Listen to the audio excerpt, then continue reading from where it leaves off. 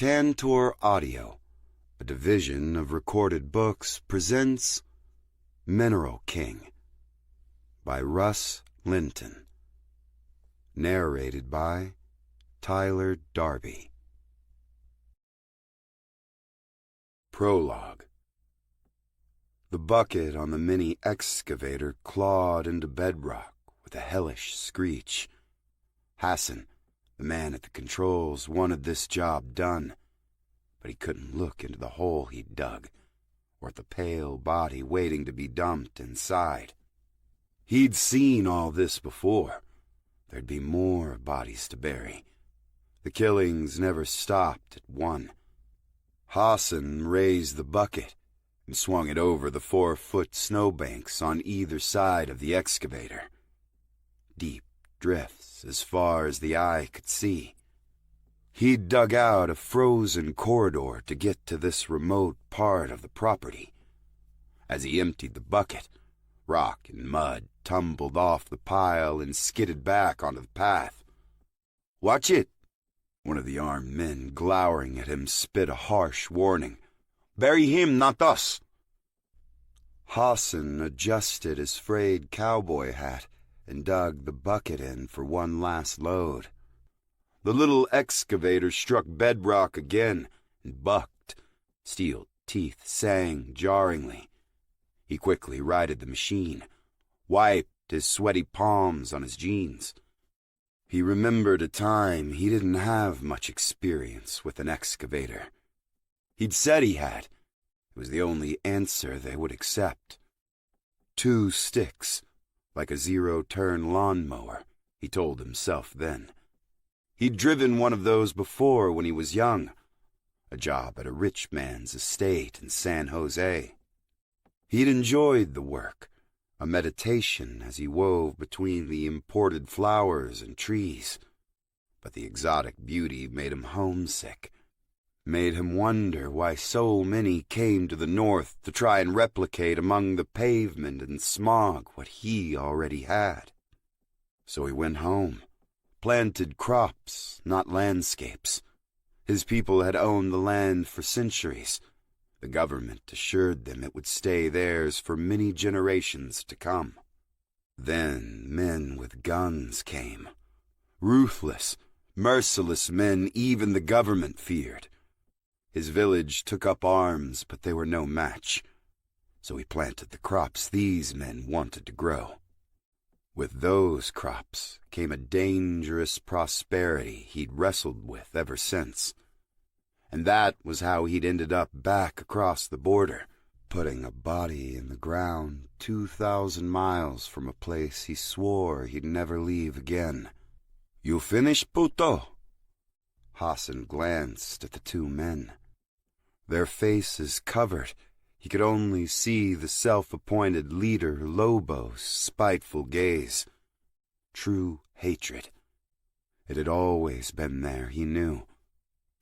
They had M16s slung over their shoulders and wore snow camouflage, waterproof combat boots and woolly socks.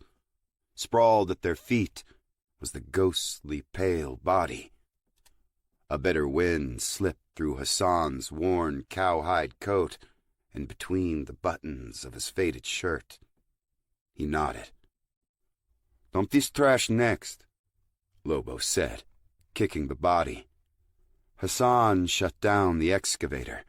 He stepped onto the tread and down to the slushy ground. So much snow. He'd never seen this much, even in the Sierra Madre highlands. He slopped his way to the body and bent to carefully lift it. "Use your machine," Lobo said, "or do you want this gringo's blood all over you?" Hassan paused. Working in the fields, the rich earth would get into pores, under nails. No amount of scrubbing would remove it all. It became part of you. Blood was different. You could wash it away, pretend it was never there, but it stained the soul, he knew. He could still ask for forgiveness for his part in this, but if he mistreated the dead, his soul would be lost forever. We must show respect, he said. Hassan ignored their laughter as he hauled the body to the shallow grave. He climbed inside first to gently lower the man into his final resting place. The man appeared wild, almost feral, someone who'd rejected civilization, or it had rejected him. He was heavier than he looked. Injuries marred the man's back. Bruises covered his upper torso. Raw flesh ringed his wrists and ankles. Which injuries he'd suffered at the hands of these men, Hassan couldn't say. The man had been shot twice, but those were old wounds.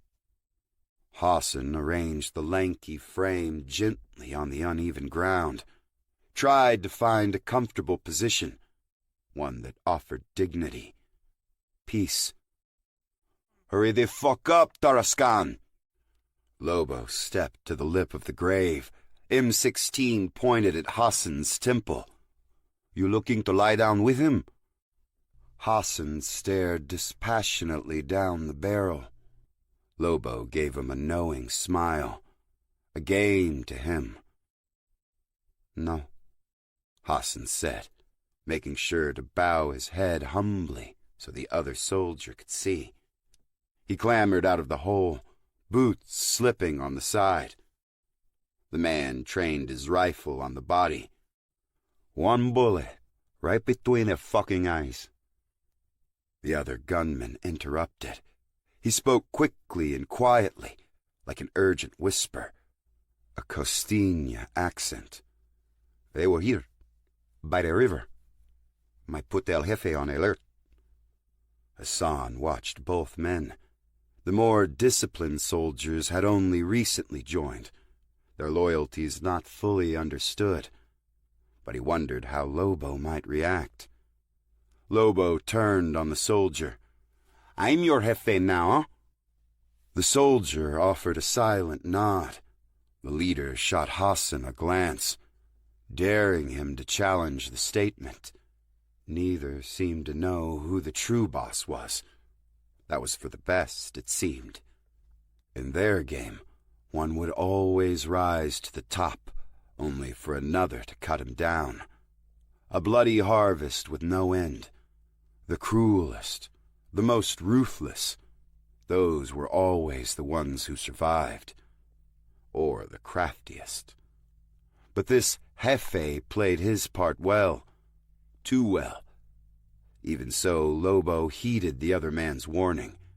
Instead of shooting the corpse, he slung the rifle over his shoulder and jumped into the hole, kicked the man's limp body, spat in his face. He rolled the body face down. "Say hello to the devil, pig." One final kick, and water oozed from the slack, bearded mouth. Hassan removed his battered hat and signed the cross. The one who would be jefe climbed out. Hassan stepped aside, head still bowed. He knew what was coming and let it happen. Lobo shouldered him hard on his way past. Hassan slouched against the snowbank. Lobo snatched something off the soldier's pack. When he whirled back around, those hateful eyes burning, Hassan dutifully shrank away. He did his best to appear meek, unthreatening. Lobo brushed past, returning to the graveside. He tossed a shovel into the open pit, short-handled with a wedge-shaped blade. The metal was blackened from fire, the stout handle polished by use. "Your weapon," the leader said with a sneer. He clapped Hassan on the back. Hassan tried not to react. "Suerte bueno." He eyed the pile of dirt. "Get more rocks. Bury him deep." "Si, jefe." Hassan hopped onto the treads of the mini-excavator as the armed men walked away. He clung to the grab bar and swept the horizon. White peaks as far as the eye could see. Stunted trees buried to their crowns. a lonely place to die. That time in his youth he'd spent a few summers in the valley below, where orange groves ran in neat blocks alongside nodding oil derricks. An unending maze of plenty, like his beautiful Michoacan had been before these men came to stake their claim to a bloody throne. Soon that violent struggle would take place here. Only here, the man named Cade would not be the last to die. 1. Cade woke to a smell similar to frying bacon. Similar because he knew it wasn't. The odor a little off. The grocery hadn't had any real bacon in days. This fact hadn't bothered Anne. She was a vegetarian by choice. Cade one by captivity. He rolled out from under the plush comforter, pure white like the world outside. Through the frosted windows, a rocky brook trickled beside the little cottage's deck. Ice encased the rocks along the banks and created little dams to funnel the frigid waters. He tiptoed onto those rocks buck naked a few nights ago, on a dare. A dare called to him by a nude siren who'd already made the plunge, her skin burning red, smile bright as the snow, inviting lips a definite shade of blue in the cold. He'd only done it so he could drag her back inside under the warm comforter. "Breakfast!" Anne called from the kitchen. Cade sat up, scrubbed his hair, or what there was of it. It'd grown a little past fuzz. He still wore a hat at all times, in public at least. She'd been fascinated by the inked QR code. He told her it was a bet he'd lost, a bad wager for sure. And no, she couldn't follow the link. She tried to, for a bit, got stymied by his intuitive ability to sense whenever someone had taken aim at the back of his head. Camera, rifle scope, he didn't share those stories. He shuffled to the bathroom, pedestal sink, small soaking tub built for one. They'd managed two. He rinsed and spit, grabbed his shirt off the rack and made the short trip to the kitchen. The living room ran into the kitchen, an area not much larger than Hindi was long. No island or fancy appliances, a mid-sized fridge, propane stove and 2 burners, and a wood stove with a river stone surround. Navajo rugs, knitted quilts and blankets, a worn leather couch. Cozy, comfortable. Things Cade hadn't seen much lately. Coffee's in the pot, breakfast on the table. Anne smiled. She had a beautiful smile. A beauty not in the physicality, but in the intention. Genuine and pure joy. About life. About Cade. She'd given him the smile the day they met. Asked him if he believed in fate. He didn't. She told him she'd do her best to make him. She kind of had. "You don't need to do this," he said. "I'm a grown man. I can make my own breakfast." "You could," she agreed. "But you'd be down at the River Run Grill asking Mrs. Stacy where she'd stashed her murder meat. Instead, you're eating cruelty-free goodness." He sat down with his cup of coffee and began to eat, an oddly flaccid bite. He waved the faux bacon in her direction. "The cruelty-free is debatable," he said as he chewed. She joined him at the little round table, a slab of redwood coated with clear lacquer. She tucked a stray strand of honey-colored hair behind her ear. "I promise to enlighten you, savage. Now eat." Cade laughed and finished his plate. Eggs that weren't really eggs, along with his not really bacon, and a slice of actual melon. He might stop at the River Run Grill for whatever breakfast they had anyway. Later. For now, he'd be satisfied. He pushed the empty plate away and sat back with his mug. He watched Anne pick meticulously at her food. Every move, every thought made with a casual self-awareness. Her focus on the world got fuzzy, her gaze retreating inward. "Thinking about your portfolio again?" She said, fork hanging midair. She broke into a grin and took a sudden bite. "Am I that easy to read?" He didn't answer, just raised an eyebrow and tilted back his mug. She tossed her napkin at him. "It's not bad," he said. "Being genuine, easy to read." He hadn't realized how much he needed genuine in his life until they met. Didn't know how much longer he'd have it. They stared at each other for a while, smiles slowly fading. He got up with his dishes and moved to the sink. "I better get out there," he said. She slid behind him, encircled his waist with her slender arms. He enjoyed her closeness as he washed and rinsed his dishes. She sneaked her plate into the sink, and he cleaned hers too. All done, he dried his hands. She traced his back with her finger, lingering near the injuries, feeling for fresh bandages. He turned into her embrace, kissed her long and slow. She wasn't the kind of woman he thought he'd ever meet. If it hadn't been for the circumstances, they never would have. And he'd made sure she understood. He wouldn't be here long. "You could always stay in today, you know." Kate sighed. "The truck's on loan from the Corps of Engineers. Kind of feel like I need to be out there helping." She rolled her eyes. "And what exactly are they going to do if you miss a day? Fire you?" She had a point. Helping dig out the buried town helped him feel like he was still accomplishing something. So much to do. Once the pass was clear, he needed to move fast. Sneak, slip away, he preferred to call it. She knew all this, knew too much as it was. He didn't answer, just backed away and smiled.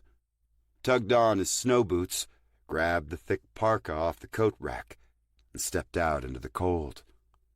"Cade, be careful out there," she called after him. The day he arrived in Three Rivers, Cade knew he'd be here a while. One lost day turned into a week, then more snow came. It would be another week before the road into the valley could be opened. He'd been on his way to San Francisco to continue his investigation into Sergei's death. Figured he'd drop in on Brad Sandstrom at Friendlink, too.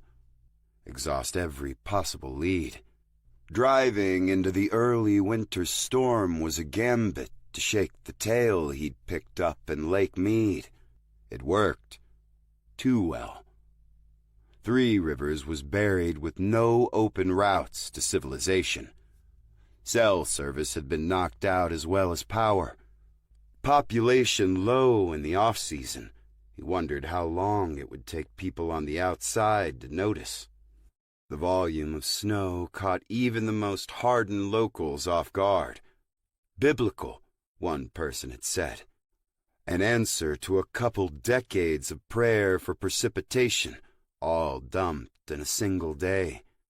God finally out to check the mail, his box full to bursting. With a community in need, Cade settled into a routine, and that's who the folks around Three Rivers knew him as. Cade. He'd grown tired of living so many lies. His cover IDs hadn't worked since Oregon anyway. Too many complications. He knew he was leaving a trail, but the same weather pinning him down kept Sonvi and the team at bay. They'd stumble across the clues long after he was gone. He'd taken up residence at the Corps of Engineers campground on the road out of town. The camp host, Pierce, loaned him a truck. Wasn't his to loan, but he didn't seem to care much.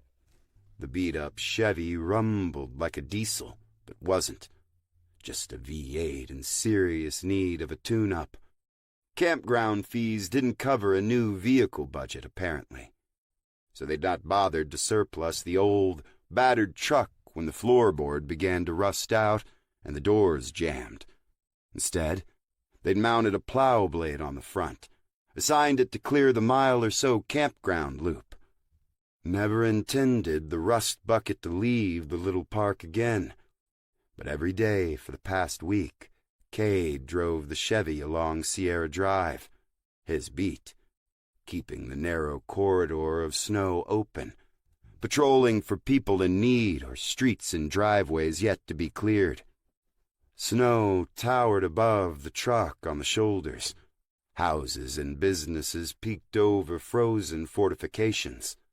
Tunnels pierced the white walls like ant trails leading to front porches and storefronts. A wintry cocoon. Only recently had the snow let up to reveal a seam of crisp blue sky. Cade drove past lodges, bed and breakfasts, motels, their second floors, their new entries. Many of the homes were empty rentals or private summer getaways. Winter on the coast, summer in the mountains. The American dream, he supposed. A wide opening swept by on his left. Dinley Bridge. He'd helped the local crew clear it early on to free the residents of North Fork. He wondered what Lance and his crew were working on today. He continued along Sierra Drive toward Sequoia National Park. The stately dome of Morro Rock loomed on the horizon. They'd cleared this section pretty thoroughly. The park had been closed and evacuated before the storm, but where the road widened at the gates made a good turnaround for the plow trucks. He'd often drive to the gate, stare wistfully past the barriers. He'd never seen the majestic sequoia groves. One day, locals would park at the entrance sometimes, snowshoe into the woods, made their involuntary confinement feel less troublesome. He had half a mind to do the same, but he kept telling himself he needed to be ready to disappear as soon as the pass opened. A quarter mile before the park, a new opening caught him by surprise. A side street once gated and packed with 6 to 8 feet of snow was now open. Lance and his crew were hard at work. Lance was the volunteer fire chief, lamb-chop sideburns and a trucker cap. He had the swagger of the town's sole authority. Unincorporated, cut off from county services, he couldn't be proved wrong. Lance drove the one piece of heavy equipment trapped on this side of the pass, a wheeled dozer. Great for clearing roads, but the avalanche cutting off the town required a top-down approach. Heavy excavators, blasting. Cade rolled down his window as Lance climbed off the dozer. The foreman cast a backward glance toward his men, Allen and Manuel. In their late 20s, they wore reflective gear over long sleeves and snow pants. They leaned casually against their shovels and watched with mild interest. Lance and his 2-man crew had been working non-stop. A younger crew, he often outpaced them, but all 3 had been the town heroes since the storm hit. Not Cade. He avoided the limelight out of habit. That distance kept him an outsider, and they often reminded him of that. "How goes it?" Cade asked. No answer from the burly fire chief. "Any word from the dam?" Cade shook his head. The calm's still out. Lance propped his hairy forearms on the windowsill. The kind of guy who wore the same overalls and short-sleeve shirt combo no matter the weather. Trucker cap and boots, too. Must have made the decision decades ago, along with the sideburns. He cast another glance toward his men. You let us know the minute they start in on that rockfall. I'll get the dozer up there. We'll see what we can do to help from this side. Their typical interaction. Closest to the dam, Cade had become their forward observer. Nothing more. Need a hand? Cade asked, gesturing toward the road. Nah, we got this one. Everything clear on the other side of Dineley? A nod. What about up Mineral King? Lance looked off in the direction of the mountains. People up there just want to be left alone. They'll be fine. Strange answer from the town's unofficial guardian. Cade had already helped plow the lower third of Mineral King Road, a twisty neighborhood inhabited by the type of people he knew well. Most had cleared their own drives, fired up their generators, and broke up their stockpiles of food. But there'd been little contact with residents farther out. I can check in on them, to be sure. Lance stepped away and took in the truck. Better not. That road won't support the dozer if I have to rescue you. Hard to say if Lance was being practical or had other motives. The road was a dangerous drive, even in fair weather.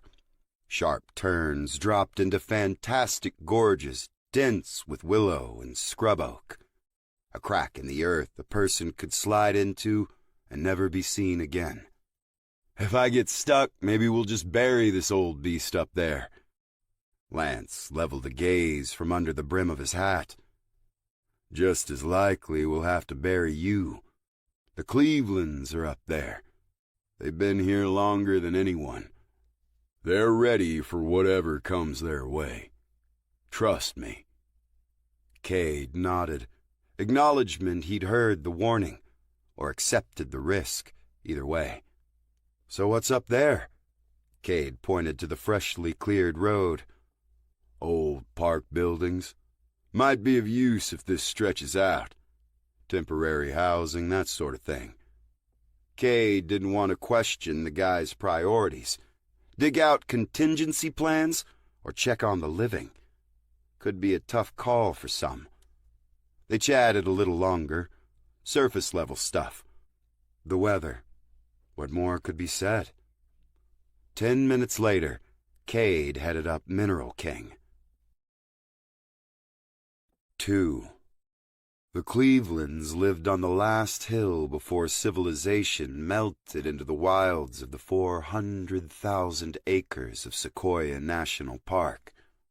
No semblance of a neighborhood, just property built on awkward slopes at impossible angles to nobody's code. Cade knew Lance was right. People who chose to live there had everything necessary to survive an apocalyptic storm.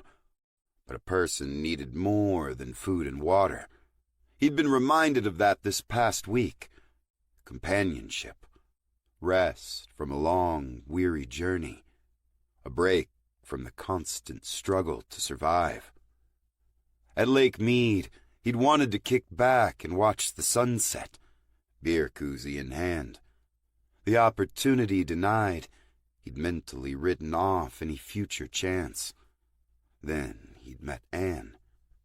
Now the whole world felt like it was on pause. Nobody leaving, nobody getting in. Finally enough time to step away from his problems, and it was kind of driving him crazy. He powered the Chevy up a steep rubble drive. The snow was piled deep, but lightly packed. Every so often the tires slipped, the chains would catch, dredge up gritty sand, and he'd plow onward. Not far before he burst into a homestead's freshly cleared circular drive. The house was a simple, 2-story metal roof A-frame designed to shed plenty of snow. Mr. and Mrs. Cleveland sat on their porch swing, seemingly enjoying the frigid day. and ready to greet their noisy visitor, if the rifle across Mrs. Cleveland's lap was any indication. Skin crinkled by the sun, she wore a bohemian dress over thermal leggings, galoshes up to her knees, wire-rimmed glasses. A scowl scrunched her weathered cheeks. Mr. Cleveland had on a sage-green flannel, dark snow pants, and scarred work boots. He was sharp-eyed. A beard cupped his jawline with cleanly shaved cheeks and upper lip. His piercing gaze focused on the Chevy's front tires, where precisely they stopped, an important factor in a decision he had yet to make. Cade cranked down the window.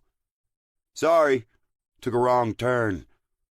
Mrs. Cleveland jerked forward. For a second, Cade thought he might be backing down the icy drive at full speed, but Mr. Cleveland gently pushed the rifle back into her lap. "To hell you did," replied Mr. Cleveland. "We were working on that," he said, indicating the drive. Their metal pole barn sheltered a truck, not just a beater like the Chevy, a flatbed utility truck with a heavy-duty plow. "That would come in handy down the mountain," Cade said. "Would, wouldn't it?" Mr. Cleveland said dryly. "Who the hell are you, anyway?" Cade patted the insignia on the door. "Corps of Engineers. I got snowed in at their campground, so I deputized myself. Been taking this out for joyrides. Cleared a few roads along the way." "Well, joyride it elsewhere. We're fine." Mrs. Cleveland hadn't spoken, or blinked. "Not a problem," Cade said. "You have a good day." Mr. Cleveland waved curtly. "Uh-huh." "Know anybody else up the road who might need help?" "New buyers. They keep to themselves. We do the same," Mr. Cleveland declared. Mrs. Cleveland swatted her husband's hand away from her rifle. "You drive that road at your own peril, stranger." Heavy advice from the lady. Cade crept into a turn and drove away. A quick parting wave, and Mrs. Cleveland stared after him with a hateful sneer. He kept a loose focus on the rifle. Cade scraped the hill into Horse Creek Campground with the plow. He cleared the slope every time he came and went. The snow had stopped, but normal early winter temperatures had returned, bringing a constant battle of daytime melt and overnight freeze. He had to keep the ice in check. When the time came, he needed a Hindi-capable escape route. He shared the campground with the camp host, Pierce. The day he rolled in, he must have looked desperate enough, so the Corps volunteer had unlocked the gate. There had been jokes about a background check. Cade smiled, relieved to learn the town had been cut off completely. No roads, no phone calls, no background checks. The host sites were carved into the hillside above the prefab campground office. Indy was parked beside Pierce's decades-old fifth-wheel camper. American and POW/MIA flags fluttered from a pole attached to the latter. Pierce was the kind of guy who'd call the state California. His plates read Texas, but he came back year after year all the same. He was a fixture at the park, their grizzled veteran, ready to do battle with the folks who forgot to put out fires or secure their trash. Cade hopped out of the truck and knocked on his neighbor's door. "Coming!" Pierce called. A shuffling started inside, accompanied by a rhythmic thump. Pierce opened the door, keeping his screen closed. He was a wiry man, stooped with a mischievous grin and bright eyes. Nasal tubes trailed down to the wheeled oxygen tank at his side. an accessory he called his participation trophy. "Oh, it's you. Disappointed?" "Was hoping to be surprised. People from the valley finally come to set us free," Pierce said. "Come on in." "No thanks. Just wanted to let you know I need to fuel up the Chevy. Core count good for it?" "Should be. Haven't heard nothing." He opened the screen to lean out and turn his squinty gaze to the antenna atop the campground office. "Doesn't make no sense. Only 3 clicks over the lake to the Terminus Dam office." "Maybe they're busy clearing the pass." Pierce shook his head. "I'd wager they haven't dug out Lemon Cove yet. They'll have to use excavators to move that much snow and debris. Probably send all those to Sacramento. Damn stuff'll melt before they make it back here." "I suppose that puts you in charge for good, then?" Pierce grinned. "About time we had a new sheriff in town. I could get used to the quiet, though. Being in charge of an empty campground sure beats the summer rush." A helicopter whomped in the distance. They exchanged a glance. Pierce opened the screen and started down the retractable steps. Cade reached for the oxygen tank to help and got his hand slapped for the trouble. "Gotta earn the right to carry this son of a bitch." They moved to the edge of the campsite, level with the campground office roof. From there, they had a commanding view of Lake Kauai, the dam hidden just around a bend. This was Cade's first time in Three Rivers. He imagined in spring the tight copses of oaks and fields of wildflowers would be a sight to see, or the leaves changing in fall, an idyllic scene reflected in the glassy reservoir. But the freak storm had ripped the last of the colors off the scrawny trees. Only the bare crowns clawed above the deep snow reminded him too much of the creosote in the desert he'd just limped out of. The whomp of the helicopter drummed against the icy lake. "I'll be damned. Thought that's what I heard," Pierce said. "A Huey." The chopper followed the ridge past the dam, white with blue commercial stripes, no other markings. A cargo sling pendulumed underneath, carrying a flat pallet encased in glossy stretch wrap. "Finally sending in supplies?" Cade asked. "Doesn't look like it." Pierce watched the chopper cut across the lake. "Northeast heading. Skipping over Sierra Drive. UH-1H. Could be 1.5 tons on her, maybe more. But it ain't delivering anything here." They watched the chopper push into the backcountry, toward the higher peaks. "Anything out where it's headed?" "Back end of Mineral King Road. Miles of government land. Any farther, there's peaks you wouldn't want to mess with in a loaded helicopter." He scratched his chin. "Could be going to those new neighbors everybody's been on about." "The Clevelands mentioned something about that." "You dug out the Clevelands?" "Yep." "Good, I suppose.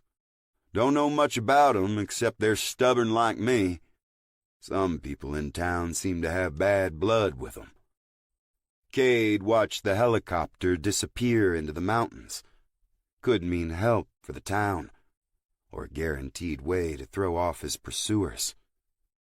"Maybe these new neighbors would run a mercy mission for us and restock the bacon at the market," he mused. Pierce cracked a yellowed smile. "Ann got you eating the phony stuff." "She does." "I warned you about her. She's new in town, but fits right in. Hippie Central down there." Cade snorted. "Well, I better get back at it." "Where are you headed now?" "Maybe I should pay these new neighbors a visit." Pierce frowned. "Campground was packed this year. I barely got out. Even so, I heard about those folks. They paid cash for the property, if the rumors are true. Double the market rate. Cade nodded thoughtfully. Cash buyers sounded about right for someone with a private helicopter. Might not be too charitable. Hopefully they had news from the outside, at least. He thanked Pierce and turned to leave. Take your pack in case you get stranded. I'm not humping this damn thing up there to dig you out, he said, giving his tank a shake. Cade leaned inside the Chevy and patted his pack, propped on the passenger seat. Way ahead of you, sir. He gave Pierce a salute. The veteran waved off the formality and lugged his tank back inside. Bells clanged as Cade stepped into the Sequoia fuel stop, the last gas station before tourists began the winding park ascent. Al, the owner, stood behind the counter. Al was the short version of a longer Arabic surname. The locals slaughtered the pronunciation frequently enough he'd just accepted Al. He wore a dark, embroidered polo and khaki pants. His thick mustache was neatly trimmed, lips pursed, brow furrowed. He looked to be in constant contemplation. Al, Cade said, as friendly as he could manage. Mr. Cade? Al replied, reserved, by no means trying to disguise his annoyance. He knew what was coming next. Al had cornered the market on last chance everything before entering the park, from gas for the climb to tire chains, required by state law in the winter, a fact often overlooked by tourists. But there'd be no tourists coming, so Al had decided to adapt. Wasn't there an agreement to provide fuel to the government account at a set rate? I realize this is California and all, but the old price of $6 a gallon already seemed excessive. Extenuating circumstances, Mr. Cade. All covered under the exact same contract. Cade jerked his chin. No use arguing. He wandered down an aisle, hunting for protein. His boots thumped on the hardwood floor as he roamed. There was an impressive wall of canned goods, neatly organized shelves of snacks, empty walk-in coolers. The beer had gone early in the crisis. Absolutely nothing was labeled with a price. As far as anyone could tell, the going rate was whatever the swarms of tourists were willing to pay. And Cade, he was just another tourist. Once, Cade caught him slipping a discount to one of the residents. 2 for 1 on a bottle of ibuprofen. He'd been in earshot and got in on the deal. A handful of those became part of his daily diet. He pulled a bag of jerky off a rack. How much is this? $12. Quick. Decisive. Kinda high, don't you think? Extenuating circumstances. What's the local price? Al's mustache twitched, a disturbed caterpillar. $12. Fine, Cade said. He tossed the package on the counter. That'll be it, I guess. Al had already rung him up. Plus the fuel on the government account. Cade nodded. Your tax dollars at work, Al. He got out his wallet. Didn't open it right away. More impatient looks from behind the counter. Have you heard anything about the new owners up on Mineral King? Bought some property? Cash?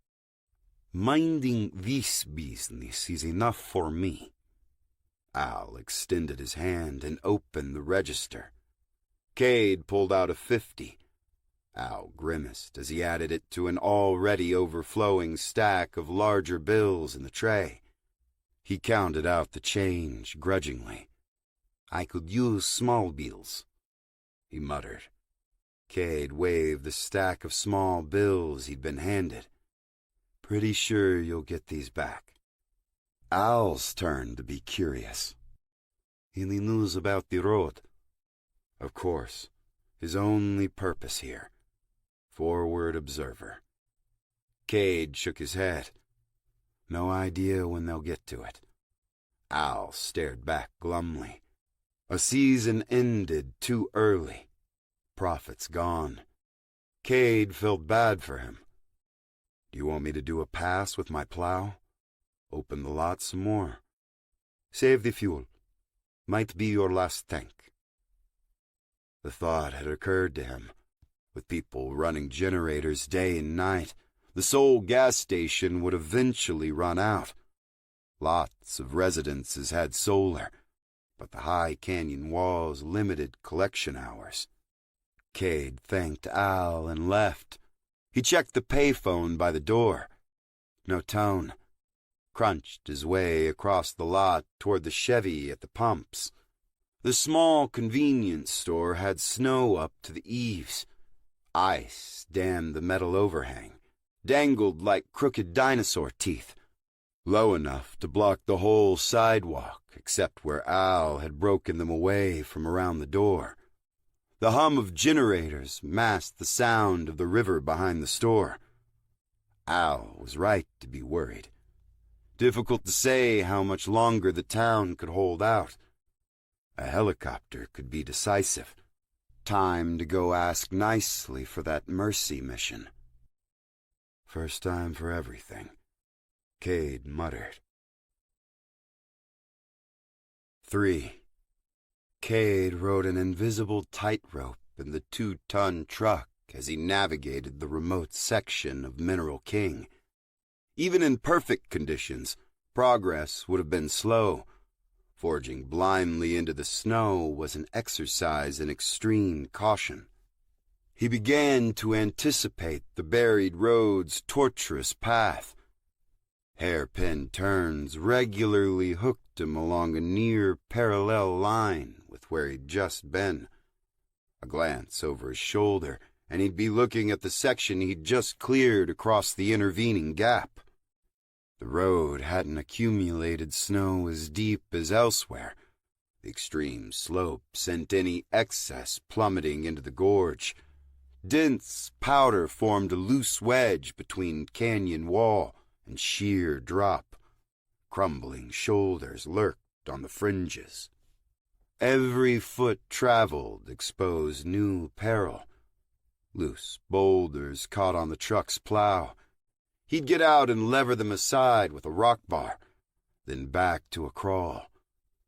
Several times Cade came to a complete stop and just observed, considering the deadly geometry ahead. Did he cheat toward the edge, or risk getting buried against the canyon wall? Grueling work, perilous, as Mrs. Cleveland promised. But he got comfortable seeing the canyon side snow load tumbling into a sudden expanse of blue sky. Too comfortable. When the snow tumbled next, the void kept opening. Past the front end, the tire. He eased onto the brakes. No panic stopping on the ice and snow. That discipline cost him precious inches. The plow came to rest over open air. The heavy V8 teetered on a delicate balancing point. Sandbags in the bed were barely enough to counter. Stretched across the windshield, the horizon lifted. The hood pitched down. Very slowly, Cade eased the truck into reverse. One front tire spun futilely. The rear tires of the 4-wheel drive caught. He recovered those few inches, slowly backed onto solid ground. Then the truck lurched. Front tire hung up on the ledge. The rear kicked out, drifting again toward the sheer drop. Serious pucker factor. Cade let panic make the call this time. He let off the gas completely, The truck continued a slow slide as he engaged the emergency brake, put the transmission into park. He was edging toward the passenger side, fingertips creeping toward the door handle, when the vehicle finally came to rest. He stayed perfectly still. He found a point out the window and stared, senses primed for the slightest shift, made sure the slide had stopped.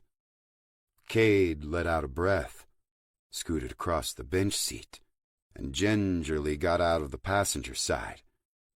He didn't breathe again until his boots touched solid ground.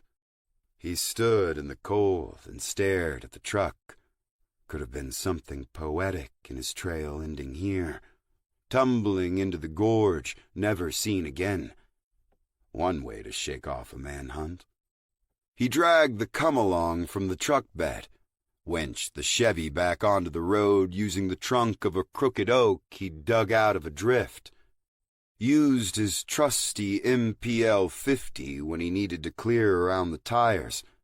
Back on the slushy but solid ground, he loaded up and continued. The plow blades scraped against the remains of a stone retaining wall. Above, an aging aqueduct creaked under curtains of ice. A fence post pierced the bleakness. He hung out the door and stood on the running board. A small cabin in the distance. Gate locked. No signs of life. He pushed on. Several more hours passed at a slow creep. Somewhere ahead lay the old park entrance. A handful of cabins were back there, handed down like precious family heirlooms. Cade didn't think the chopper went that far. But what was left? He crossed a bridge. No indication it was even there as he approached, except for a disturbing drop on either side of the road. Snow sluiced through the concrete railing in rectangular chunks as he plowed. The sun was getting low, a biting chill in the air. He'd need to turn around eventually. He'd need to carve out a spot. But where? The road swept away from the canyon. A reinforced wall rode an embankment on his left. An ornate iron gate set between stone posts. Was this the place he'd been searching for? If not, he'd gladly use the driveway to turn around. He'd had enough tempting fate for one day. He kept the Chevy's momentum steady as he approached. Wheels alternately slipped and found purchase on the incline. Buildings appeared over the top of the wall. A cabin. A barn. He leaned over the steering wheel. Was that somebody standing in the loft? Were they holding what he thought they were holding? The plow clanked against the gate with a loud rattle. Damn it! He reversed, nice and easy. One arm slung over the seat, eyes out the rear. When he glanced back to check the gate for damage, he found himself staring down the barrels of a pair of M16s. Cade raised his hands, but he left the truck in reverse and covered the accelerator. The gunmen wore Arctic camo, their faces hidden behind balaclavas. No identifying insignia. What were the odds he'd stumbled across the Sierra Nevadas version of Fort Black? He could maybe talk his way out of that kind of situation. He'd have to, because a high-speed escape in reverse down the canyon was a terrible idea. The gunman on the right popped his sights high and squeezed off a round above the truck's roof. He quickly retrained the barrel on Cade's face. The move prompted a sideways glance from his buddy. "Get out of the truck!" the twitchy one shouted. Cade glanced at his pack. He hadn't secured a firearm since Vegas. Sure, he had the MPL 50, his buoy too. But these guys didn't look like they'd allow close combat, at least outside the truck, he stood a chance at getting his hands on a rifle. The trigger-happy gunman made a sharp hand motion, instructing the other one to open the gate. He complied, the uncertainty about his partner's warning shot gone. The soldier flicked up the heavy latch. He backed the iron gate open without ever lowering his rifle. Crisp, precise movements, not sloppy at all. Former military? A militia with operational background? He was getting a special forces vibe, not just a bunch of locals trained by a psycho on their days off. These men had seen action, knew the battlefield cost of dropping their guard. They left one side of the gate closed, braced by a drop rod driven into a concrete pad. That and the slick ground ruled out sudden acceleration, chewing these guys up under the tire chains. Cade inched the door open, kept his hands visible. "A little accident," he said. He put one foot on the ground. "Let me take a look at the gate, see if there's any damage." Their eyes flicked to the open truck door. Right, the Corps of Engineers badge. Things were about to get interesting. "Come here," the less twitchy guard commanded. "Come here." Cade detected an accent the first guy didn't have. Hispanic. Thick. When he didn't move, they advanced, fingers on triggers. There was a dense bank of snow on his left. His right, the open truck door. Nowhere to run. Only a temporary place to hide. Detroit steel or not, he'd take a round or two if they emptied their mags. "Wrong turn, that's all," he said as the men closed. The Clevelands hadn't bought it. These guys wouldn't either. He kept close watch for an opening. They offered none. Sights locked on target, fingers on triggers. They herded him with rifle barrels. No attempt to lay their hands on him.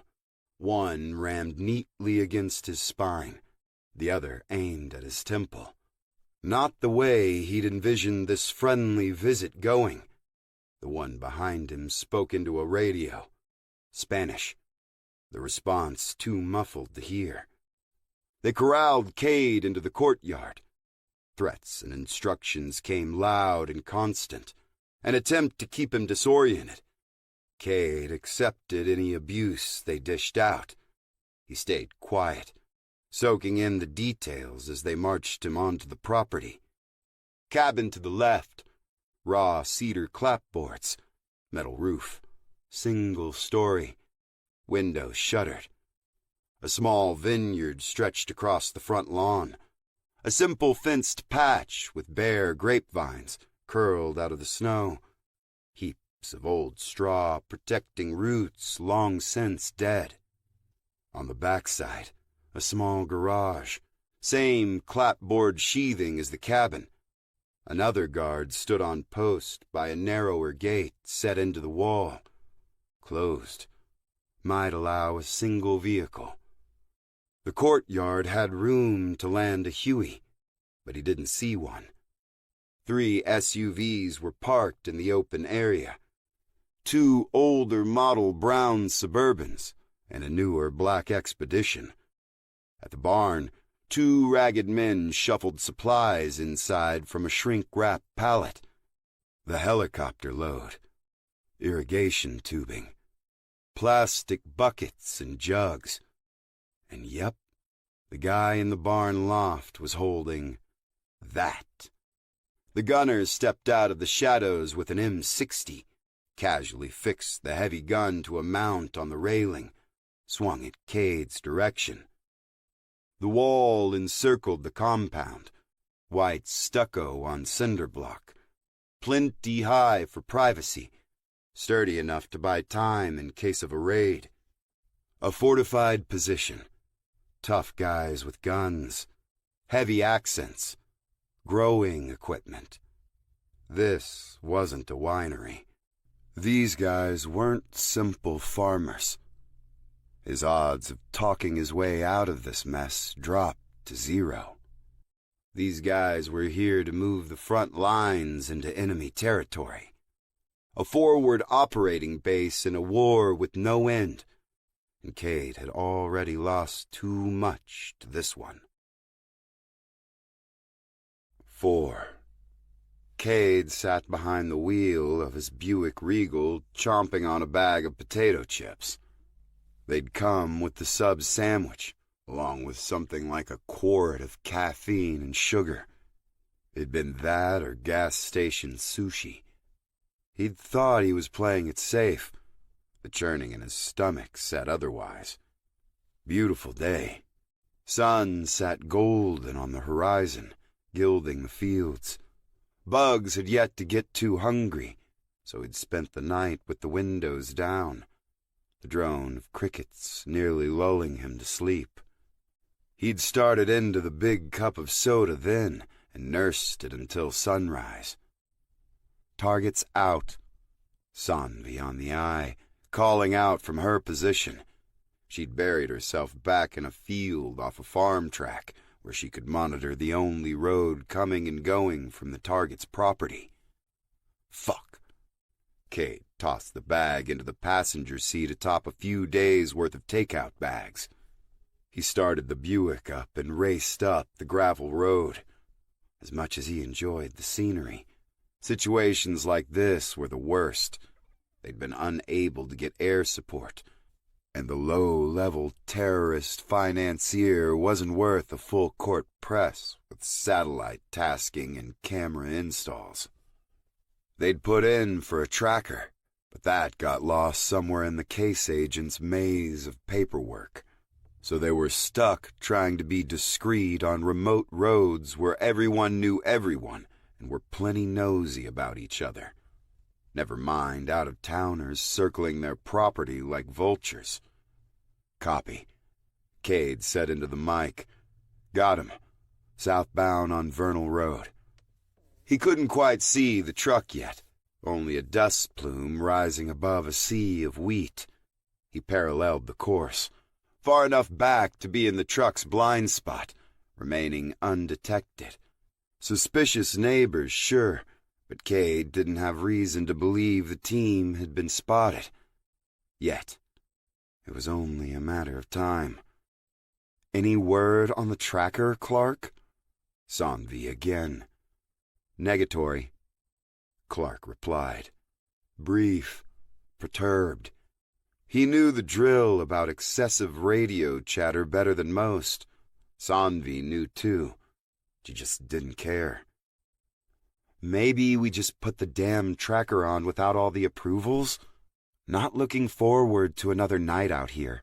I've got crickets crawling out of my fucking dash vents. Another night and we're burned, Cade said. And keep the channel clear while we're rolling, all right? 10-4. Roger. Over and out. Seriously, Cade muttered. They were approaching the intersection with the farm road, a paved strip of asphalt worn down to the local reddish aggregate. Cade came to a stop 50 yards back and tried to read the dusty plume on the other side of the field as it intercepted the road. He's westbound on FM 273. Spectre, headed your way. Copy. A harsh whisper. George Delgado, call sign Spectre, their newest team member. A dropout from the agency. At first, Cade worried they were being assigned somebody else's problem. He had an interesting background. A delivery driver through college, he'd first worked in law enforcement for the DEA. Got recruited by the CIA, but washed out of whatever hell they put their people through. Whichever test Spectre failed hadn't been surveillance. He was always where he needed to be well before he needed to get there.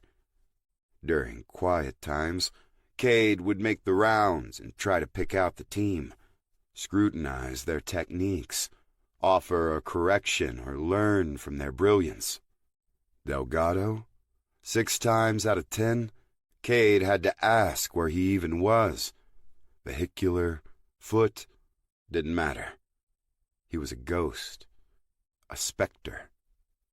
This time, Delgado had already figured out the most efficient route into town, a cut-through only the locals would know about. Cade wasn't sure the target would take it. They'd arrived less than 24 hours ago. No time to observe any kind of pattern, but he'd learned not to question the man's instinct. Cade's phone buzzed.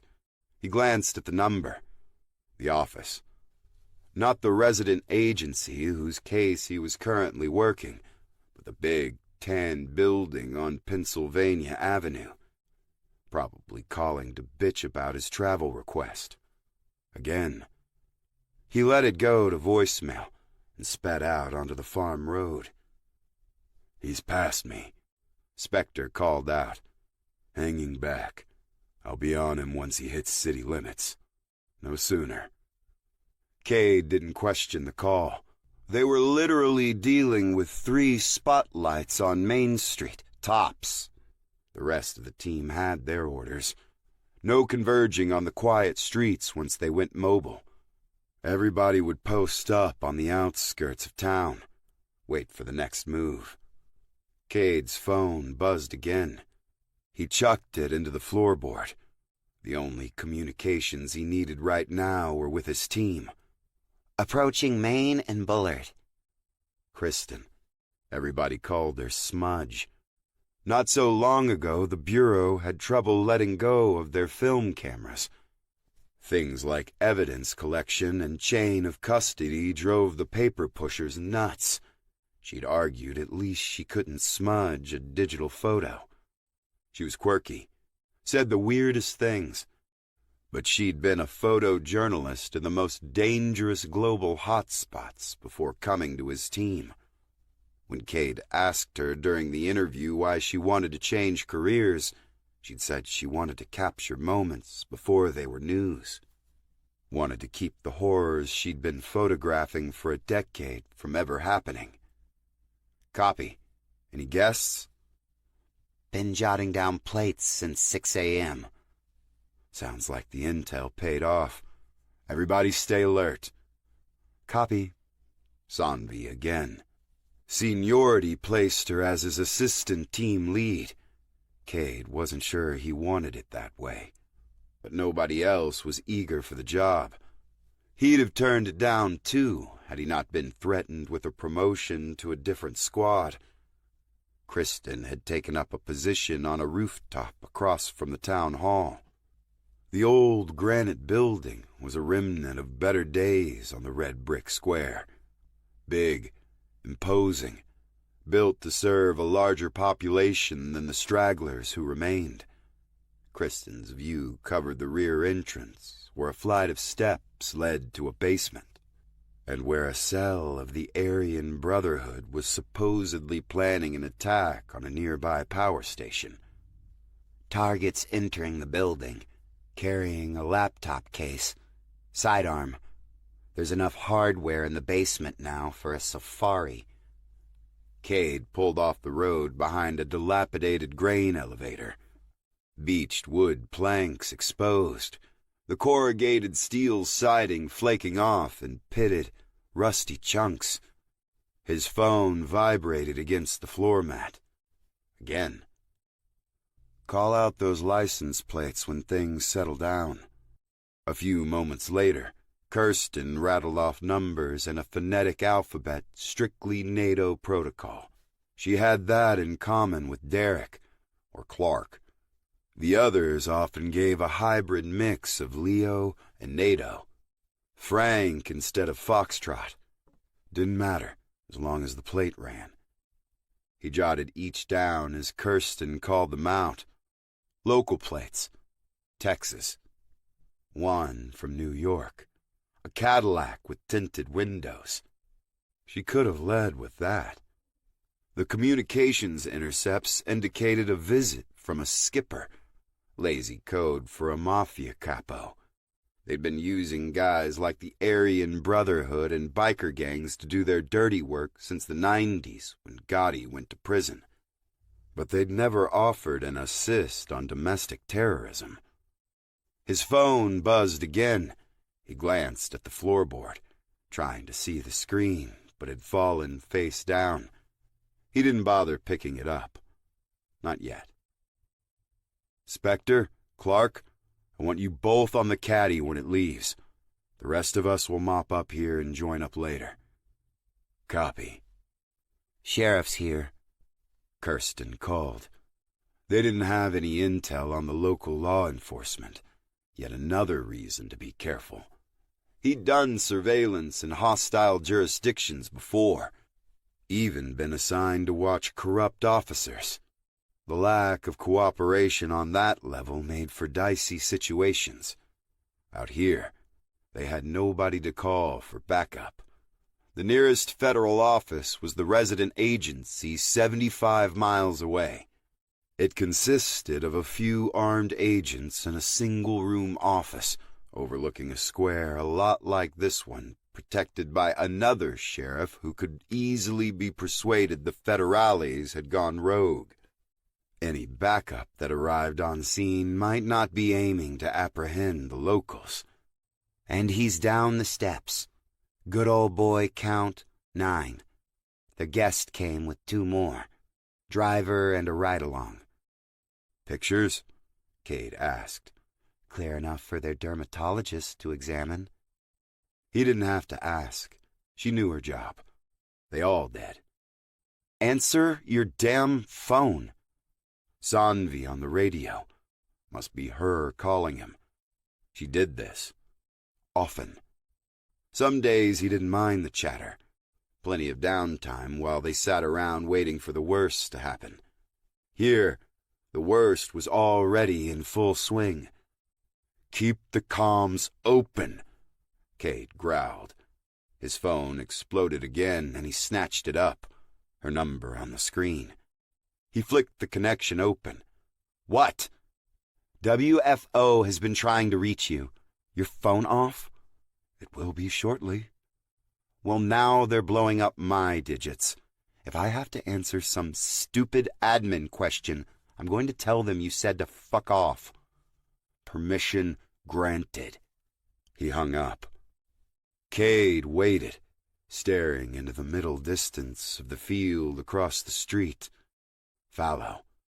The barbed wire snapped and snarled in places. He didn't expect to see any traffic on the hollowed-out town's roads. Only 2 businesses he knew of downtown. A real estate agency and a barber shop. Neither open on a Sunday. The rest of the square was empty shells, looking more like Baghdad than anywhere USA.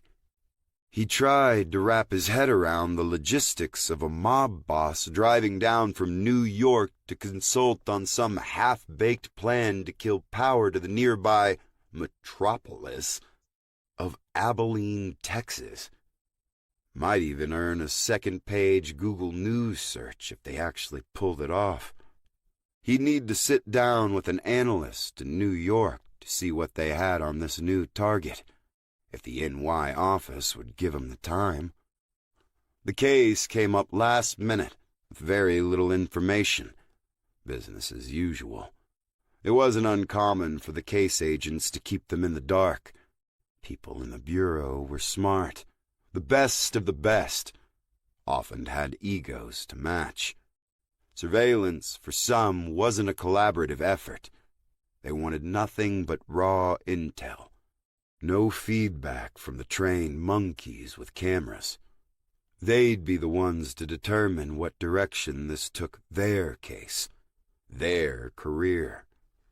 That attitude annoyed the hell out of Cade. Because if the case agent was sitting on information implicating the local sheriff, he'd love to have known beforehand. Caddy departing. Same 3 who arrived inside. Not tracksuits and gold chains, but they fit a certain profile. "We're on it," Derek, Sanvi's clerk, called out. "Sheriff's on the move, too," You're not going to like this, but departing the same direction as the caddy, east on FM 273. Cade waited. Trusted his team knew how to handle the situation. Copy, Clark said. Andretti, swing by and pick up Kirsten. I'll take the target home. Sonvi responded. Cade, you need to answer your phone. The target's blue Ford rumbled past the grain silo. A long, straight shot. Cade waited before he bothered to turn over the engine. Eyes still unfocused, he was debating now exactly how hard he was going to tear into Sonvi. Sloppy radio call-outs were one thing. Encrypted or not, you never blurted out an agent's name over comms. Thoughts stewing, ringer buzzing. Cade snapped the phone to his ear. After you've done what I asked you to do in support of this fucking surveillance, then we'll have a nice, long chat. I promise. Agent Black? Cade checked the number. Headquarters. Of course. Speaking. Thought you were someone else, he said as he wheeled out of his hidden spot and jostled onto the road. He could still see the truck cresting the horizon. Far enough away, if he'd been seen turning out, it wouldn't be clear from where. We've been trying to get a hold of you. The Buick's engine rumbled as it redlined and found the next gear. The travel notice. Right. Look, I'll get that sorted out when we get back. Short trip. No, this is the Organized Crime Squad. Sac Piero's office. The engine dropped an octave, the tachometer falling fast toward idle. Cade's gaze slipped toward the middle distance out the windshield. The truck, a far-off blur, turned onto a dirt road, dust spewing. What have you got? The Buick dropped below the speed limit. Agent McMillan went on a raid today. There was some bad intel. We've lost contact. It doesn't look good. The Buick rolled to a stop on the country road. Cade's radio barked life. Kirsten picked up by Sonvi.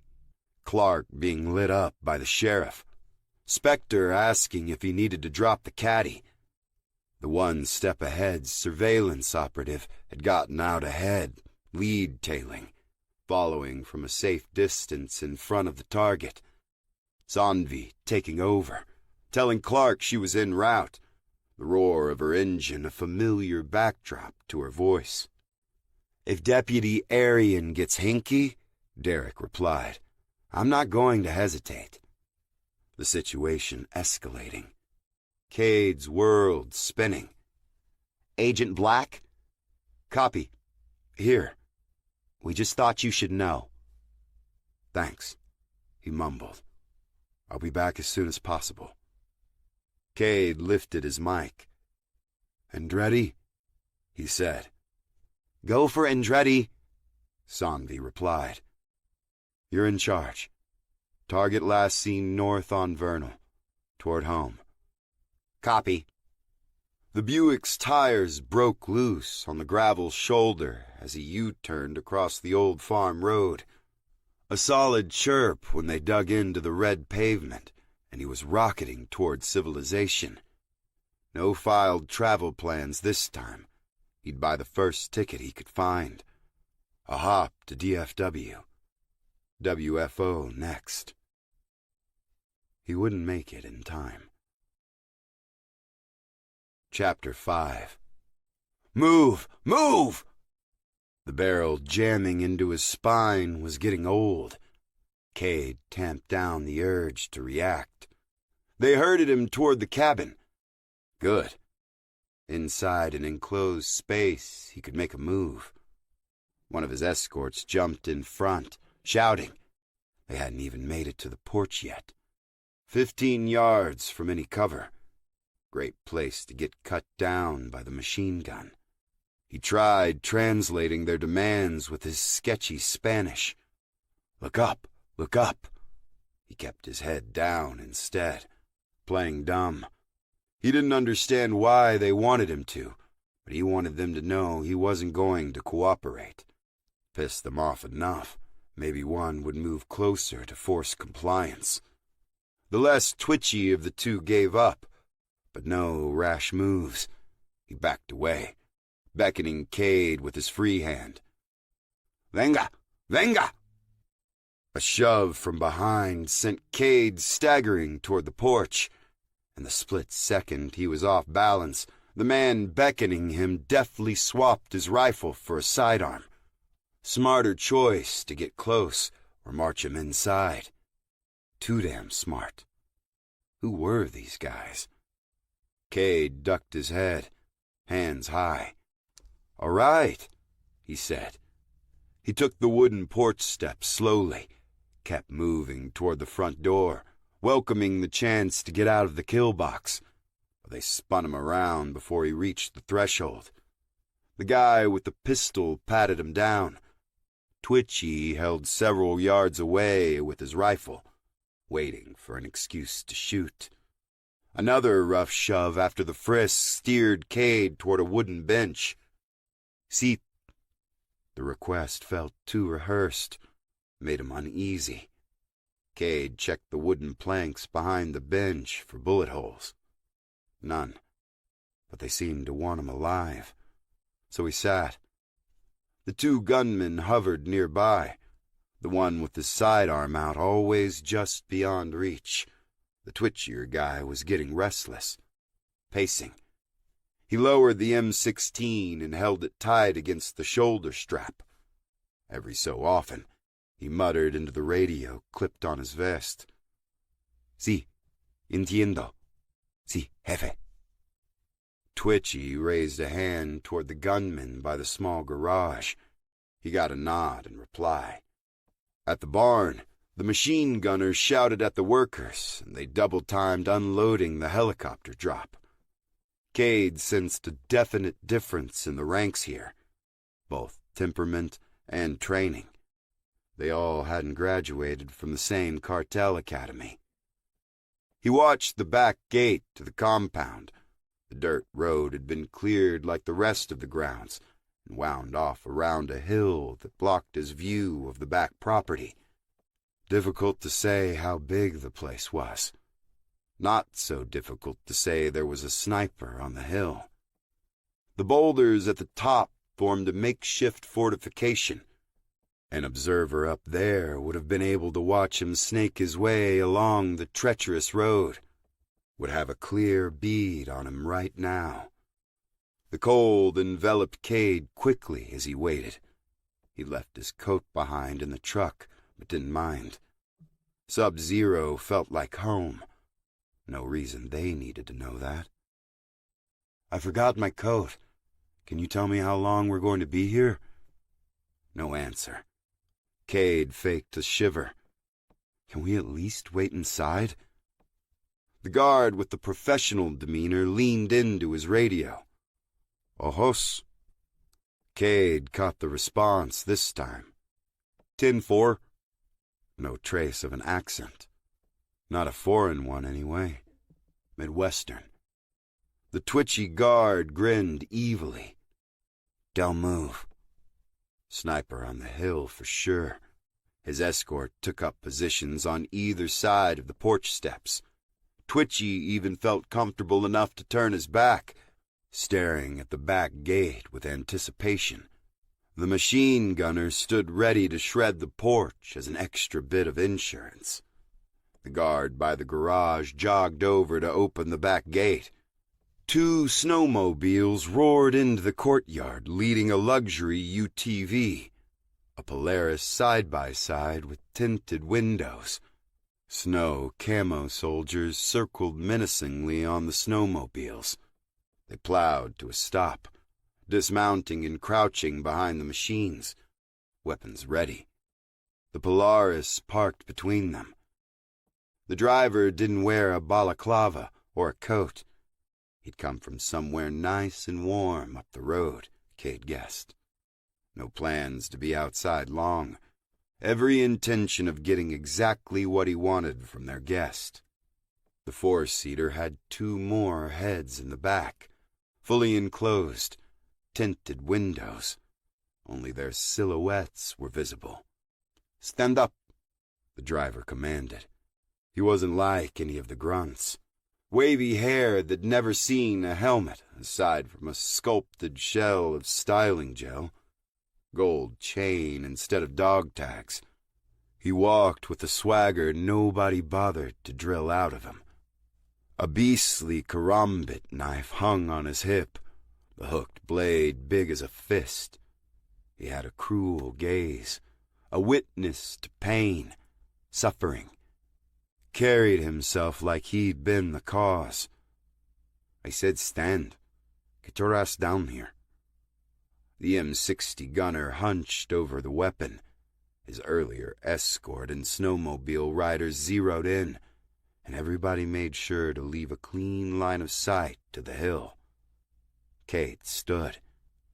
He started down the steps, slowly. A careful balance between control and compliance. A tightrope like the road he took to get here. The driver rolled his eyes and seized Cade's arm. No, not happening. Cade twisted free. Trigger fingers loosened. Even the guy way off by the garage unslung his weapon and took a few steps closer. One worker unloading the supplies rushed inside the barn. The others stopped to watch. Behind Cade, the cabin door opened. 7 pairs of boots thudded onto the porch. Cade cracked his neck. Well drilled or not, a few would go down in the crossfire. But he had no way out alive. He snarled at the driver, who looked amused, happy for this to go the way of bloodshed, one fingertip caressing the handle of his blade. Cade walked forward on his own. Before he got near the side-by-side, the driver blocked him, palm against his chest. Forget all the firepower ready to obliterate him. This guy hadn't gotten the message. Time to do something louder. He looked down at the hand, up into the face of the man about to be on the cartel disability plan. The side-by-side's rear window glided open. The tinted glass came to a stop inches from the top. The passengers stirred. The one on the opposite side leaned forward to look across at him. Cade tried to see past the shadows. A ball cap with a logo. That's all he got. Of the closer passenger, he could only see the eyes, a flat gaze, like the man stared at something inconsequential, a meaningless interruption.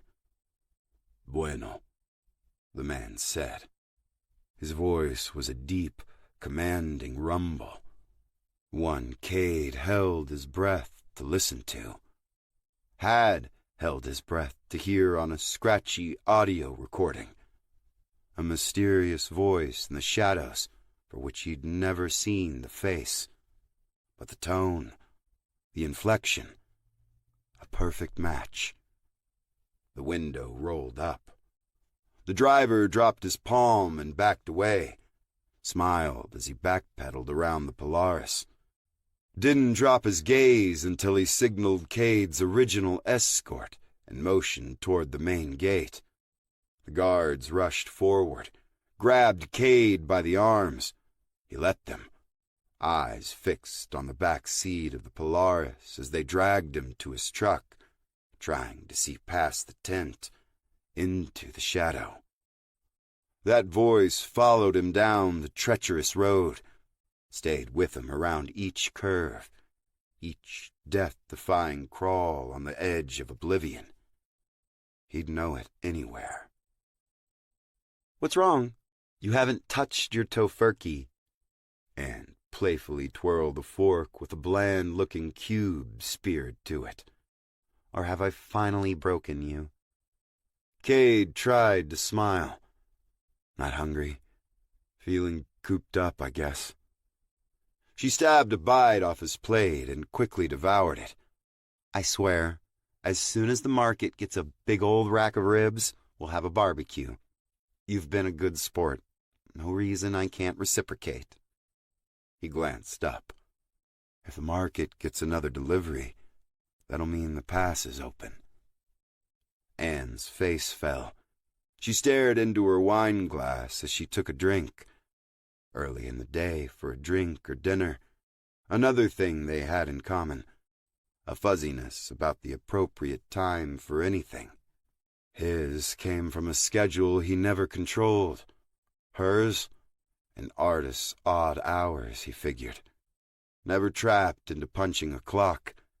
Cade set his napkin on the table and leaned back, avoiding her worried gaze. Her photographs hung on the walls, an exhibition of her art. She had an eye for natural beauty, a trait she shared with her work. The black and white pictures were a mix of landscapes and what she called bodyscapes. Smooth contours, up close and personal, with the more enticing parts left to the imagination, not readily identifiable as the sensuous body they represented. Her body. He hadn't been sure what he was looking at the day they met. Clearing driveways and checking houses, he thought he'd come across a corpse. That's where his mind went first on seeing her pale body naked in the snow. Death. Another crime scene. Then the camera flashed, and he wondered if the evidence techs hadn't already arrived. He'd been shocked. Took him a while to process the tripod, the remote in her hand, the way the curve of her body followed the distant horizon. Morro rock, a glacial monolith rising from her belly. Surreal. More surreal when she didn't leap off the blanket and cover up. Is the lighting okay? She'd asked. Perfect. She was young, not quite half his age, but an age he'd long given up being attracted to. Youthful looks were great, but maturity counted for something. Less complication, a clearer understanding, especially with his complex past and present. But she pursued him with a matter-of-fact intent. He'd seen her naked. Only fair she got her chance. Trapped as they both were, Cade wasn't going to argue. He gave up avoiding her gaze. The overhead chandelier deepened the furrow of her brow. All crystal and bangles, the light a gaudy thing in the rustic cabin. With all the surveillance photography he'd done, he'd never worried about the light quality, just whether the pictures would produce positive identification, suitable intelligence, hold up in court. He'd once snapped a shot of a terrorist financier in his side mirror while sitting at a light. Captured a shot of a suspect leaving a bank, the sun blaring down with enough intensity that a little enhancement brought out the text on the account statement's reverse side. That was his kind of good lighting. For all his recent attempts at honesty, he hadn't told her about that. Wouldn't either. And he wouldn't mention anything about what he'd seen on Mineral King Road, or about what he might have to do. He reached across the table and touched her hand. I didn't mean to bring it up. She smiled gently, stroked the back of his hand. It's the reason for all the photos, she said. Nothing is forever. Anne got up, took their dishes to the sink. Kate stood. I should get back to camp. She didn't turn around. You could always stay here. He walked up behind her and kissed her neck. I need to talk with Pierce before he goes to bed. Once that apnea machine kicks in, he could sleep through an artillery strike. She stayed focused on the dishes, with the corner of her mouth turned up. So macho, she said. Artillery strike? Who talks like that? Too many movies, I guess. Another kiss. He headed for the door. Careful on the front lines, babe. Yep. She didn't know how right she was. 6. Pierce was swaddled in a quilt on his sofa. Feathery cracks ran through the aging vinyl. He kept the inside of his fifth wheel dim, a stark contrast to the searing brightness of dazzling snow under the late-day sun. Cade took off his sunglasses. He sat down in a creaky recliner across from the old veteran. A muted TV played at his elbow. Who's winning? Cowboys, Pierce grumbled. Got a videotape of the last time they won. I cleared Mineral King past the bridge. Hell, you that bored? I got maintenance that needs doing around the park. Dug out the new buyers. That's so. Pierce's cloudy gaze didn't drift from the television. Always animated in the morning, at night he mellowed as the waking hours exacted their price. The volunteer work he did fit the schedule well. Early morning rounds to swap the reservation notices at each campsite, then a mid-morning sweep to see how checkouts were going. Late nights got covered by the other volunteer who'd already left for the season. Anything too taxing, Pierce was supposed to radio a ranger. Cade got the feeling that didn't happen often, even when the radios worked. Comms any better today? Any word from the dam? Damn. Now he was doing it. Making idle talk.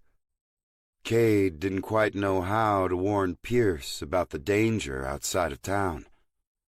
Nada, Pierce droned. Radio still acting up. Landline down. They'd all had this conversation before. Too many times. Cade shifted restlessly. Pierce seemed to detect the awkwardness of the moment. He reached for the remote and turned off the TV. Why do you ask? Those new neighbors are prepping to set up a grow. Pierce squinted. Marijuana, then? Cade nodded. Well, I suppose they can now. I've a mind to start getting high myself. Those farmers aren't legit. They're foreign nationals. You saying they're Mexicans up there? Hell, that's all there is around here come summer. Big families. Gotta keep telling them campsites are limited to 2 cars. Dos coches. He held up 2 fingers to emphasize. Good God-fearing people. He settled back and draped his arm over the sofa.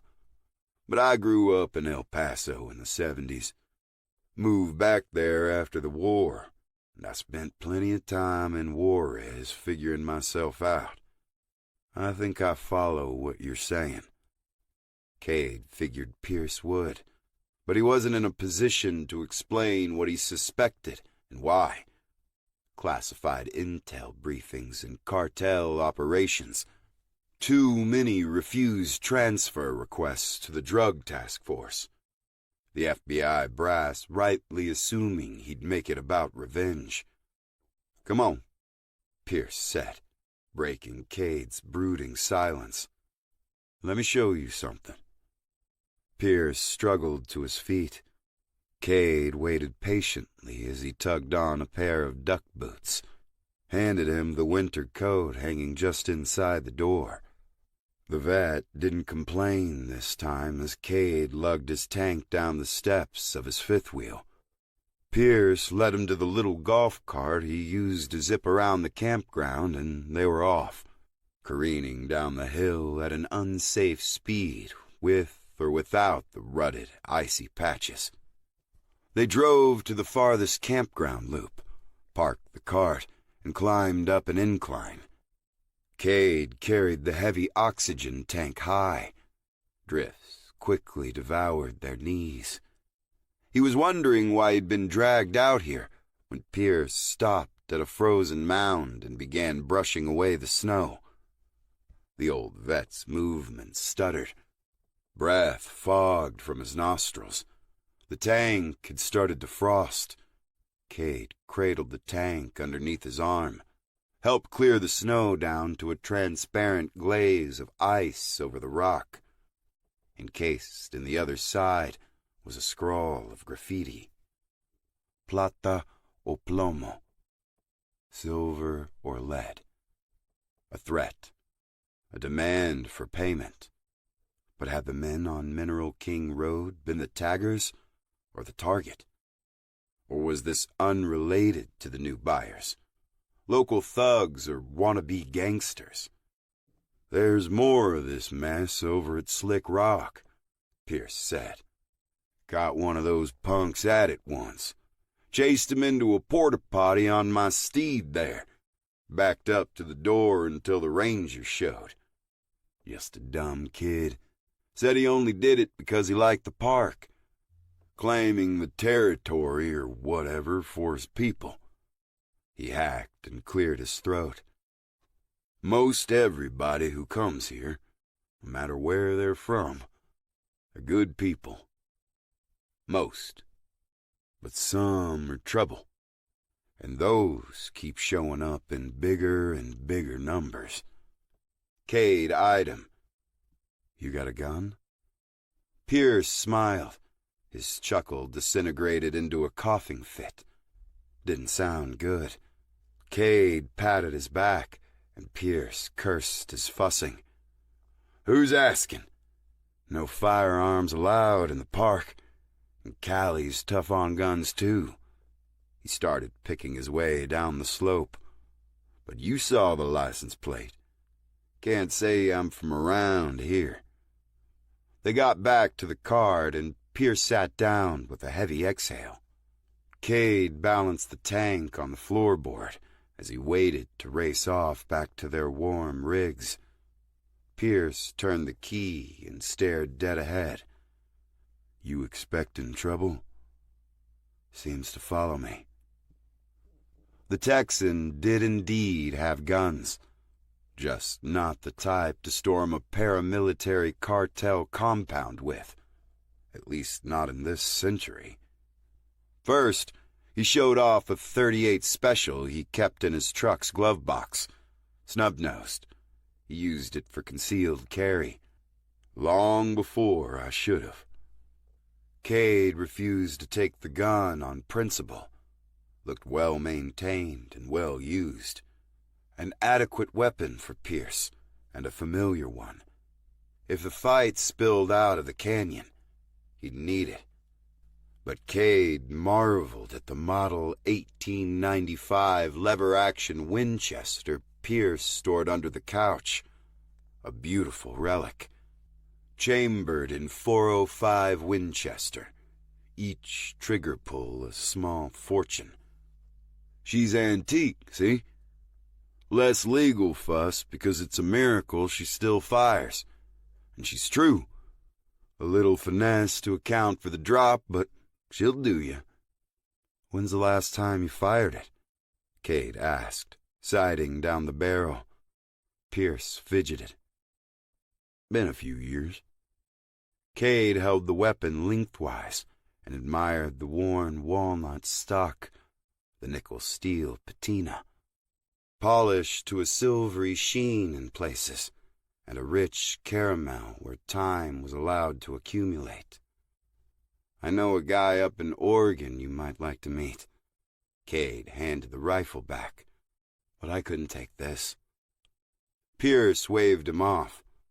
"I'm not giving it to you. Worth more than this rig. Alone is all." He shrugged at Cade's reluctance and put the rifle away. "I got something for self-defense, too. Just don't tell the ranger." He shuffled up the stairs into the attic bedroom. Pierce would have needed to stoop in the cramped stairwell in his younger days, Cade noted.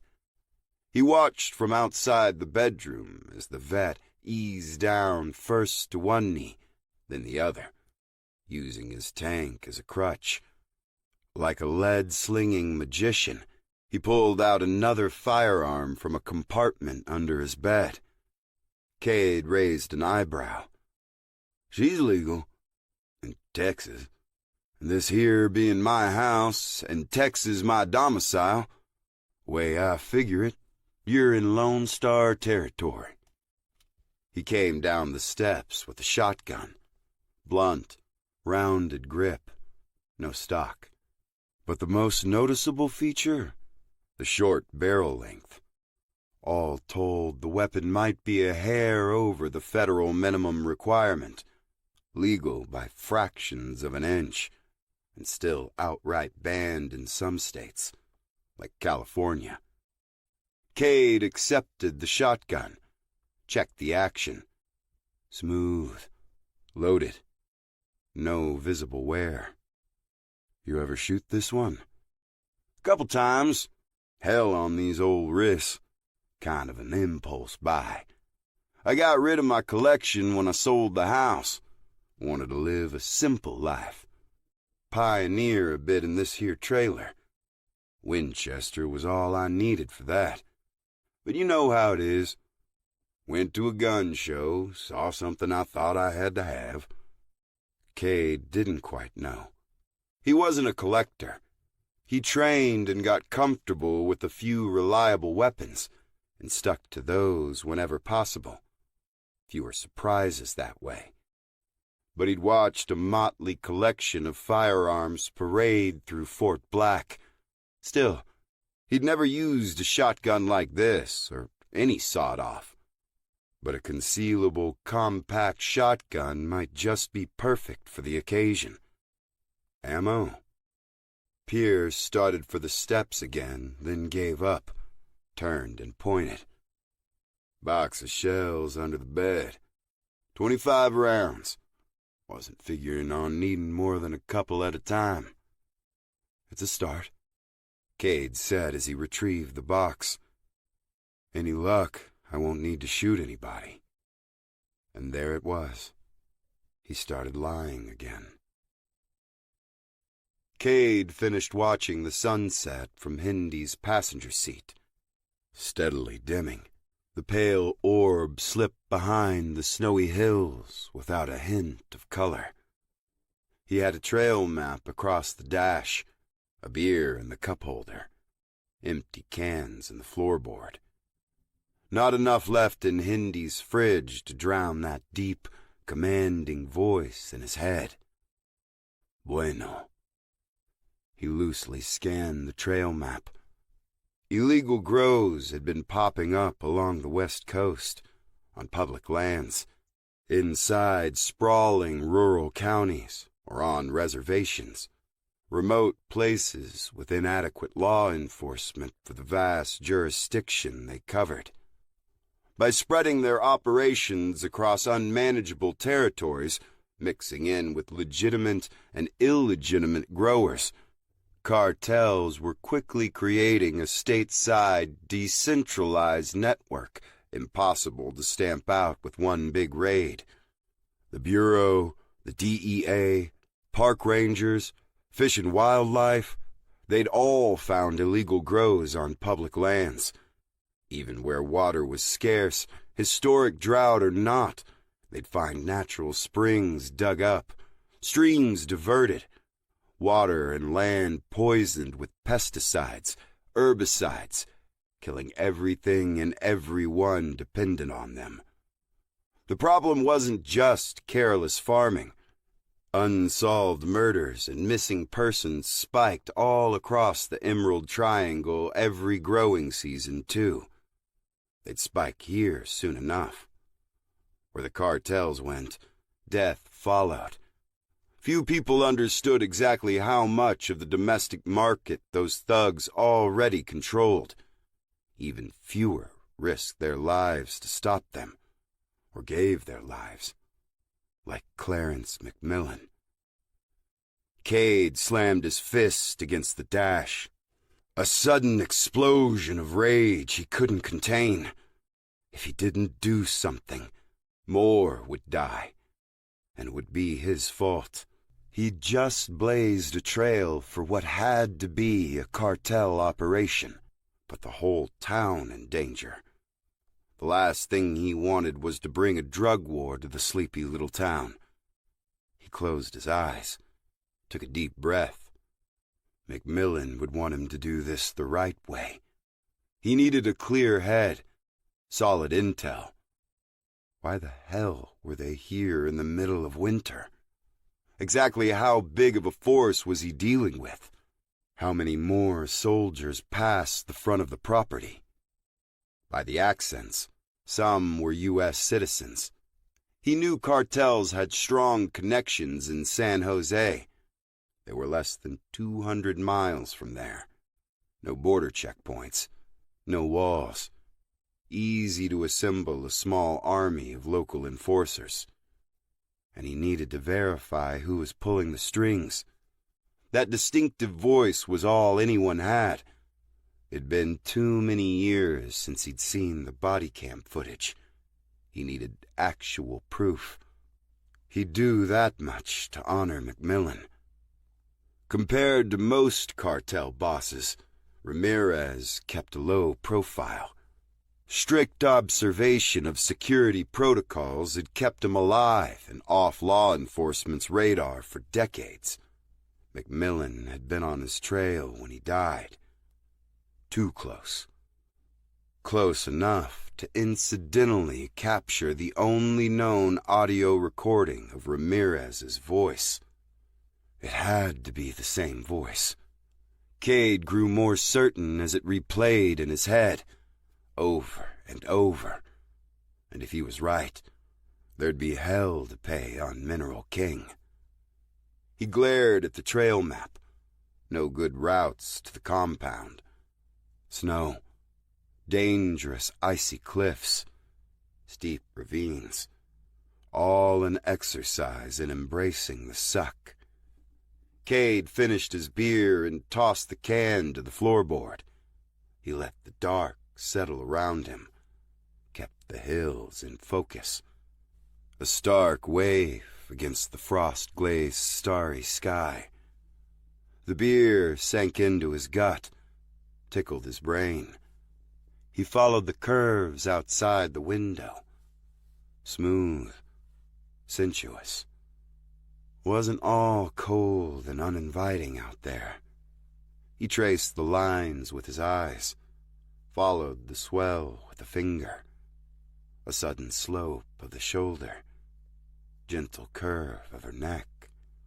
Her long, dark hair draped there, a strand of silver riding the contour of her cheek. He wasn't lying under the plush comforter with Anne. His mind was in Oregon, with Mia. Cade woke with a start. The green LCD clock display was a fuzzy mess. He stared at his faint reflection on the windshield. Maybe he'd never stop lying. To the people of Three Rivers.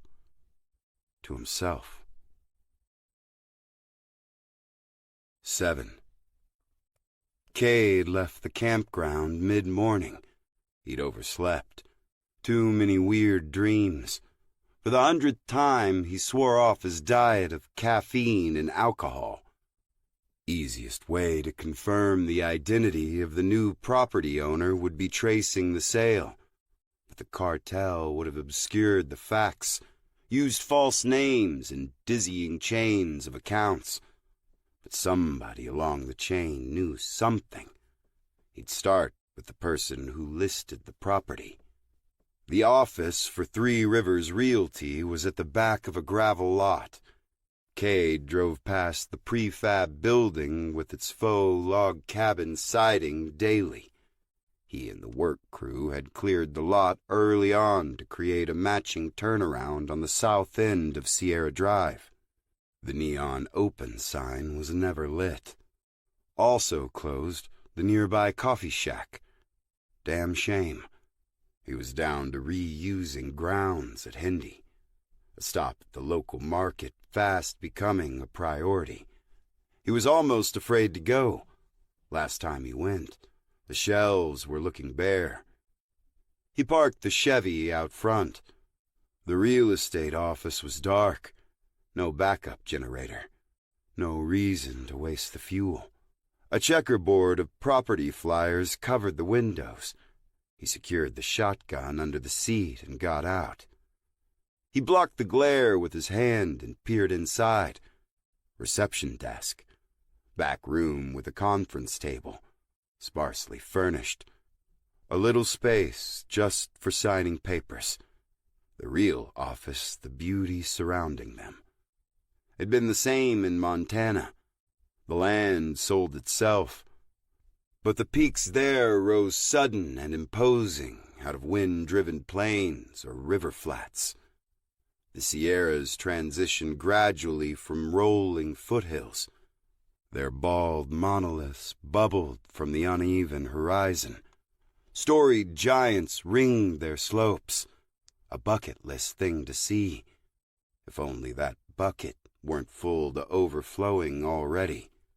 The massive sequoia trees grew at higher elevations off toward Kings Canyon. He'd heard of secluded groves outside the park boundaries, but didn't know where. He scanned the real estate flyers. About half were marked sold. Everything from seasonal cottages to lodges. The photos had all been taken during peak season, spring or fall. The colors were, like he expected, intense compared to the blank canvas he'd stumbled into. Hills covered with wildflowers. Treed slopes painted autumn oranges and yellows. The stony banks of the Kauai River meandering in the background. The prices reflected the seclusion and scenery. Tricky things to come by in California real estate. $500,000 for a modest seasonal home. Millions for the year-round ranches and estates. He focused on those marked sold. No luck. The property on Mineral King Road wasn't posted. Likely never had been. Dropping this kind of cash wasn't common. Even people rich on coastal equity would be hard-pressed to pull those figures together. Paying double, like Pierce said? Red flags had to go off somewhere. The real trick was picking out the criminals from the law-abiding citizens. Banking regulations were complex and convoluted. Lines blurred when numbers went stratospheric. The Treasury Department had announced an effort to flag suspicious real estate sales years ago. Another bureaucratic mess of false positives and missed opportunities. Criminal activity slipped between the cracks. Cade got the realtor's contact information from the listings. Valerie Thompson. Local area code. No use with the phones out, but he memorized the number anyway. He'd have to canvass the area to track her down. He knew right where to start. He pulled out onto Sierra Drive. The local hardware store wasn't far.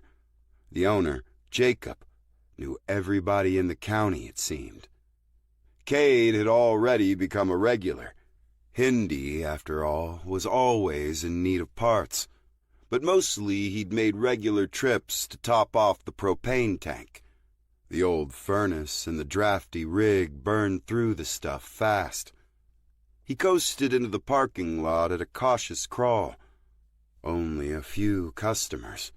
One old farm truck. In the spot beside it, 2 snowmobiles, like the ones at the cartel compound. Same color, same model. They'd wasted no time.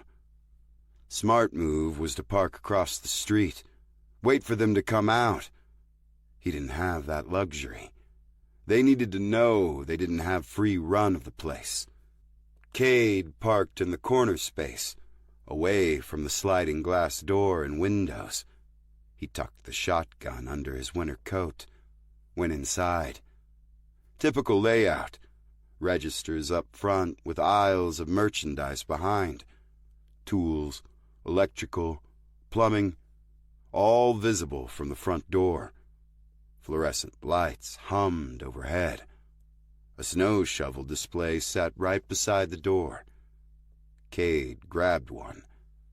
He walked along the front, eyes on the back of the store. Nobody else around. He moved deliberately but cautiously. The store had basic security cameras. He could be under observation if they'd overpowered the office. He made his way to the outer wall and a power tool display. Considered a drill. Too messy. Put it down. He walked the perimeter. Casual, aiming for the rear of the building. Visually clearing each aisle. There was a lumber yard out back. Garden supplies. Could be where everybody was. He spotted the owner through the glass back door. Medium-built guy with a long gray ponytail. He'd never seen Jacob without his khaki gardening apron. Jacob had lived in the area since the late 80s. If anybody could point him to the realtor, he could.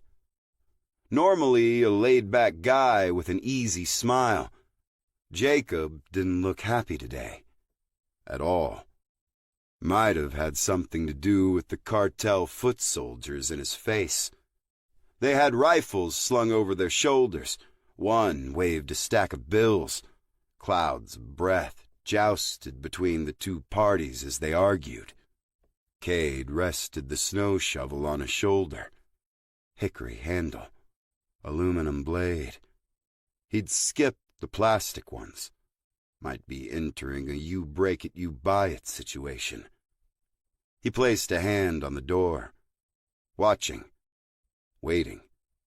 Jacob made a frustrated gesture toward a tall shelf. Outdoor irrigation equipment. Stacks of PVC. Tubing. He seemed to be indicating a pile of curved, corrugated steel panels. Maybe 10 feet long. A disassembled water tank, if Cade had to guess. Bits and pieces of the argument carried. He heard one of the cartel soldiers say Jacob needed to choose sides carefully. The guy with the money stepped closer, shoved the payment toward the flustered shop owner. Jacob looked angrily away, then spotted Cade. He gave a pleading look. Time to join the party. "Jacob!" Cade called as he opened the back door. "How are things?" The two men swung around. They seemed to recognize Cade right off. One slipped a thumb under his rifle sling. "Excuse me," Jacob said as he squeezed past the men. "What can I do for you, Cade?" "Cade," the one with the cash spat. He knew the voice, the twitchy one from the compound's gate. The balaclava had kept him anonymous. Better if he'd kept it on, because Cade had a face to match now. Dark complexion, straight teeth. He swatted his friend in the chest with a stack of hundreds. The other guy took the playful tap stone-faced, like a professional soldier accustomed to a mixed bag of COs. This was the one with the deeper accent who'd been at the gate. Broad cheeks and a complexion earned by hours spent drilling under an equatorial sun. The odd couple. San Jose and Mexico City. He needed more information, Cade told himself. He'd only hurt them a little. Twitchy came forward, wagging the stack of bills. "I know you." Jacob's relief vanished. He placed a firm grip on Cade's arm, tried to guide him back inside. Cade stepped up to the cartel soldier instead. "Figured you guys had everything you needed up at Neverland Ranch." "Funny you should mention that, hombre," Twitchy said. "See those water tanks? Ordered those a week ago and they haven't shown up yet." "I told you," Jacob said, exasperated. Cleared or not, I'm not driving that road. Cade here drives that road. He slapped the stack of cash against Cade's chest. What say you deliver? The boss likes to see old friends. Cade could barely believe his luck. He'd been ready to cave the first guy's skull in. Let the corpse absorb his teammates' incoming 5.56 rounds. All the winter gear, the vest, his human shield would buy enough time for the shotgun to splatter his buddy across those tanks they wanted. But instead, they'd invited him over. He set the shovel aside, snatched the cash, ran his thumb along the edge of the stack, soaking in the smell as if he'd been handed a fine cigar. Might as well sell the interest. Yeah, sure, I'll deliver. Twitchy threw his friend a sly look. They seemed to think they'd solved two problems at once, not made the biggest mistake of their short lives. Twitchy drove a finger into his chest. Cade let him push him off balance enough to satisfy the guy's raging ego. If we don't have the cargo by tomorrow morning, I'm coming back for a refund. He marched back inside. His buddy fell in behind. Jacob eyed the men until they were out the front door. He shivered and rubbed his arms through his long sleeves. He started to speak and reconsidered when he saw Cade's wry smile. Cade followed him into the store. You shouldn't have done that, Jacob said over his shoulder. What's that? Cade asked. Jacob stopped to straighten a rack of painting supplies. Cleared Mineral King? No guardrails up there. Ground all saturated. You don't want to take a load of anything too far down that road. And that money? He shook his head.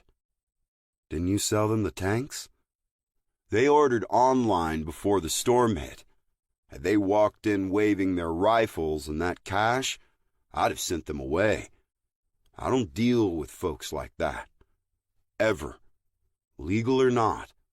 I don't want to get mixed up in the dope scene. I've had to make myself clear on that point too many times. So other growers had asked, and Jacob denied them. But Cade didn't want to debate the logistics or morality of the law. He just needed information. Who does a guy talk to about buying property around here? Jacob fixed him with an icy stare. He blundered too close to the previous topic.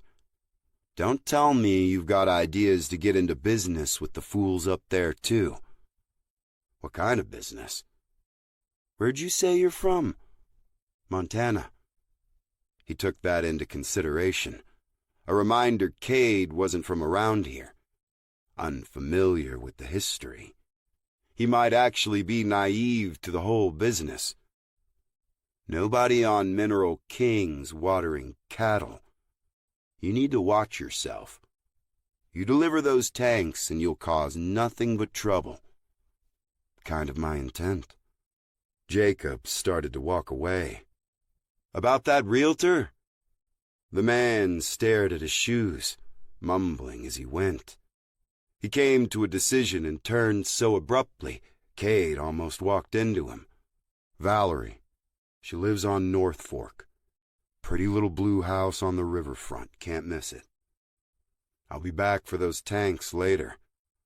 Uh-huh. Cade swore he heard Jacob mutter dumbass as he left. 8. North Fork Drive followed one of the 3 branches of the Kauai River across the north side of town. Working farms and ranches checkered the riverbanks. Cade didn't know the area as well as the main drag, Sierra Drive. With all the tractors and trucks available, North Fork had been mostly dug out by the time the cavalry arrived. Lance and his crew had met North Fork's residents at Dineley Bridge like they were driving a golden spike. A brief cheer went up. Cade kept a low profile, as usual. Then back to work. He made a few passes with the plow, waved all friendly-like, hadn't been back. So Cade hadn't noticed the realtor's unmissable blue house on his first trip. Clearing the road only added more height to the impressive shoulders. They loomed precariously over the truck, 10, 12 feet high. At least there'd been progress since then. Corridors to homes cut into the towering snowbanks were wide enough for vehicles now, not just foot traffic. But the work was slow going. Drifts that side could swallow tractors whole. Heavy excavators were needed to clear the upper layers. Without those, most of the top-level work was done by hand. He glanced down every driveway until he spotted a strip of blue between a loaded roof and an irregular drift. A single-story house buried to the eaves. A ladder rested on the roof. Divots showed someone had been picking away at the load, one shovelful at a time. Cade left the Chevy roadside and made his way up the driveway. The blue was a bright electric color, pale trim. A red door beamed from the hollowed-out entry cavity. "Hello?" he called out. The realtor probably wasn't a recluse, but no need to startle her. "Hello?" A car sat in the front of a detached garage. Taillights told him it was a Jaguar right off the showroom floor. And that was about all he could see of it. If it wasn't a convertible, it might be one now. "Hello?" Something he didn't like about the approach. The narrow pathway to the door. He had to stand dead center to knock, and he'd left the shotgun in the truck. Not his best decision. He stepped onto the porch, knocked 3 times. "Mrs. Thompson?" "Coming!" The door flew open. Valerie Thompson's welcoming smile matched her photo on the real estate flyers, gleaming and well-practiced. She was middle-aged, red hair styled in big, loose curls, thick pink snow pants and a matching parka. Odd choice for indoors. Her heavy loop earrings twisted from her sudden motion. "Hello? Have we met? I never forget a face." "You might have seen me around. Been driving the Corps of Engineers truck." "Right," she said, aiming a manicured nail his way. Perfect match to the outfit. She edged the door a little closer to being shut. "Can I help you?" "Jacob told me you're the real estate agent. I've seen a lot of the town in the short time I've been here. Beautiful place, even under all that white stuff." Her eyes lit up. "Say no more. Come in. You're letting out what little heat I've got left." He stepped into the tiled entry. She closed the door behind him. "Shoes," she said, cutting through the air with that nail of hers as she whisked past. Kate wriggled out of his boots. Socks, too. Might as well let them dry out. He stepped into the living room.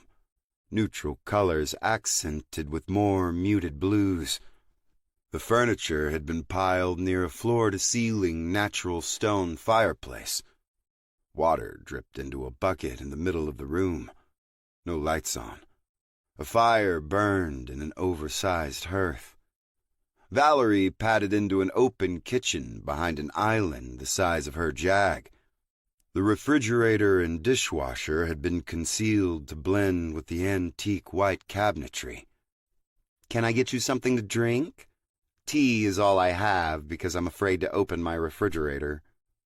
"Sounds perfect." She poured a cup from a pot already on her gas stove. She placed it on the island in front of him and made her own. Teacups and saucers matched the whole color scheme, too. Behind the glass-paned cabinets, all her dishes did. Must have looked like a magazine spread when the furniture wasn't all out of place. Cade never put much thought into those things. Even at Fort Black, decorating had been an afterthought.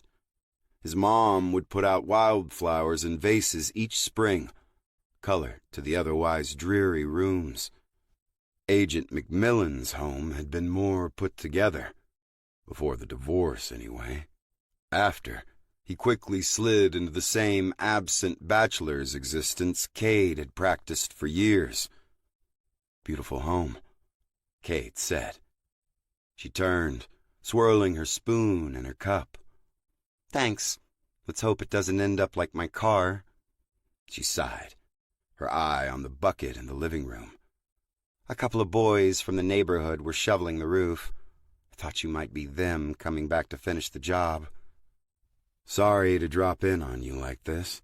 Couldn't exactly call ahead with the phones out. I turn around by your office every day, and it got me thinking." She brushed off his apology. "Happens all the time. People show up on vacation, fall in love with our little community, and they've just got to have a place." She looked him up and down as she sipped. "Sugar?" "No, thanks." "So, what are you looking for?" "Well, my perfect place would be remote, secluded. Plenty of space for a farm or a ranch, homesteading type stuff, like the property out on Mineral King." She set down her cup with a self-satisfied smile. "That was one of a kind. Abuts the national park. Amazing views. The park behind and the river canyon out front. Close enough to Mineral King entrance, you're about guaranteed to never have development on any side. There's even been talk of closing that entrance. Used to be the main park gate, but General's Highway took that over years ago."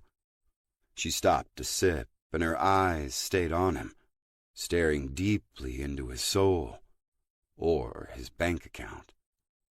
"You've seen the prices posted at the office. Are those numbers you're comfortable with?" "Oh, no. His admission seemed to meet her expectations. "But that must have been a big day for you." She smiled slyly. "Best sale of my career." Her eyes went to a parking space on the other side of the kitchen wall and several tons of snow. The smile dropped. "Bought a new car to celebrate." Ouch. Cade took a sip. Navigating these conversations was tricky. He had a tendency to push too hard. He wasn't exactly going to take a shovel to her face for answers. Who even has enough money to buy that? "Cash, even," she said, fluttering her long lashes. "Congratulations." He leaned forward, doing his best to look eager to gossip. Was it a movie star? CEO out of Silicon Valley? She quirked her chin impatiently. "Mr. Cade." "Mr. isn't necessary." "Cade, let's talk about what you're looking for. If that's not your price range..." "Oh, who are we kidding? That's nobody's price range. What are you comfortable with?" "I'm not sure. I'd need to finance. If I could call my broker, I could maybe give you a solid number." "Say no more," she said, and whisked out of the room. He was winging it, trying to think of ways to steer the conversation back toward money, back to the subject of a cash payment she'd recently received. As an experienced real estate agent, even if the transaction avoided setting off regulatory alarms, she must have known the situation wasn't legitimate. Getting her to talk would be difficult, but she alone could verify the buyer. Tell him the man who ordered the hit on McMillan's team was the one who made the purchase. He sipped the tea. Not his favorite, but anything hot wouldn't be turned down. The house had no heat aside from the roaring fire. He wandered over to the bucket and examined the damp splotch on the ceiling. Time bomb right there, ticking down with every drip. "Here you go." He started to mention Lance's plan for temporary housing when she walked in, but his mouth stopped working. He gaped as she sashayed to him and offered a blocky, rubberized godsend. Cade stared at the satellite phone in awe. He reached out gingerly like she'd brought him the Holy Grail, handed her his tea, not even looking to see she'd gotten a good hold of the dainty cup, ran a thumb along the rugged case. Dial out like any other phone. U.S. call, right? Start with the country code, 001. Might need to step outside since I'm living in an igloo. Cade still hadn't blinked. A week of driving around, wondering about the outside world, being constantly asked about the pass, thinking just this morning about who to contact if this cartel encounter went bad. And right here, in his hand, a way to call anybody he damn well chose. Everything okay? You need the code for a different country? I've got Switzerland and the Bahamas memorized. No, Valerie. Everything's perfect. He headed for the front entry and opened the door. Cade, your shoes? Won't be long. He pulled the door closed behind him and waded barefoot into the snow. For a moment, he continued to stare at the phone. How was all this happening? Why? He'd been stranded with the cartel boss who ordered McMillan's team executed. Had to be him. Even landed an invitation back to their stronghold. Now, a working phone? In a perfect world, luck like this would mean his good deeds had balanced some cosmic scale. But he'd been born in a place like Fort Black. He didn't believe in luck. Every gain came from hard work. Every gift exacted a price. He wasn't sure how much he'd owe when the bill came due. Screw it. He powered up the phone, disabled the tracking status, and dialed Harper's number. 9. Guess who? Cade heard Harper curse. She didn't often. When she did, he was normally involved. Figured as much. I don't get many sat phone calls direct to my Cypher app. That was right. Hadn't occurred to him through the astonishment of finding a working phone, but Immersat had its own prefix. Every sat company did. Surprised, she answered. You're interested in real estate, Cade said. I am. To explain the call if anyone comes asking.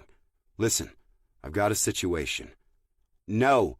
No more playing cleaner for you. No more bodies. Turn yourself in and we'll do this the right way. You're the one who sent me on the run in the first place. I was wrong. This is getting too heated. Do they know we're talking? No. Maybe. I really can't say. I can't keep showing up at your after parties and not have somebody get suspicious. The last case? Too much. Hey, I sent you to the Bahamas. You're welcome. Cade stopped and turned to face Valerie Thompson's bright red door. Huh. She'd said she had the country code memorized and all. Not okay, Cade. Dottie couldn't get off work. We had to find a highly specialized sitter for Abby at the last minute. You have any idea how hard that is? I took this posting for a little schedule stability. Shit. Sorry. Cade genuinely felt bad. He hadn't intended to throw her too heavy of a curve. You're having second thoughts, then? Silence.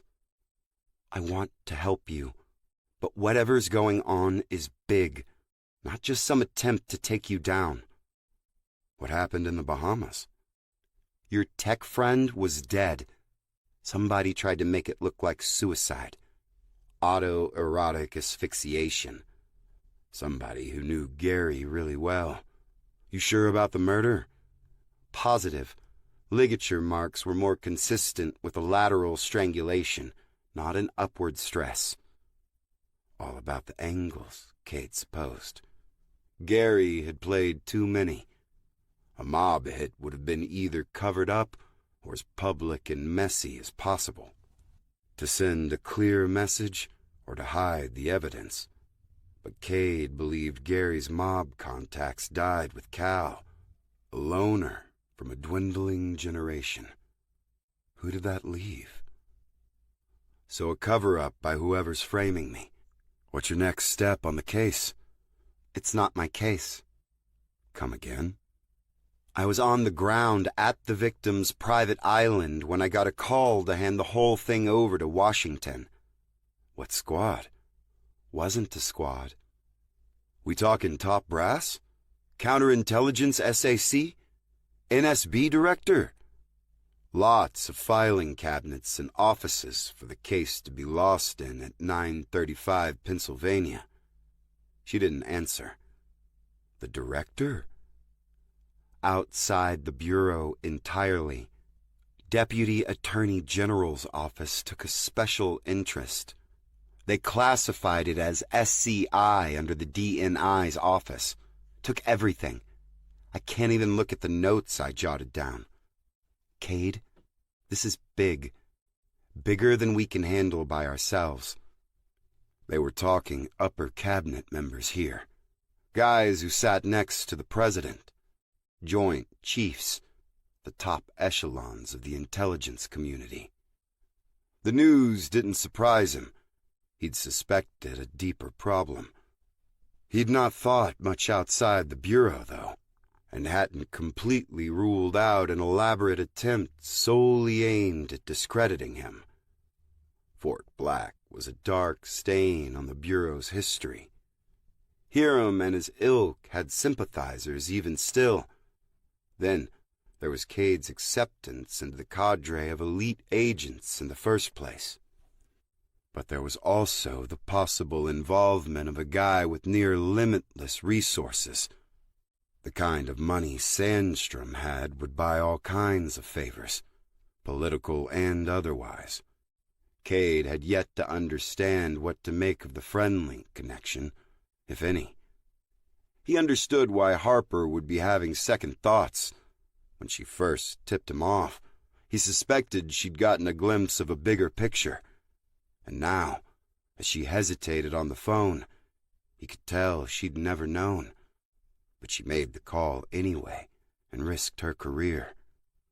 Felicity, you've got to know if I turn myself in, I disappear. Just like Gary's case.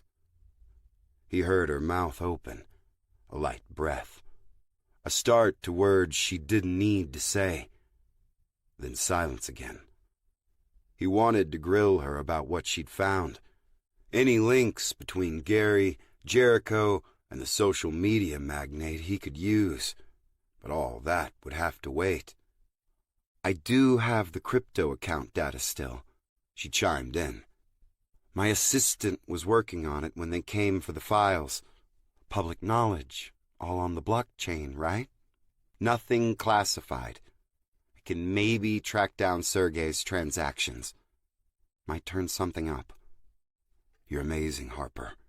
Cade hadn't thought much about Sergei since his life got put on hold by the storm. The news was good to hear. He had a feeling, though, she wouldn't want to hear what he had coming next. I'm about to cause some trouble. Why not?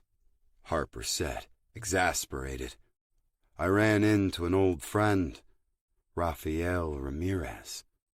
What? Just out grocery shopping, I suppose, and you bump into a recluse cartel boss on the produce aisle? No, freezer section. Listen, I need to verify he's here. And maybe, while you're at it, find out why he feels confident fielding a small army this side of the border. I'd ask what border you're near, but don't say. Are you sure? Looked him right in the eyes. Why? How? He insisted. He could imagine her rubbing her temples. Cade, one revenge plot at a time. I don't have a positive ID yet. I want to try and confirm, Cade said, uncertain how hard he was going to try. Whether it's him or not, a cartel is setting up shop stateside, out in the open, wandering around like they own the place. Probably will soon enough. I can't do this. I just need you to poke around the case files for me. We've got to have something that explains this. There's got to be chatter out of San Jose. No way there's a big enough gap in our coverage that a cartel regiment just slipped in and started playing house. Is this part of an operation? If I burn it to the fucking ground, will that be the path of most pain for him? Or is he being set up for a bigger fall? Don't make this about McMillan. We all take the oath and know the risks. They left his head in the fucking street, Harper. I'm sorry. You're in too deep with all of this. You're not thinking clearly. You can lecture me in a week or so. Why? I'm headed to SFO. Another terrible idea. They'll expect the move, Cade. It's an investigative cliché. I need to make sure there's nothing I missed, and I need to get eyes on Sandstrom. Find out how he connects. Let me see what I can find on Ramirez. Assuming his case hasn't been swept up by DNI 2, whatever we have should be accessible. But whatever you do, don't engage. Wait for me to reach out. How can I contact you? Where are you? He'd called from space. Satellites in geostationary orbit 20,000 miles up. GPS tracking disabled. Difficult to trace unless the signal was caught locally, in real time. Valerie's number would be plain enough, though. Subscriber data wasn't difficult to get. For Harper, though, it could require violating her personal code. A warrantless search. You'll figure it out. If not, I'll tell you next time I get in touch. Cade hung up the phone. He stood barefoot in the stinging ice and snow. Cold, gray skies today. He'd be better off following Harper's advice, backing down on this cartel connection. But if he was right, he couldn't just let the man responsible for McMillan's death walk. The door opened behind him. Cade? Valerie glanced at his feet. They'd turned a virulent shade of red, fading into a frigid purple and blue. Does your broker have news? He collected himself, smiled to disguise the burning glow of his cheeks, less from cold and more from the heat of a sudden rage. He turned to face her and held out the phone. She's the cautious type. Says I need to consider leaving my retirement where it is. She smiled, her nails clicking around the rubberized phone case. Smart, but what good is all that retirement without a place to call home? Truer words, Cade said. She pushed the door open to allow him inside. Come on in and put your shoes back on. You're giving me frostbite. Cade squatted in the entry as he tugged on his boots. You mind if I think about this some more? Maybe stop back by and give her a call in a few days. See if she can move things around without tax penalties and all that. Sure. Not like I'm going anywhere. Thanks. Maybe we could meet at your office next time. I hate to barge in like this again. She wrinkled her nose. Honey, I'm not going to walk down there for a meeting. The car, she said, gesturing again toward the garage. I locked up the office right before the storm and haven't thought of it since. Come by here any time. Thanks. He left her with a smile and a tip of his hat. Time to make a delivery. Find out firsthand who was up on Mineral King Road. He was being thorough, he told himself, when really he'd already made up his mind.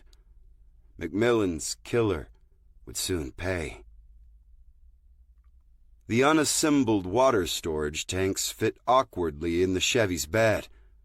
A trailer would have been nice, but he didn't want to risk pulling one. Small trailers were tricky enough without all the snow, ice, or 1,000-foot drops. Strapped down and piled one on top of another, the concave sections hung a few feet past the open tailgate.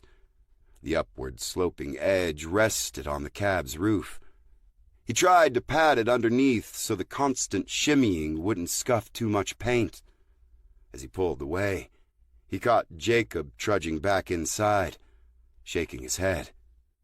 He'd stopped the hardware owner from piling them all on. Half load, for safety, Cade said. Wasn't a completely honest request. He wanted an excuse for a second trip. This one he'd call recon, a chance to get a better handle on the opposition and see the back of the property. For trip 2, maybe he'd just step out of the truck, shotgun blazing. He stopped at Anne's place on the way. A string of lights glowed softly behind the cabin along the deck. A thin trail of smoke rose from the stovepipe, the warmth beckoning. Digging out the little cabin hadn't taken much. She'd managed it on her own before he ever stumbled across her. He remembered thinking whoever lived there was probably doing just fine. Remembered walking around back on his routine checks, seeing exactly how comfortable she was. His lucky streak had started there, not in some purely sexual way. That was dismissing too much of what they'd found. He sensed they were both refugees, new in town, outsiders. They'd gotten along quickly.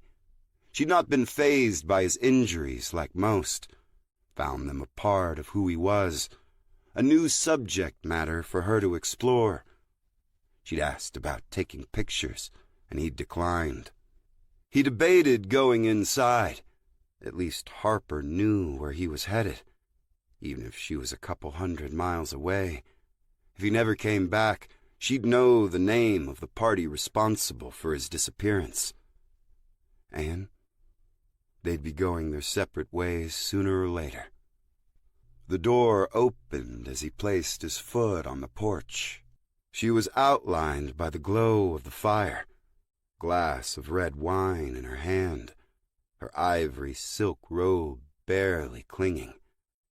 The cartel bruiser had said by tomorrow morning, after all. 10. Dead reckoning from 3 Rivers to the cartel compound was only 5 miles. Cade knew this much from his GPS watch. With all the tight curves and winding ravines, he figured it closer to a 10-mile drive. At his current speed, he'd be there around 2100 hours. Well before the deadline, long after safe road conditions ended. He wanted to blame Anne. After being willingly distracted by her, he'd rushed out the door.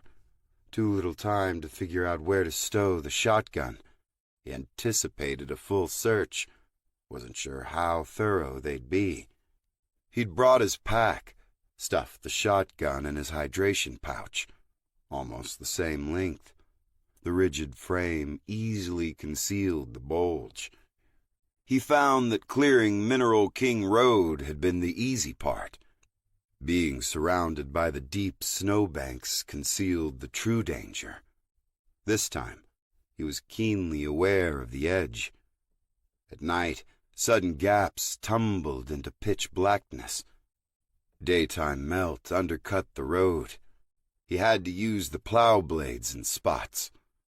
Compromised snow already sliding down from the heights to cover his hard work. The added load of the tank sections was a blessing and a curse. Extra weight helped maintain traction, but the slightest slip threatened to swing all that weight into the lead, drag him wherever it wanted to go. Too often that was toward the void. When necessary, he'd overcorrect into the steep wall. bounced the bumper off the rock face a couple times, gouged fresh ruts in the ditch. Jacob had been wise to refuse the delivery. Cade took it on as an obligation. He long thought he'd made peace with the loss of Clarence Macmillan. He never called the man Dad. He felt too old to start over that way. Macmillan had sensed the awkwardness. "Mac," he'd said. "Just call me Mac." They didn't ever go to Little League or pool parties. There was always a big, imminent threat or unfolding disaster he'd get called off to. He let Cade just be Cade, figure himself out without being an overbearing presence. So different from how he'd been raised. All that space, that freedom, felt terrifying at first. The oppressive, claustrophobic atmosphere of Fort Black encouraged everybody to curl inward. The bustle of D.C. demanded the opposite. But always, when Cade thought the new change would overwhelm him, when he was thinking of running away back to the mountains, Mac would be there. Macmillan developed a sixth sense for when he'd been gone too long, or when his job was taking too heavy a toll on those around him. Might have been the divorce, might have been the added responsibility of an adopted teenager. Cade didn't know. Figuring out people hadn't been a talent of his, ever. But Mac had been one of the good ones. That much he knew for sure. He deserved justice. A spotlight hit the Chevy as he approached the compound gate. Sun fully set, an eerie glow clung to the winter landscape. Cade shielded his eyes. Two men walked open the double iron gates. Twitchies slipped between them, rifle raised as he approached. "Out!" Cade kept his hands on the wheel. "I was asked to make a delivery to your boss. Easier if I pull on in." "Out!" That's the way this was going to be. He crunched onto the snow, hands raised. The gate minders took up positions. One of the guards lowered his rifle and took out a flashlight, along with a mirror on an extendable pole. He swept the undercarriage first, then checked the load. Cade had left the driver's door open, and the soldier peered inside, shining the light around the interior. He spotted the pack. Instead of reaching in, he inspected from a distance, looking for wires, trigger devices. Smart. He crossed to the passenger door and opened it. Twitchy stepped up to get a closer look. Cade almost wished he'd packed a bomb. "What's this?" "Survival gear for if the truck gets stuck." "Come here." Cade walked around to stand by him, the other rifles following his every move. "Open it," said Twitchy, stepping back. "Toward me. If I say weapon or I say bomb, he said, indicating the other two. "Put a bullet between your eyes." No reason to doubt him. He didn't want to come clean about the shotgun, though. Under the blazing spotlight and the flashlight shining into the Chevy's interior, Cade laid the pack across the seat, loosened the drawstring. "You missed one weapon already." The guard scowled. "Where?" Cade flicked the MPL-50 strapped to his pack. "Right there." Twitchy frowned, checked his buddies. They burst into laughter. "You'd be the first gringo I'd ever seen touch a shovel." More chuckles from the peanut gallery. Cade raised his hands in surrender. As he did, he let the pack fall open lengthwise across the seat. The contents shifted toward the opening, spilling across the hydration pocket. Twitchy came forward with his light, reached inside. "What's all this?" "You want an inventory? Food, water, survival kit, first aid, There's a magnesium fire starter in there. Give me a few hours and I could maybe set the porch on fire. A guard shoved Cade aside and hefted the pack. 20 kilos, más o menos, he said, rattling the pack, a big smile on his face. Tal vez el jefe necesita una mula. The guards had another laugh. Twitchy tossed the pack into the snow. You don't need survival gear. El jefe decides who survives here. Get in and drive. Cade did his best to hide his frustration. These guys were assholes, but they were careful assholes. He played off the loss with a nonchalant shrug, got behind the wheel, clucked the Chevy into drive. The spotlights stayed trained on him, unmanned, mounted on the ranch house, a motorized mount, probably with a camera. That was the reason they'd been wanting him to look up his first time here. He drove into the courtyard. One of the haggard laborers by the barn flagged him down. The man's skin was cracked like old leather. He wore jeans and a western shirt with a sweat-stained thermal peeking above the pearl snaps. Wisps of hair at the corner of his mouth and on his pitted cheeks. With yellowed cowhide gloves, he guided the truck as Cade backed into the barn. The M60 gunner watched closely from above. Before Cade could get out, the man was in bed undoing the straps. Cade went over to help. Cade, he said by way of introduction. The man flicked a glance under his cowboy hat and tilted his brow away again. My name, Cade said. You are? The man popped the tailgate and clambered haltingly into the bed. Cade moved to stand on the opposite side. We can maybe just rock them out onto the ground, Cade offered. The man glanced only briefly, hazel eyes avoiding any real contact. His hands went to the tank panels, and Cade took that as a yes.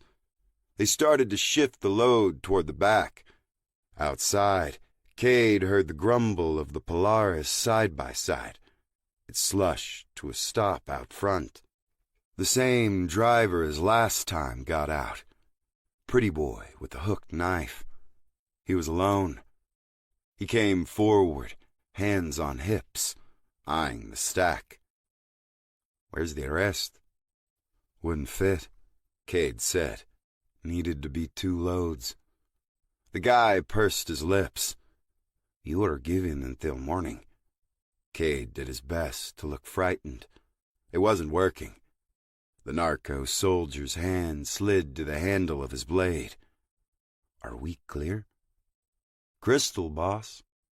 Cade had trouble sounding sincere, but the added title seemed to be the right touch. The pretty boy got back in his ride and zipped away. Who's that asshole?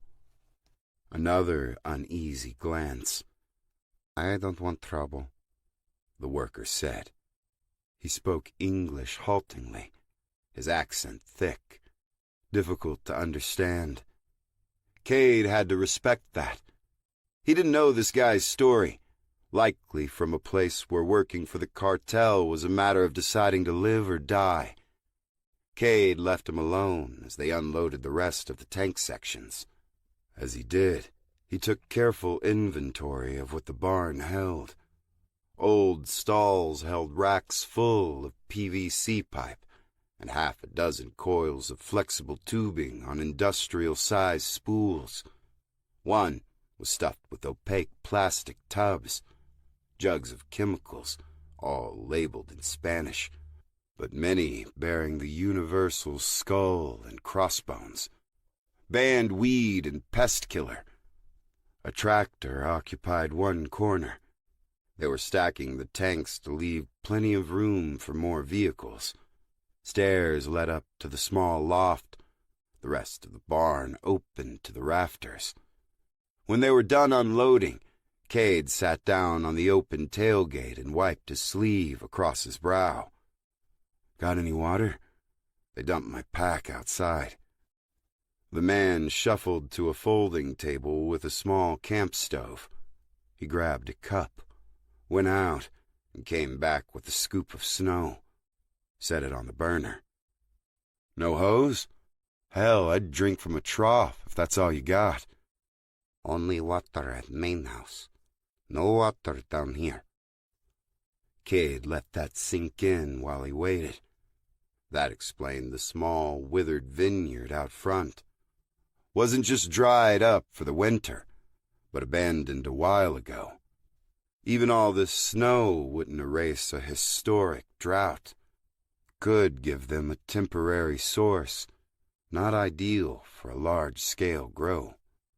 But they had enough material here for 20 acres.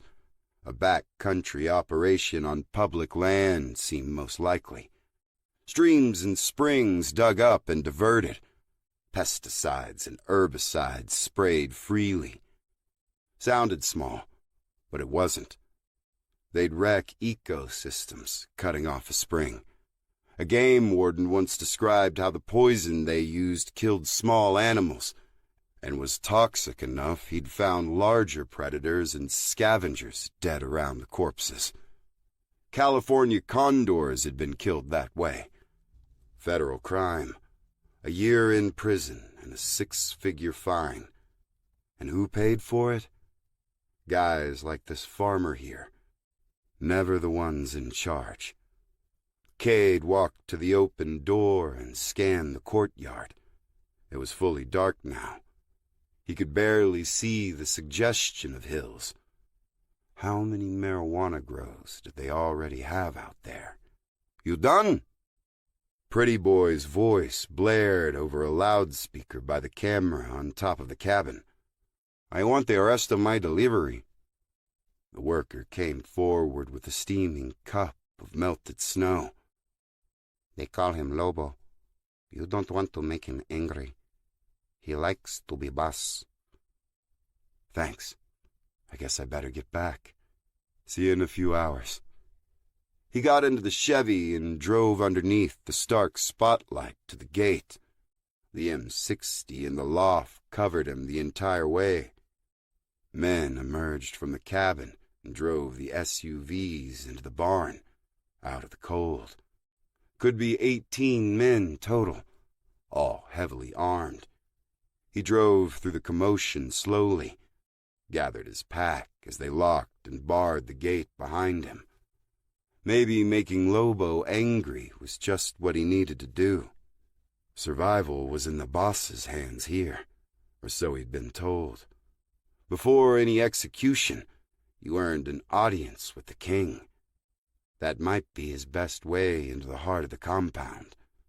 Cade hoped his lucky streak would last just long enough. 11. Cade wasn't in a hurry to complete the water tank delivery. Jacob had locked up the hardware store for the evening. Lobo would expect the rest of the panels delivered. Probably included a B&E into the fenced lumber yard. But Cade had a B&D planned elsewhere, so he passed up Jacob's hardware and went straight to Three Rivers Realty. Lot empty, he killed his lights. A slow coast to the side of the building. He shut off the engine, cranked down a window to listen. Nothing. Stillness of a winter night. He switched the dome light off, grabbed his pack, and opened the door. He heard the steady thrum of an engine on Sierra Drive. An early riser, it seemed. Cade edged the door closed. A plow truck passed on the main road.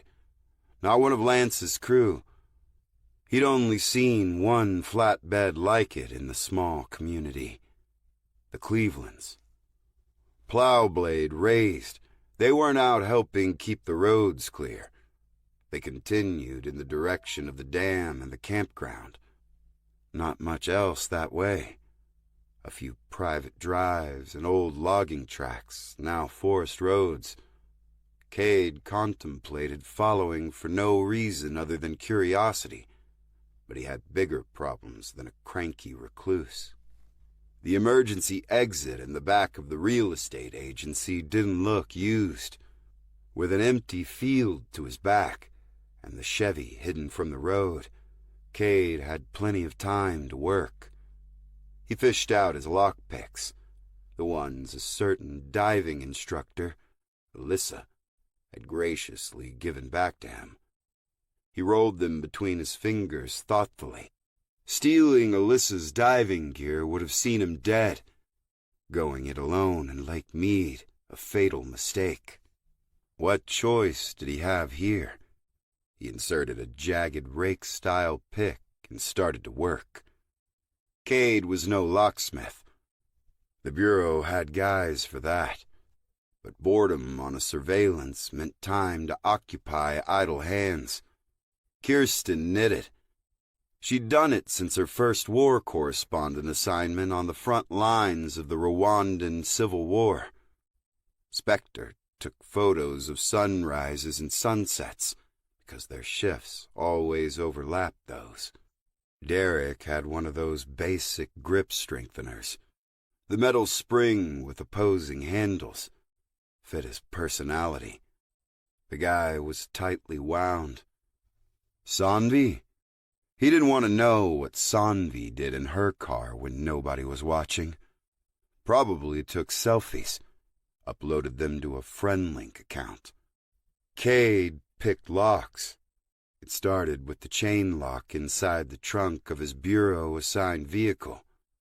The chain was bolted to the underside of the trunk lid, looped through an anchor on the floor, and secured by a padlock.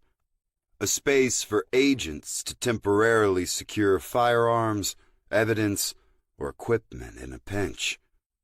Naturally, the last guy who'd been assigned his car had lost the key. There'd been paperwork. And Cade knew if he filled out the right forms in triplicate and surrendered his vehicle to the motor pool, the techs might get around to fixing it in a few weeks. The pair of bolt cutters he kept back there could deal with it sooner, but he had different plans. So when their suspects went off to bed and left him and his team sucking down coffee with little to do but wait, he'd flip down the back seat, stretch out into the trunk, and lie there with a pin light fiddling with the padlock. He counted it toward continuing education. Not sure if he ever got credit. The real estate office had cheap locks on both the deadbolt and knob. No other internal mechanical device. After a few minutes, he was inside. He spotted contacts in the doorframe, an alarm, but the keypad on the wall was dead. Backup battery had to be out too. Drained during the first week of the storm. More of that luck Cade didn't want, his tab growing bigger by the minute. The back door opened directly into a conference room. Nothing but flyers, business cards, and a tray with promotional handouts. Pens, magnets, all that plastic stuff intended to sell houses, but really just cluttered drawers. The door to the reception area was open. Behind the desk was a filing cabinet. Wood. Stylish. Too stylish to be secure. He didn't pick the lock, just applied the right pressure. The cheap latch popped right open. Valerie was tidy, always helpful when sifting through a stranger's records. Surreptitious entries were hard enough without having to pick through a disorganized mess. At times, the subject would deviate from their routine, or slipped out of pocket while the entry team was elbows deep in their personal effects. When that happened, things got dicey. Time was of the essence. So when he could open a cabinet, leaf through the neatly ordered folder titles, and find the exact address he was looking for? Cake. 577 Mineral King Drive, sold 6 months ago to one Gabriel Hidalgo. Could be a cartel attorney or an alias. The property included 2 residences. The cabin up front was one. Then there was a 3,000-square-foot hacienda set against a cliff, back of the parcel. The direction the side-by-side had come from. He set those floor plans aside. Cade pored over the remaining details. A cash sale, as he'd been told. Didn't look properly recorded. Seeing all those dollar signs, Valerie had gone light on the paperwork. Unknowingly laundered cartel money? Or were the extra digits on the asking price her fee? The hacienda ran on a well. Weak output, under a gallon a minute. Might not even support the massive house. More interesting were the soil tests.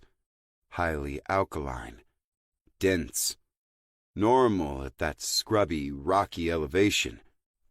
Decades of drought only made the numbers worse. All the snow melt in the world wouldn't fix those problems. Not a suitable place to grow marijuana. The cartel had to have their eye on public land. There'd be no sense airlifting equipment into a national park while rangers were on patrol. If they did it now, when the roads were closed and the fire lookout towers empty, only things to worry about would be search and rescue planes and aerial surveys by disaster agencies. But the skies had been quiet. Nobody checking for survivors, assessing the damage. Cade suddenly realized how strange that was. His routine here, playing house with Anne, had kept him numb to that stark fact, like the place had become a no-fly zone. Surely even this small community would be on a disaster checklist. He replaced the folder but kept the floor plans.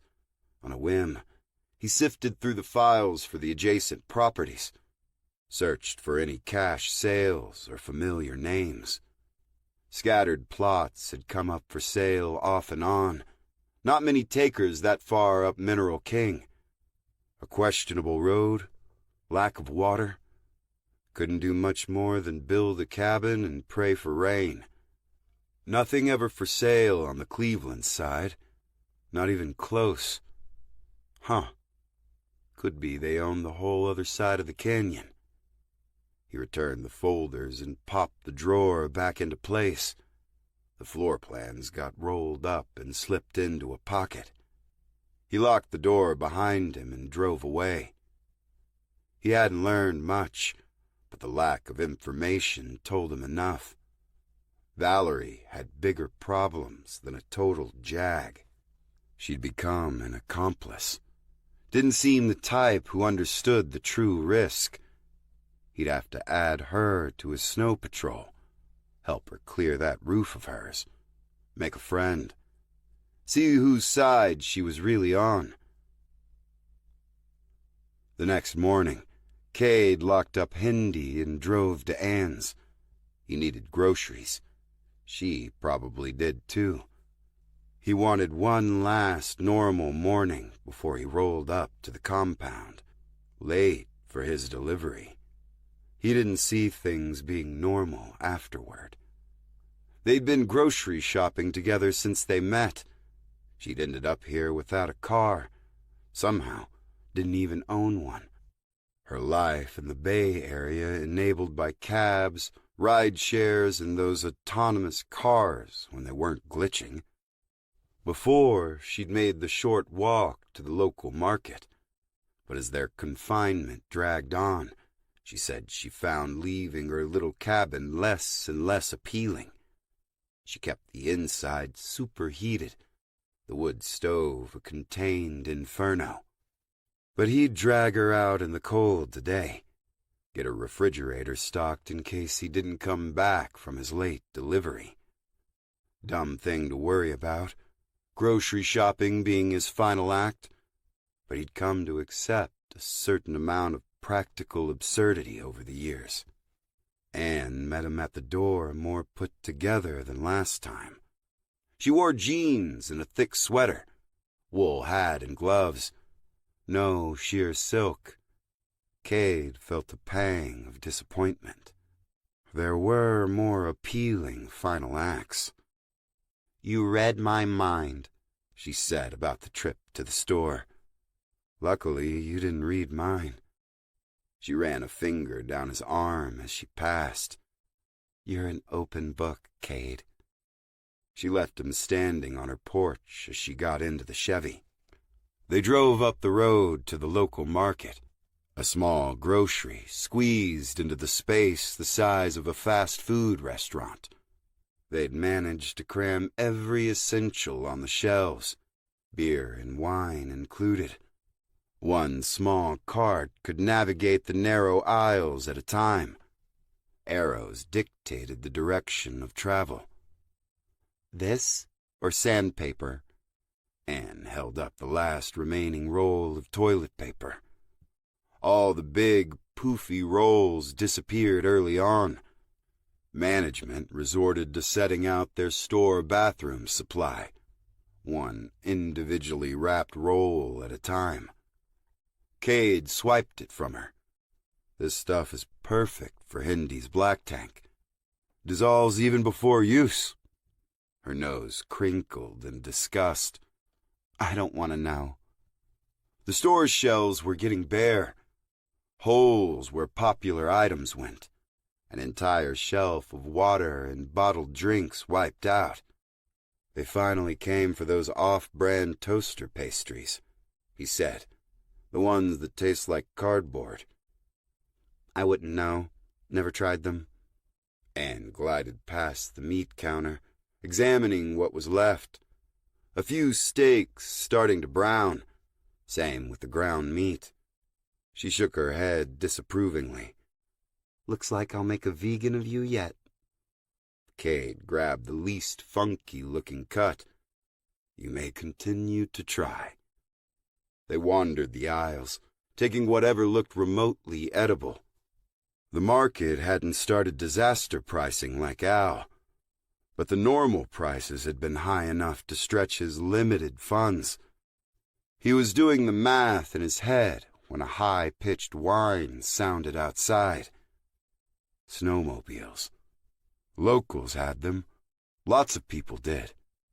But this one had a distinct, almost formula car whine. Side exhaust. No bothering with an aftermarket silencing kit. A high-end ride, like the ones Lobo and his crew rode. "I'm going to check on the beer section. Maybe somebody missed a six-pack." "Not a food group," she called after him. "Uh-huh." Cade moved toward the front of the store. Beer, snacks, all that used to be near the entrance. Grab and go for the tourists, long ago ravaged by the worried locals. He passed the single-lane checkout counter. The woman there eyed the windows frightfully.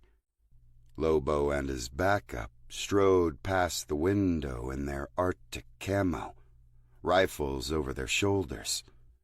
Cade met them at the door. He'd make this grocery trip last act thing memorable at least. 12. Lobo spotted Cade through the glass. His scowl deepened as he forced the automatic door open, the motor grinding in protest. To Cade's surprise, the cartel Sicario checked his attitude and aimed a tight smile at the cashier. "How are you today, Tina?" "Fine," she said meekly. "Huh. Orders to be on his best behavior while in town? This could be fun." Lobo brushed past Cade, pretending to ignore him while simultaneously flanking him with the other soldier. Cade said nothing, just swiveled to keep an eye on both parties. "How's business?" Lobo asked. The cashier shook her head. We're doing what we can. Been a while since you stopped in. Lots of snow. Lobo laid a hand on Cade's neck and pinched firmly. Cade smiled tightly. Luckily, we've got a little helper to clear the roads. Lobo didn't let up, and Cade rolled his neck, reassuring himself with the many ways he was going to stomp this guy. Does the bakery have any of those lemon pastries, Tina? Our boss sure loved those. The cashier's fearful glance went from Lobo to Cade, then to the man outside. Let me see. She walked away. Lobo turned, the menacing glare making a comeback. Cade knew the tactic well enough. Send away any witnesses. Try to make him feel isolated, but he felt relieved. The innocent bystanders had been removed from harm's way. The Sicario got in his face. When is it? Cade shook his head. I don't follow. The Sicario slapped him on the back of his head. It's tomorrow, Pintejo. Where are our water tanks? You guys are punctual. Another incoming slap. Cade seized his wrist. The rifle outside the glass door popped up. Lobo's free hand shot toward his sidearm. Cade snatched the gun before it cleared the holster, his palm covering the rear sight, and the web of his hand between the thumb and index finger contacting the hammer. A slight adjustment, he could grip tight, jam the slide, sacrifice some skin to block the hammer. It hurt like hell, but not as bad as a bullet. He was tired of being shot. They held their stalemate, muscles tensed, Lobo's nostrils flaring. The cartel foot soldier outside kept his rifle up and kicked the automatic door open. He shuffled in, combat pace. Cade ignored him. Good idea. Let's do this outside, he said. He slowly released Lobo's hand. The Sicario's face twisted with rage. The cashier stepped around the corner, her voice bright and cheerful. She'd found what these guys needed and would soon have them out of her store. We've got one left. She gasped as she saw the raised rifle and the tense standoff taking place a few feet from her station. The pastry hit the floor. Outside, Cade repeated. Lobo twitched. He recovered quickly and motioned to his man to lower his rifle. I'm so sorry, the cashier said, her voice trembling, a yellow smear of icing at her feet. We'll have more tomorrow morning. Lobo smiled, a bleached gleam. He could be charming, Cade figured, when he wasn't playing enforcer.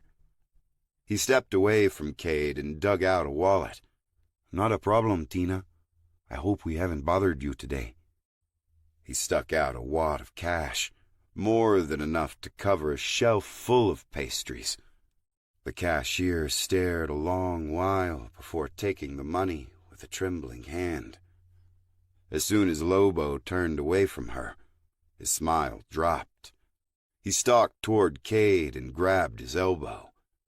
Cade allowed the cartel lieutenant to drag him outside. This wasn't about Lobo, he reminded himself through gritted teeth. Holding out for a meeting with the boss was his top priority. They marched him around the corner of the store. Lobo slammed him against the brick wall and reached for his weapon again. Cade let him.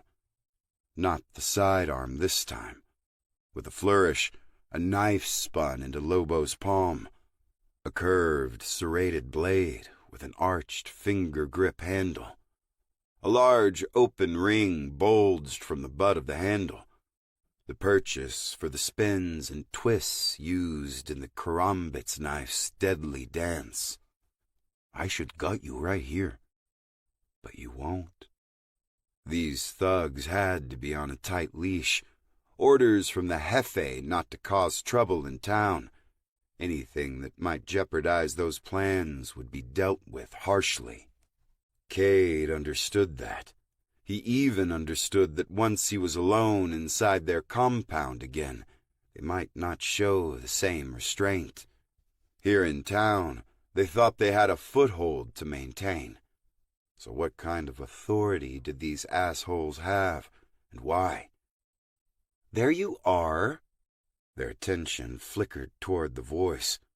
Cade felt his rage wilt. Even the Sicario seemed to hesitate.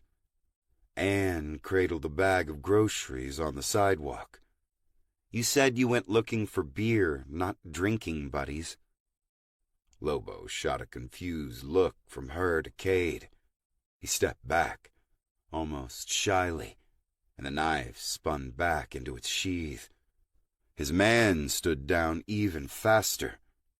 Come on, Anne said. I need to cook this steak before it spoils any more. She stood there, bravely playing off the whole thing.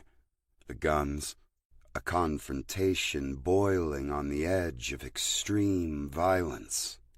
She couldn't know the exact situation, but she was too intuitive not to sense the danger. 2 hours. Lobo hissed, still struggling to reclaim his earlier dominance. Anne's presence had thrown him completely off. You've got 2 hours. See you in 3. Cade patted Lobo's cheek and turned to leave. The Sicario stared after them like he'd been slapped senseless. As Cade followed Anne to the truck, her facade of bravery crumpled. Her confident steps faltered. She shifted the bag nervously, climbed in and sat stone-faced, huddled around the grocery bag in her lap. I'm sorry you had to see that, Cade said as he started up the truck. The look he got somehow outdid Lobo's bewilderment. She watched him, thoughts racing behind her fearful eyes, cheeks drained of color. A response waited, trapped behind a sudden realization she couldn't face. Not now. She finally turned away without saying a thing. They went to her place. Cade made lunch. They chewed the steak slowly. He couldn't even really enjoy the welcome return of reddish meat into his life. Cut was not the best, sure, but the space between him and Anne weighed heavily on his thoughts. He left 2 hours later, the worrying silence and emptiness behind him as he closed the cabin door. He'd smooth things over when he got back, if he could. The drive up Mineral King proved every bit as white-knuckled as the last. Cade felt comfortable on roads like this, normally. Snow-choked forest tracks were where he first took the wheel of Hiram's old Dodge. From that experience, though, he knew the conditions right now were especially treacherous. In the wild swings of weather, the early winter had dumped an unprecedented amount of snow on the Sierras. Now, more than a week later, temperatures had started to head back to normal. Millions of tons of the white stuff was melting on the slopes, starting to slide. He drove slowly and carefully. He and Jacob had taken extra time with the load, too. That and his awkward lunch with Anne gave Lobo and his friend a solid head start. Cade kept an eye on the snowmobile tracks as he drove. They skirted the edge at times, experienced riders or ones willing to take stupid risks, like brazenly setting up a grow on U.S. soil, or turning down the Cleveland's drive. He brought the truck to a stop.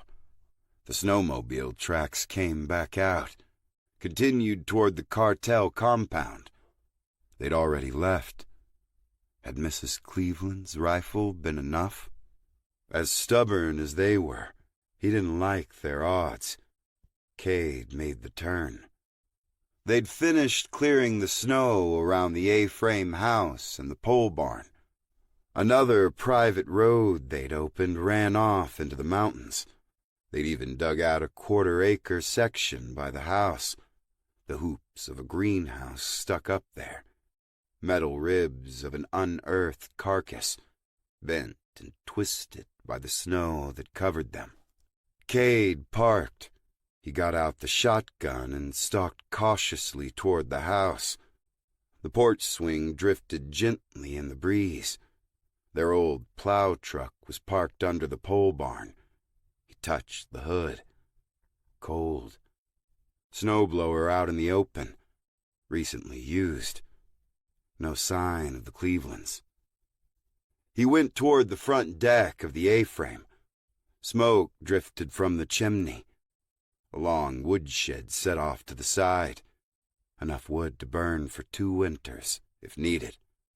As Mr. Cleveland said, they were prepared.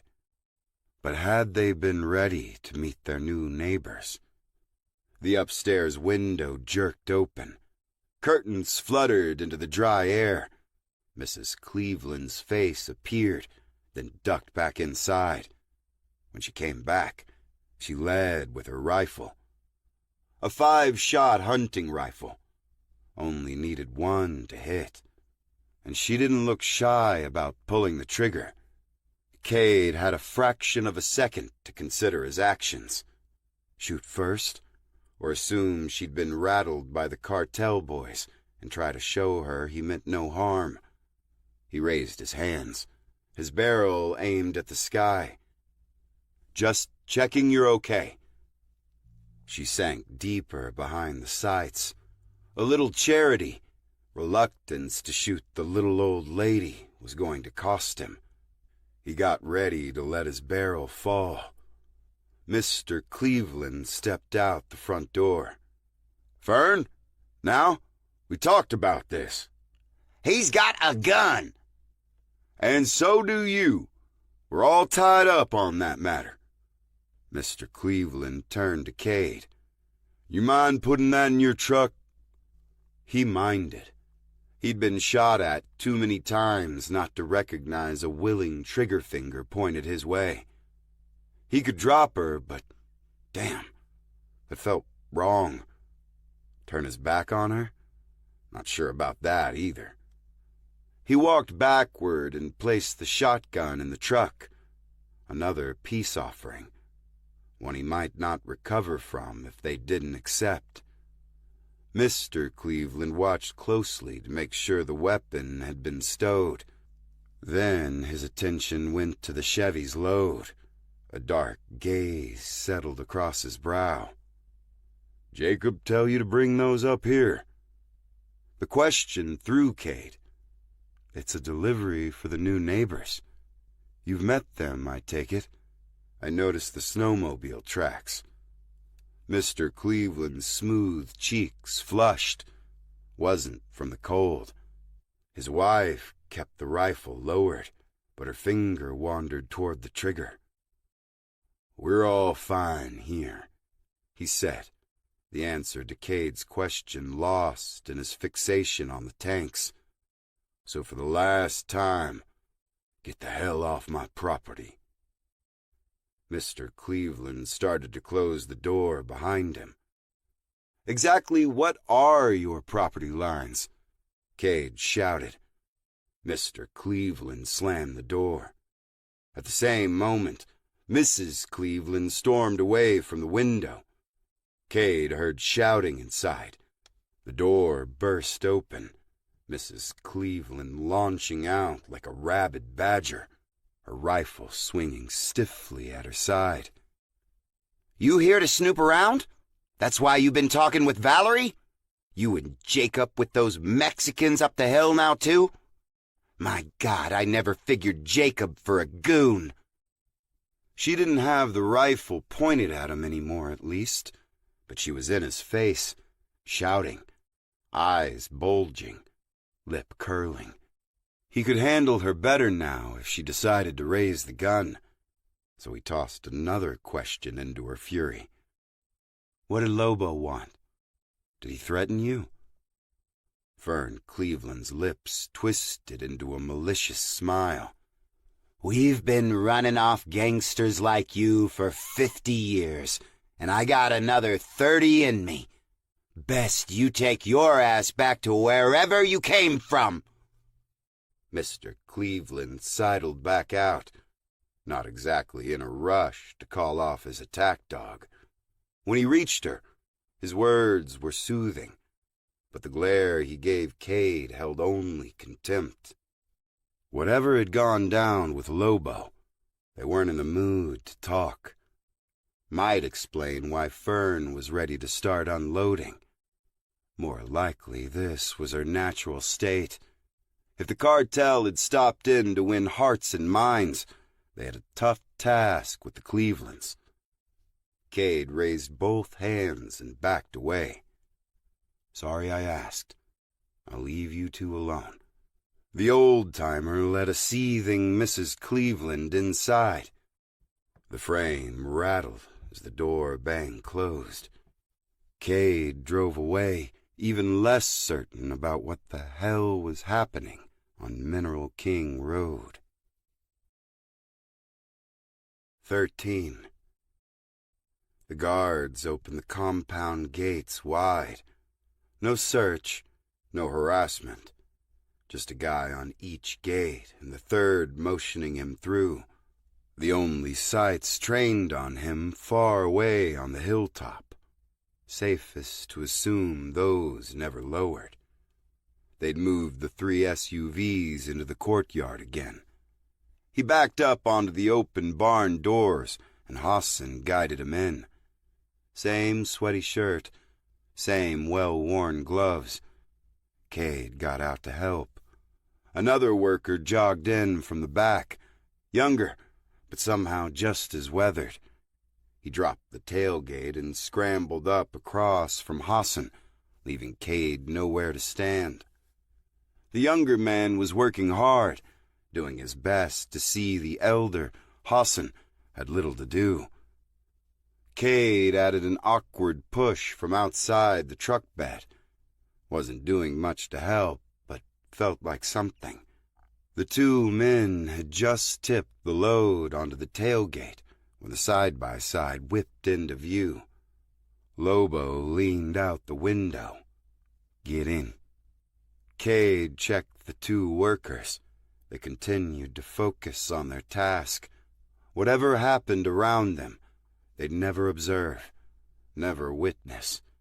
He was invisible to them, a ghost, or one in the making. As Cade walked by the Chevy's open door, he reached for his pack. "Leave it," Lobo said impatiently. A hardened command. The threat subtler than as usual, but right there on the surface.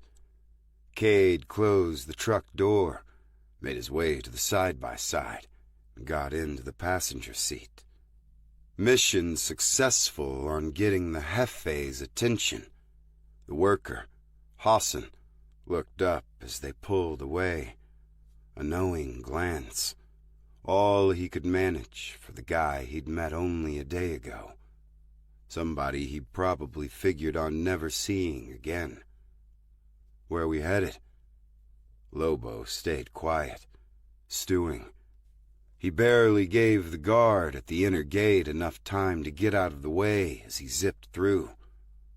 The ride was rough. Lobo ran the UTV full throttle. Tires broke loose regularly on the muddy slush. They passed beneath the gaze of the sniper hill. Cade caught the flutter of a tarp behind a rampart of large boulders. Whoever was up there knew their business. The guards below had an unerring trust in him. He'd be the last guy in the compound Cade would want to mess with. but the first he'd need to deal with to get in or out of the hacienda. The land sloped quickly upward on both sides. Less than 100 yards, the narrow entry opened up into a breathtaking scene. He'd seen the floor plans. He'd seen the topographical maps and surveys, too. But his imagination hadn't quite pieced together a final picture quite like this. The classic hacienda sat in the middle of a box canyon. Behind, ice draped a sheer cliff face, locked in its spill from 200 feet above. The sound of the side-by-side elevated by the screeching roar of the frozen amphitheater. On the flat prairie out front sat the Huey. A battered corral ringed the spot, the fence torn down in big sections. Cade checked over his shoulder. The hilltop had an unobstructed view to here, too. The hacienda included a walled courtyard, a smaller version of the barrier surrounding the ranch. Heavy wooden doors led inside, 10 feet tall underneath a pillared arch, all pink stucco and gray slate. A dated departure from more traditional neutral beiges and terracotta, but in its time, luxurious. Planter boxes spanned the arches, plenty of places to find cover. Rows of paned windows ran the length of the lower and upper floors, views of the stone heights on 3 sides, ample firing arcs, privacy and security. The original owners hadn't built here for a view of the national park. They'd built for extreme privacy. The side-by-side approached the hacienda. Lobo slid to a jarring stop. Out. The heavy oak courtyard doors were ornate, banded by iron. Cade would have believed if they'd been imported from a Spanish castle. 2 more armed guards greeted them. Heavy coats and winter gear. Rifles, sidearms, combat knives, on alert, even this far from the perimeter. They walked through a gatehouse and into the inner courtyard. Warm light from inside simmered on the damp granite walkways. An empty marble fountain filled the center, shaped like an open shell, the copper pipes corroded and green with age. Dried, twisted shrubs created an orderly border. Once a slice of Eden, the effects of the drought were clear. 4 more guards wandered the atrium's upper balcony. No way to guess how many more inside. Cade broke down each corner, each doorway into a tactical map. The open courtyard was a kill box, plenty of ways inside.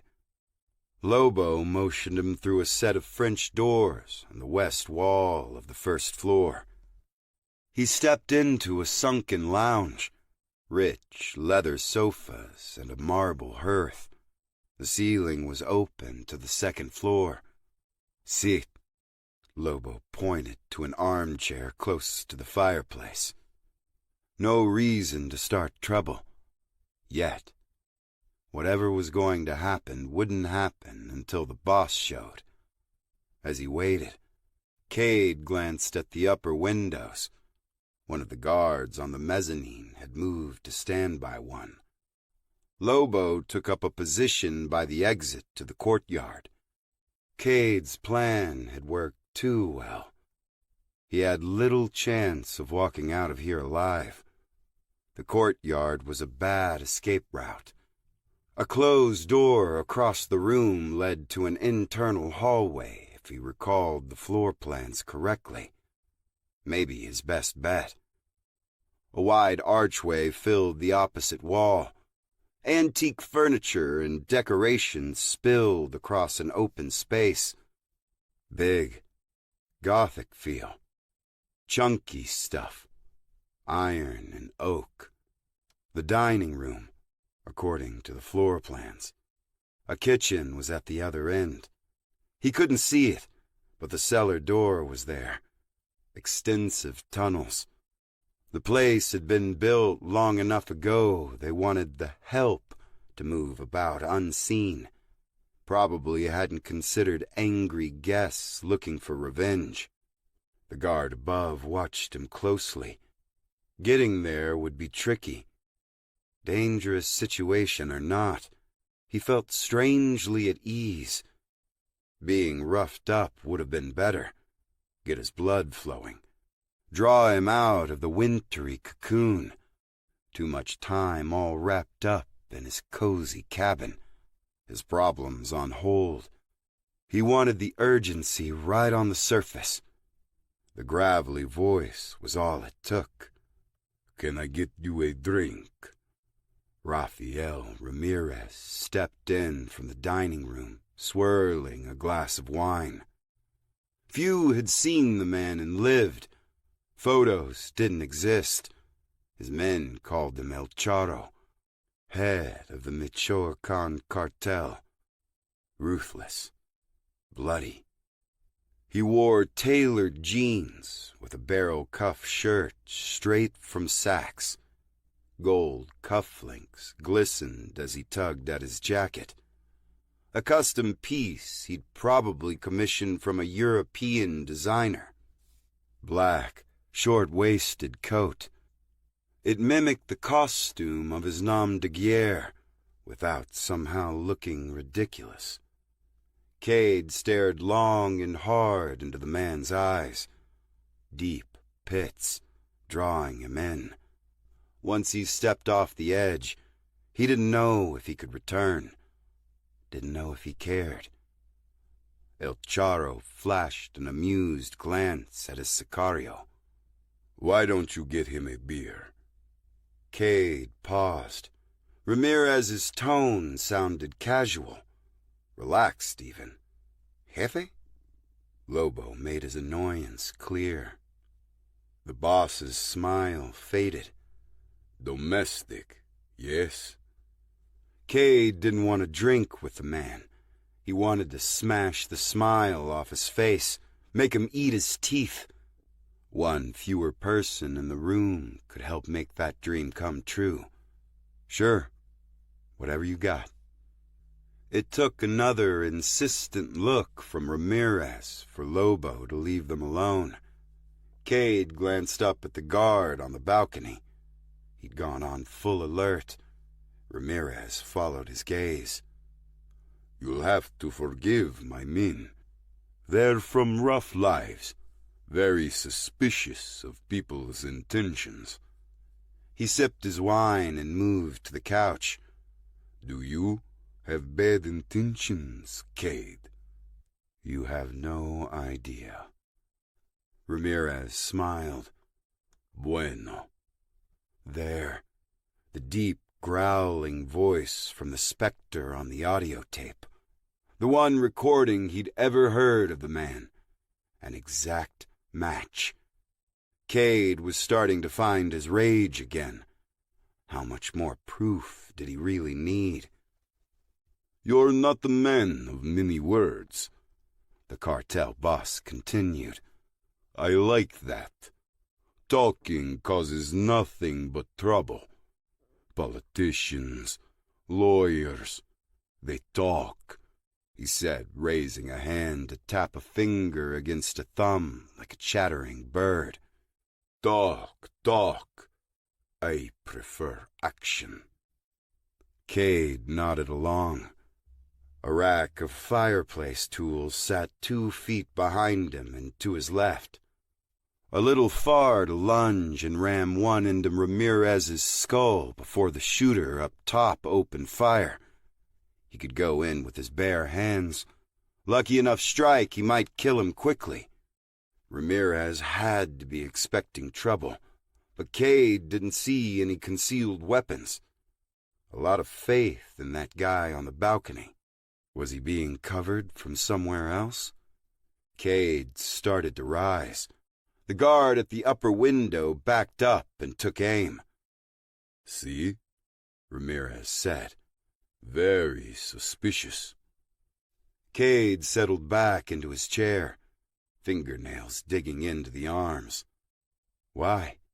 What do you have to worry about? You're just another guy growing weed in California, right?"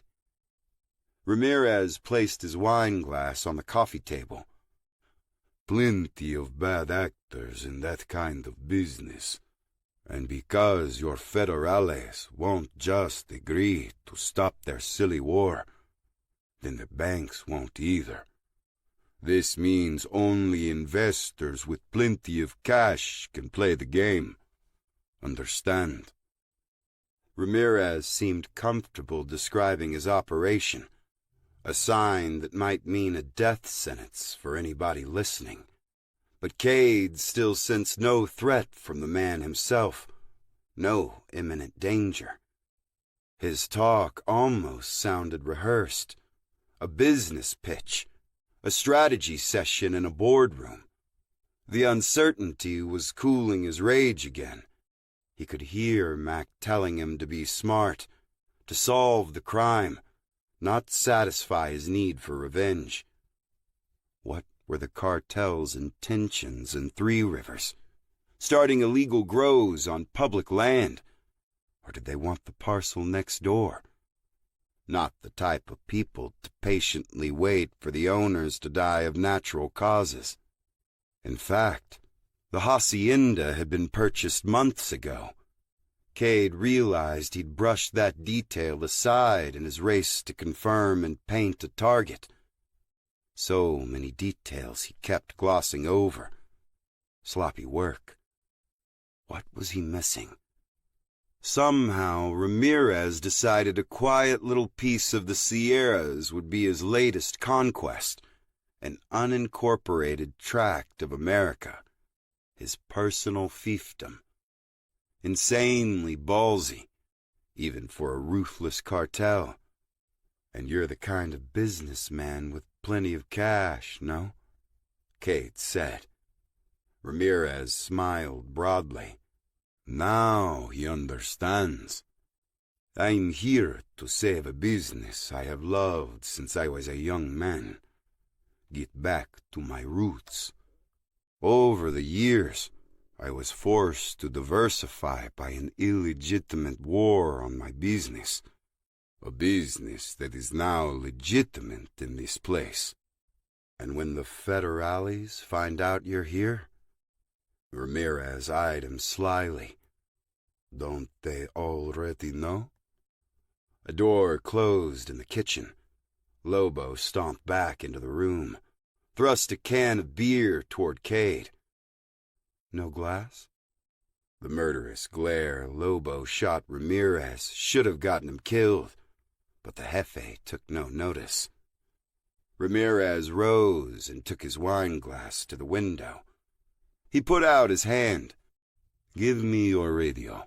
Boss, Your radio. The Sicario handed it over. Wait for me outside. Yes, Jefe. Lobo said through clenched teeth.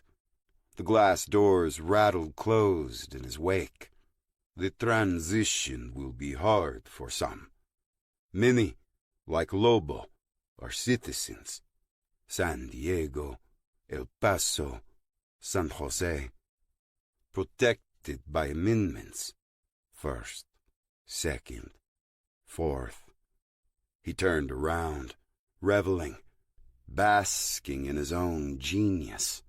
I have friends in El Norte, employees, bankers, lawyers, those annoying politicians, legitimate connections, if you can call them that. Ramirez laughed to himself. Cade had heard enough. He wasn't an investor. He was going short on this plan, going to improvise a change in leadership. He began debating where the full can of beer would go. Fast pitch into Ramirez's head, through the upper window, the exploding glass buying him seconds he needed to launch across the room and crush the murderous bastard's windpipe. The radio beeped. Ramirez answered. See? Cade tried to interpret the response. Something about camping equipment, a shotgun, an exact count of the cash in his wallet, a note about the lack of identification. They'd not skipped searching his truck, just waited until they could do it uninterrupted. Gracias. Ramirez set the radio down. His smile faltered. A bead of sweat formed on his brow. So, Cade, explain to me these intentions of yours. I'm here for Clarence. The aluminum can compressed under Cade's fingertips. He sized up the distance to the upper window. Clarence? I don't know any Clarence.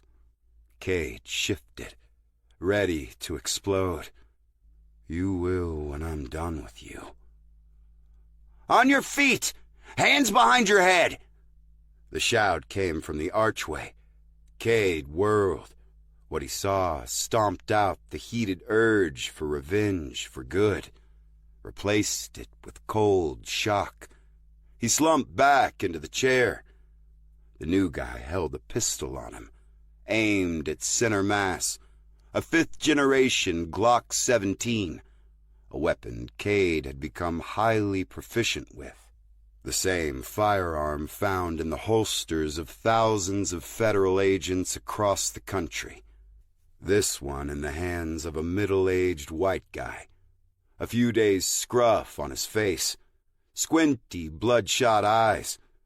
His ball cap had an emblem Cade could see clearly now, an eagle perched on a shield, the same one decorating the shiny badge clipped to his belt, similar to the one Cade once worked under. A sister agency, maybe a stepchild, depending on who you asked. The emblem of the DEA. 14. Special Agent Lambert of the DEA rode in the back seat of the side-by-side next to Cade. He'd cuffed his prisoner in front. Sloppy. But the DEA agent's whole approach had been half-assed, a formality. Cade hadn't bothered to resist because he was still trying to process why in the hell a DEA agent was at a cartel boss's hacienda. Lambert said nothing. He asked no questions in front of Ramirez or Lobo. Cade stayed silent too. Odds were slim this agent was legit, but they at least weren't headed for the cellar or some other murder hole. Lambert told Lobo to take them up front, and they whisked off toward the cabin and Mineral King Road. He'd never personally met Lambert, but likely he'd heard of Cade. The Fort Black debacle was a Flet C training course. The do's and don'ts of raiding an armed compound. All the three-letter agencies had been there that day, except the DEA. They pulled into the front compound, and Lobo brought the side-by-side to a stop by the barn. The beat-up Chevy's doors were open. Bed empty, tailgate down. Lambert got out and gave Cade a commanding look to do the same. He did. Lobo barely gave them time to close the doors before he tore off back toward the hacienda. Lambert watched the side-by-side depart. He walked over and removed the cuffs. You're going to drive back to town and keep your ass out of the mountains for the duration of this lockdown. Agent Black. So he had been recognized. Those training videos or all those rumors swirling afterward. But Lambert called him Agent Black. Didn't sound like he'd gotten the memo about Cade's falling out with his employer. If you're undercover, you're doing a bang-up job, Lambert. I don't need you tight-ass bureau types sniffing around my operation. Find some paper to push. We'll land the big fish." "You land him, or did he land you?" Lambert huffed. "Fuck you, Black." Cade checked the open space again. Of the 3 SUVs, the dark black Expedition was probably Lambert's. Should have marked it as a government ride the moment he saw it. Turf wars between the DEA and FBI had been vicious in the early years. The overlooked agency scrapped for funding and respect for decades before the war on drugs became public policy. But they'd been deep in the trenches the whole time, going toe-to-toe with murderous cartels, working dangerous cross-border operations. No real backup. Cade knew recent political realities had put serious pressure on the DEA. A push to end the war on drugs. Legalization of the very substances they'd been asked to police. The epidemics they struggled to contain were now caused by pharmaceutical companies operating completely within the law as written. Laws shaped by the industry. Not the ones doing the enforcement. Not acting DEA agents anyway. Huge swaths of the DEA's top brass had moved into the private sector. Lots of money to be made exposing loopholes to big pharma. They weren't the only ones. Former attorney generals, too. People with vast knowledge of the criminal justice system often stepped into private life and signed on with pharmaceutical giants. Major legal artillery aimed squarely at DEA policy. Once that revolving door started spinning, nobody had the guts to go after their future employers. Cade had heard of unrest in the ranks, agents on the front lines becoming disillusioned. They'd get calls from justice officials asking about their cases, inquiring because their buddies, now in private practice, had been calling in favors. With tumbling morale, temptation filled the void. Cade had assisted on several narcotics cases. One arrest he'd never forget. A DEA agent caught laundering money for a Colombian cartel. Cade's team tailed him for a month, got to know his daily routine, uncovered a string of unreported bank accounts. He wasn't muling cash across the border, just shuffling funds around, laundering for a cut of the drug money he'd given up trying to stop. "What?" the agent had said when they dragged him off in cuffs. "So my business partners weren't paying off the FDA? Is that the problem?" So who was Cade dealing with in Lambert? A disgruntled but loyal agent? Or one who'd used all the political pushback as an excuse to go rogue? "I'm not here to stick my nose in your business," Cade said, wandering over to his truck. "I'm just trapped like everybody else." A coincidence, huh? That's right. He didn't expect Lambert to believe him. His pack was open. Contents scattered about the seat. He started to stuff gear back inside and made a subtle check of the hydration pocket. Empty. "Confiscated your boomstick," Lambert said. "You should know better. Sure as hell not FBI issue." "You didn't find any creds, right?" Cade said, cinching the pack closed. "Let me guess. You're under some kind of deep cover. Told these guys your real name and everything. And you're giving me shit?" "Not undercover or on assignment. I'm on personal leave. I've got a few issues I'm working out." "Work them out in the valley, then. Safest place probably not your little girlfriend's cabin." Bad move. Cade slammed the passenger door and went toe-to-toe with the agent. He needed to leave Anne out of this. Lambert chuckled nervously. Damn, you premier law enforcement agency guys are dense. The DEA agent had to be pretty friendly with the cartel to know about him and Anne. Only Lobo had seen them.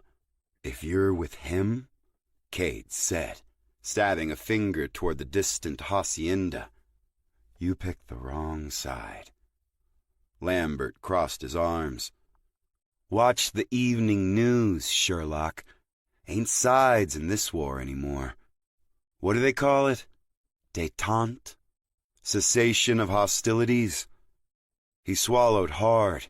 His gaze went soft and his shoulders slumped.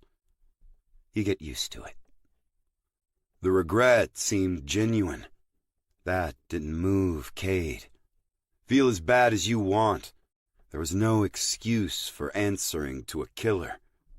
The DEA lost agents on McMillan's raid, too. Cade loaded up and drove away. Lambert was right. Hard to tell the good guys from the bad guys anymore. All Cade knew was he had unfinished business. Lights were on inside Anne's cabin. Cade saw a graceful flicker of movement behind the curtains. Anne settling in on the couch with a book, a glass of wine, huddled under a sheepskin throw. A sign of life. That's all he'd come to see. He drove off toward the campground. They needed some time apart after the encounter outside the market.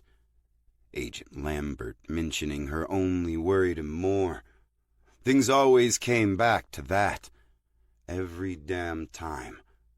How safe could anybody be around him? How much did they deserve to know? He drove past the Horse Creek campground, a trip he made on autopilot. He followed the curve of the road toward the dam.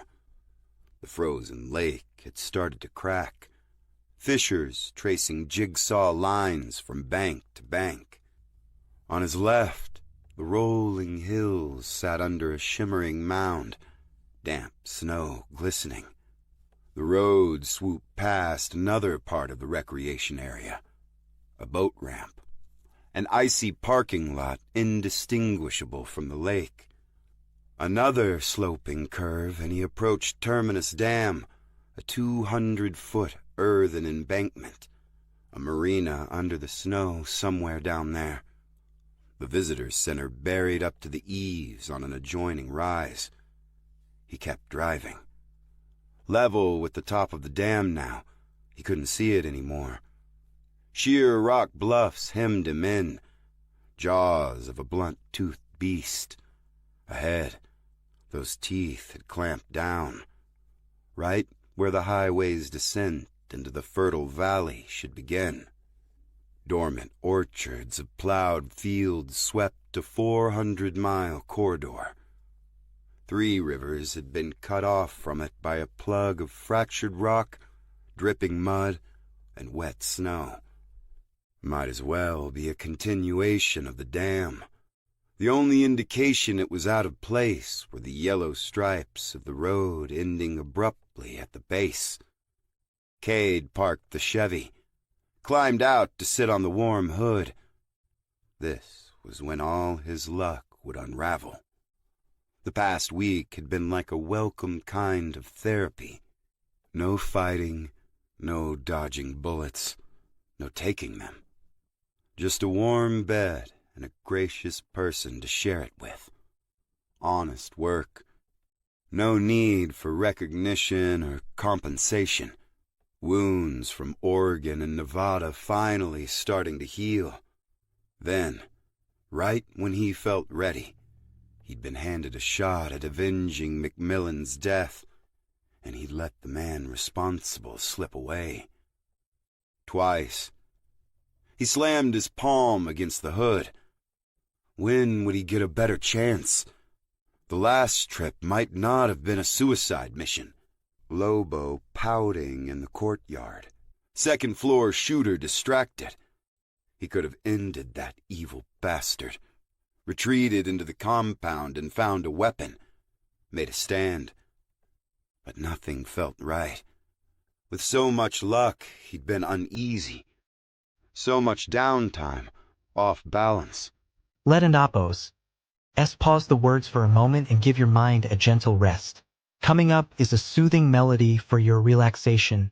Take a deep breath, relax your body, and enjoy this peaceful interlude before we continue with our story.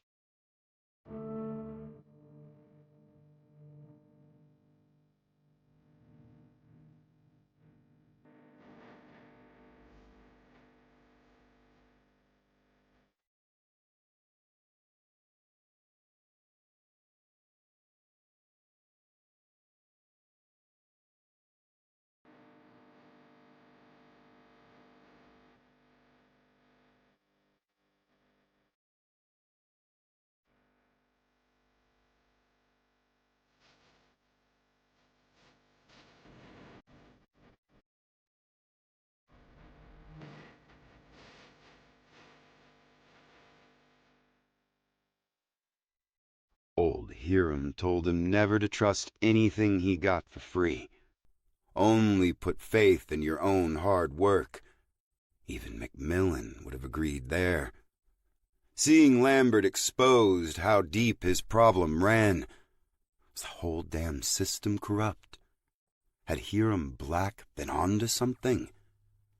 He was being pulled off course, away from the mission he'd driven cross-country to complete. Maybe Lambert's advice wasn't bad after all. Ride out this storm. Escape at the first opportunity. Hell, Harper would approve.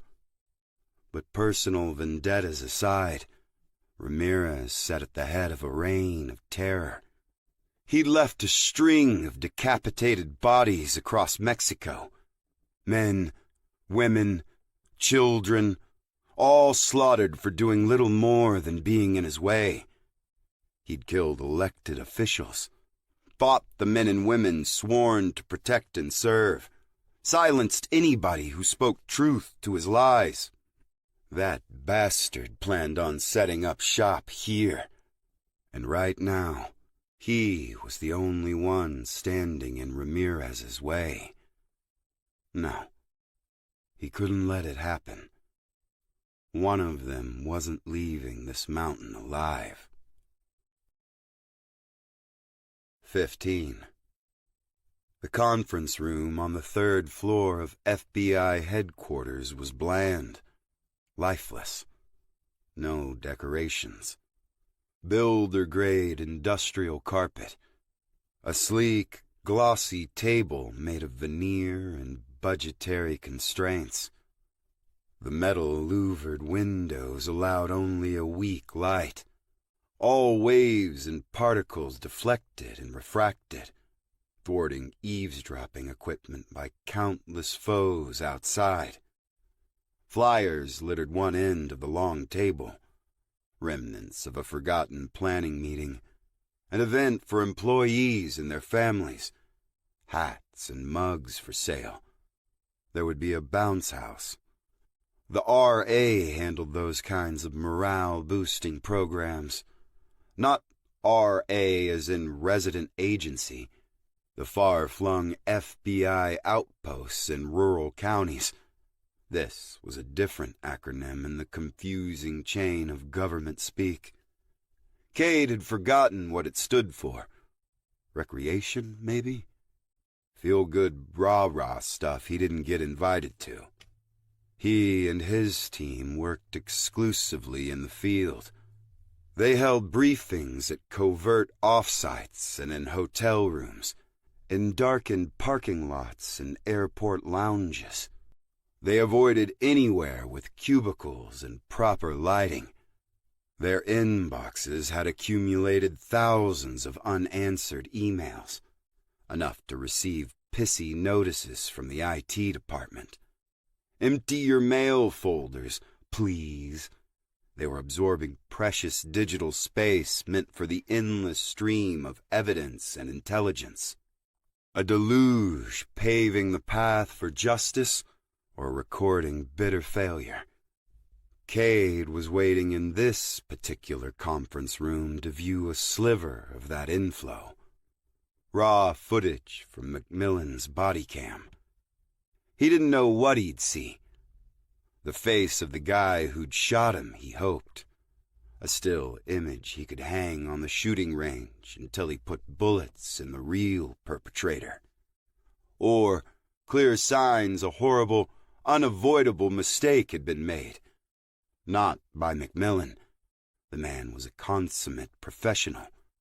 But possibly another member of the HRT team. A rookie or some fuck-up agent from a sister agency on the task force. His bet was on the fuck-up. A guy he couldn't incidentally put bullets into to fix the ache in the center of his chest. He'd heard from the task force their intel had been compromised.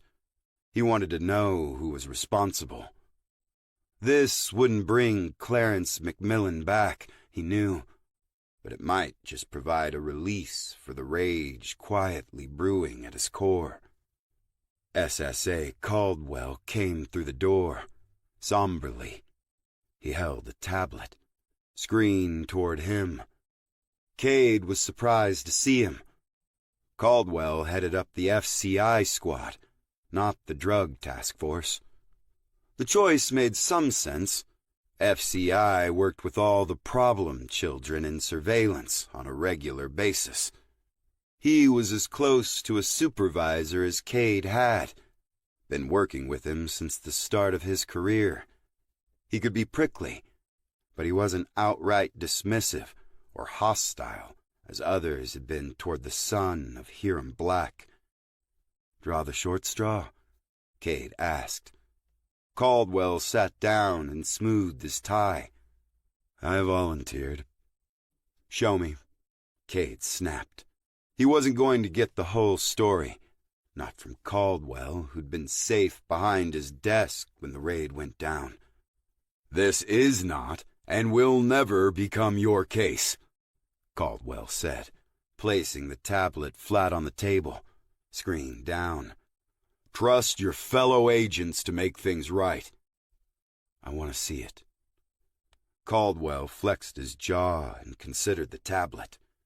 He flipped it over with both hands, like the slim piece of electronics had the weight of a gravestone. Slid it toward Cade, folded his hands in his lap, and watched. The whole process gave Cade the vibe of a supervised visitation with the dead. Chain of custody got weird with the introduction of digital evidence. The tablet didn't have a permanent copy, only a connection to wherever the video ended up stored. He couldn't do anything with the video. The device would brick if he left the office. He could have recorded a copy with his phone's camera, he supposed, if he hadn't had to secure it in the metal locker outside the SCIF. Protocol dictated Caldwell stay and observe. Cade spun the tablet to face him and tapped the play icon. Nighttime raid. Video in green and black. Glowing phosphor struck by electrons illuminating the world in a color palette to which the human eye was most sensitive. A view Cade knew all too well. He could see Macmillan's raised HK-416 in the frame.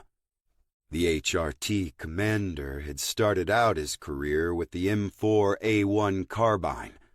He made the switch to the HK after a training exercise with a Navy SEAL team when his carbine fouled up mid-exercise. Macmillan was meticulous about keeping his weapons clean, but crawling through a swamp was more than even his well-oiled weapon could handle. Weapon jammed.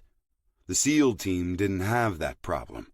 When you can't help but be in the shit, you really want the HK. The instructor had told him. He'd later told Cade the same story, a hint of pride in his voice that he'd worked with such an elite group, as close to bragging as the man would ever get. By the looks of the video, McMillan was in the shit. A tunnel entrance into a warehouse the cartel was using as a distribution center. Those tunnels kept popping up between San Diego and Tijuana. Half a mile long. Walls would never be deep enough or high enough to keep out the truly dangerous. An informant had tipped McMillan off to the location. A shipment of over 100 pounds of fentanyl was expected. Street value in the millions. But McMillan was cautious, so Cade didn't understand why he was looking down the tunnel from McMillan's view. That hadn't been part of the plan. Cade pressed pause. Is this the right clip? Caldwell gave no response. From the report, Cade knew the tunnel ran 4,000 feet from an industrial park to a former KFC on the San Diego side. Too much TV for whatever smartass planned that. Deliveries were made spontaneously so the time couldn't be leaked in advance. But McMillan's source had muled packages through the tunnel before. When he received a text telling him to show for a job, he immediately contacted Mac. The asset didn't know the exact location of the tunnel's exit in the U.S., but the phone call and aerial surveillance pinpointed the entrance in Juarez. Ground-penetrating radar did the rest. At the delivery site, cartel-controlled security cameras broadcast the drop-off to a retrieval team. So the drug task force compromised those cameras. McMillan's plan was to watch for the drop-off and feed the cartel retrieval team the previous day's uneventful footage. The task force even had time to install covert cameras inside the tunnel. A cautious approach, intense prep work, all the task force work done stateside and only stateside. Seeing the HRT team in the tunnel meant Cade was watching a disaster unfold. Where are the other feeds? Like from the covert install in the tunnel that would show exactly why McMillan had rushed inside. This is all there is. Bullshit. The tunnel had surveillance camera too. Where's the feed from that? Caldwell leaned forward on his elbows. If such a fixed camera existed, it might show just how goddamn far into Mexican territory the HRT trespassed. Cade wanted to argue. Mac would never have stepped across any lines. He was like Harper in that way, both as a matter of principle and to protect his men. Risking an international incident over a feather in his cap wasn't how he operated. But now Cade understood why Caldwell was here. The FCI squad lived in the gray area between legality and intelligence. Caldwell could walk the line with this piece of raw work product. Keep the particulars cloaked behind FISA courts and classification labels. This would be all Cade would ever be allowed to see. He pressed play. McMillan shuffled down the tunnel. A burst of speed briefly sent the video into blurred, stilted frames. A quick swivel, and he was facing his team. A team member in black BDUs and vest flanked a tunnel branch. Carved out at a subtle angle, anybody looking from the American side would never see it, unless they crossed the border. Tunnel cleared. McMillan took up point. Hurried movements now. Shaky video returned as Mac double-timed up this new section. Shadowy shapes moved at the far end. McMillan shouted verbal commands. His video stabilized as his weapon sights tightened on a target. The tunnel ended at an open freight elevator. 3 armed men in masks stood on the platform. In front of them, at gunpoint, was the informant who'd leaked the delivery. A woman in her early 30s was there too, same age as the informant, She was sobbing, a toddler on her hip. A young boy stood at her side, fists clenched, scared, putting on a brave face even as he half hid behind the woman. The informant's family. The man's face was twisted in utter agony. Arrival of the cavalry didn't lift his spirits. He seemed to sense it was all for nothing. He turned toward his wife with one last sorrowful plea. The shotgun pressed to the base of his skull erased the pain with a thunderous boom.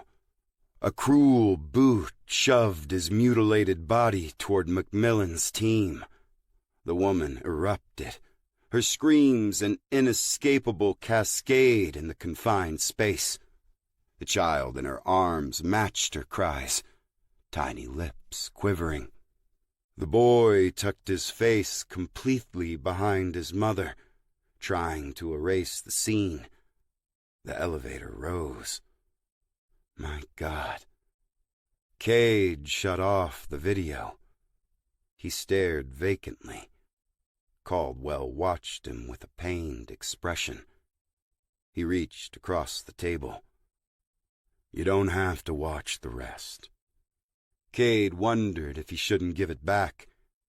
He'd seen horrible things. Fighting the worst humanity has to offer meant being exposed to all the trauma that brought. Dead kids weren't new. Families butchered. Serial killers, rapists, pedophiles. An investigator had to collect the evidence to put them behind bars without a reasonable doubt. This involved someone he knew closely. But he'd been wrong about him, too. Macmillan didn't always walk a straight line. He'd scrapped operational plans once before to save a kid. A dumb boy manning a sniper tower on a madman's orders. He'd have seen those kids' faces and broken every damn rule of engagement to save their lives. 16. Cade needed a plan, one he didn't have. He puttered around Hindi, last six-pack in Three Rivers on the dinette, and a package of hot dogs boiling on the stove. Getting that close to Ramirez again wouldn't be easy. With the shotgun gone, he had access to a .38 and a rifle, last useful on a conquered frontier. If Pierce was still willing to loan them, he could ask around town. California or not, this wasn't the Bay Area, but the townsfolk had been suspicious of him from the start. He doubted they'd be willing to share any weapons. 2 guns and a shovel to take out an army. He rinsed off in the shower, hot water only. The water stung as he watched the drain through the haze. He let it run until the little 10-gallon tank emptied. Then he stood in the cold water.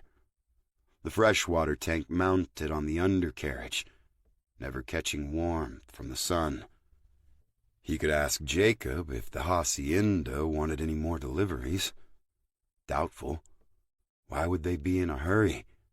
No way to grow anything until spring. That was months away. He watched water swirl down the drain. In a strange twist of fortune, water was more precious than gold in the California hills.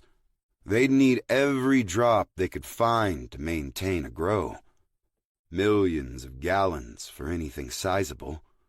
Of course, the water was here now, stored naturally all around, frozen, waiting to be collected. Snow farming could be the reason for Ramirez's impatience over the tank delivery. Get those in place, capture the snow before it had a chance to melt. Lambert knew that too, better than Cade, but he'd not given the tanks a second glance. So the DEA was aware of the cartel's plan. And they were, what? Providing moral support? His teeth chattered.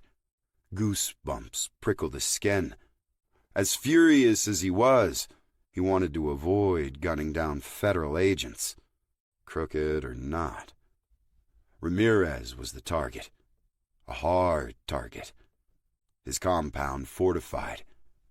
He'd keep sending soldiers out for whatever supplies, or take the helicopter wherever he damn well chose. He must feel safe and secure.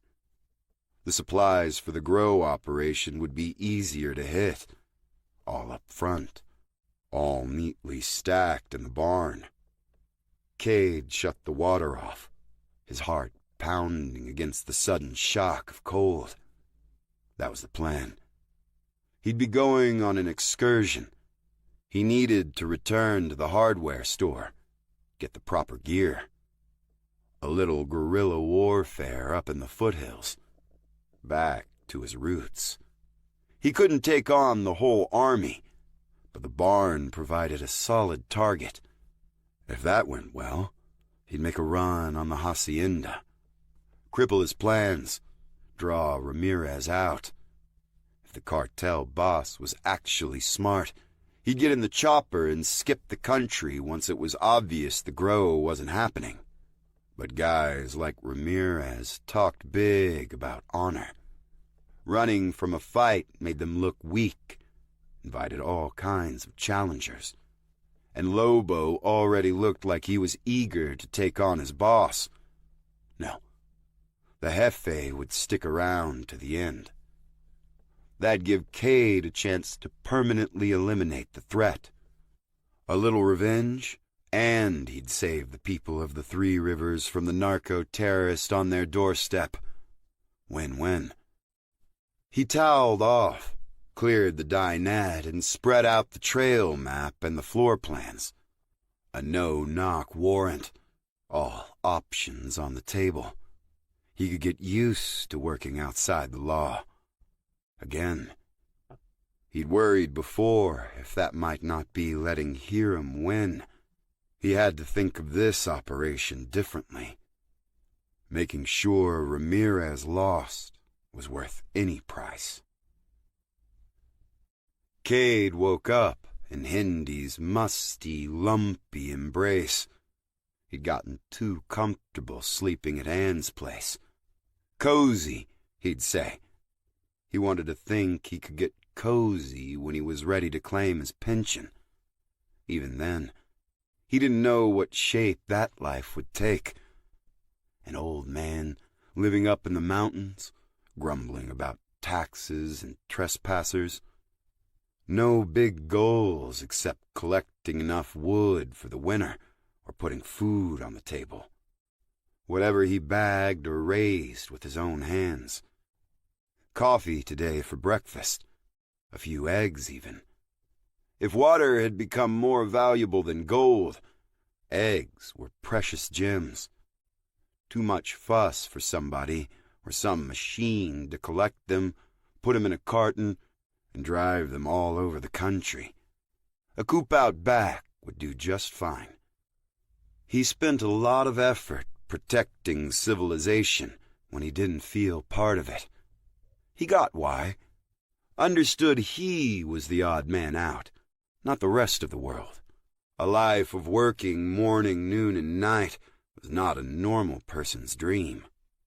He couldn't fault people for seeking out convenience, or wanting to live a sanitary, pain-free, comfortable life, watching robots sweep their floors and adjusting the air conditioning from an app on their phone.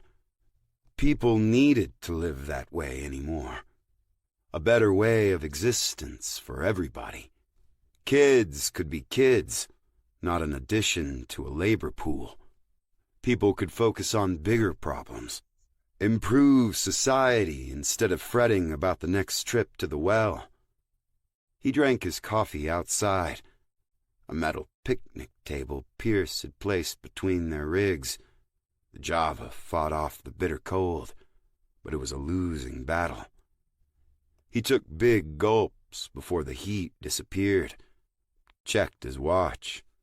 Another minute. Pierce wrestled his oxygen tank down the stairs, thermos in hand. I kept waiting for you to knock.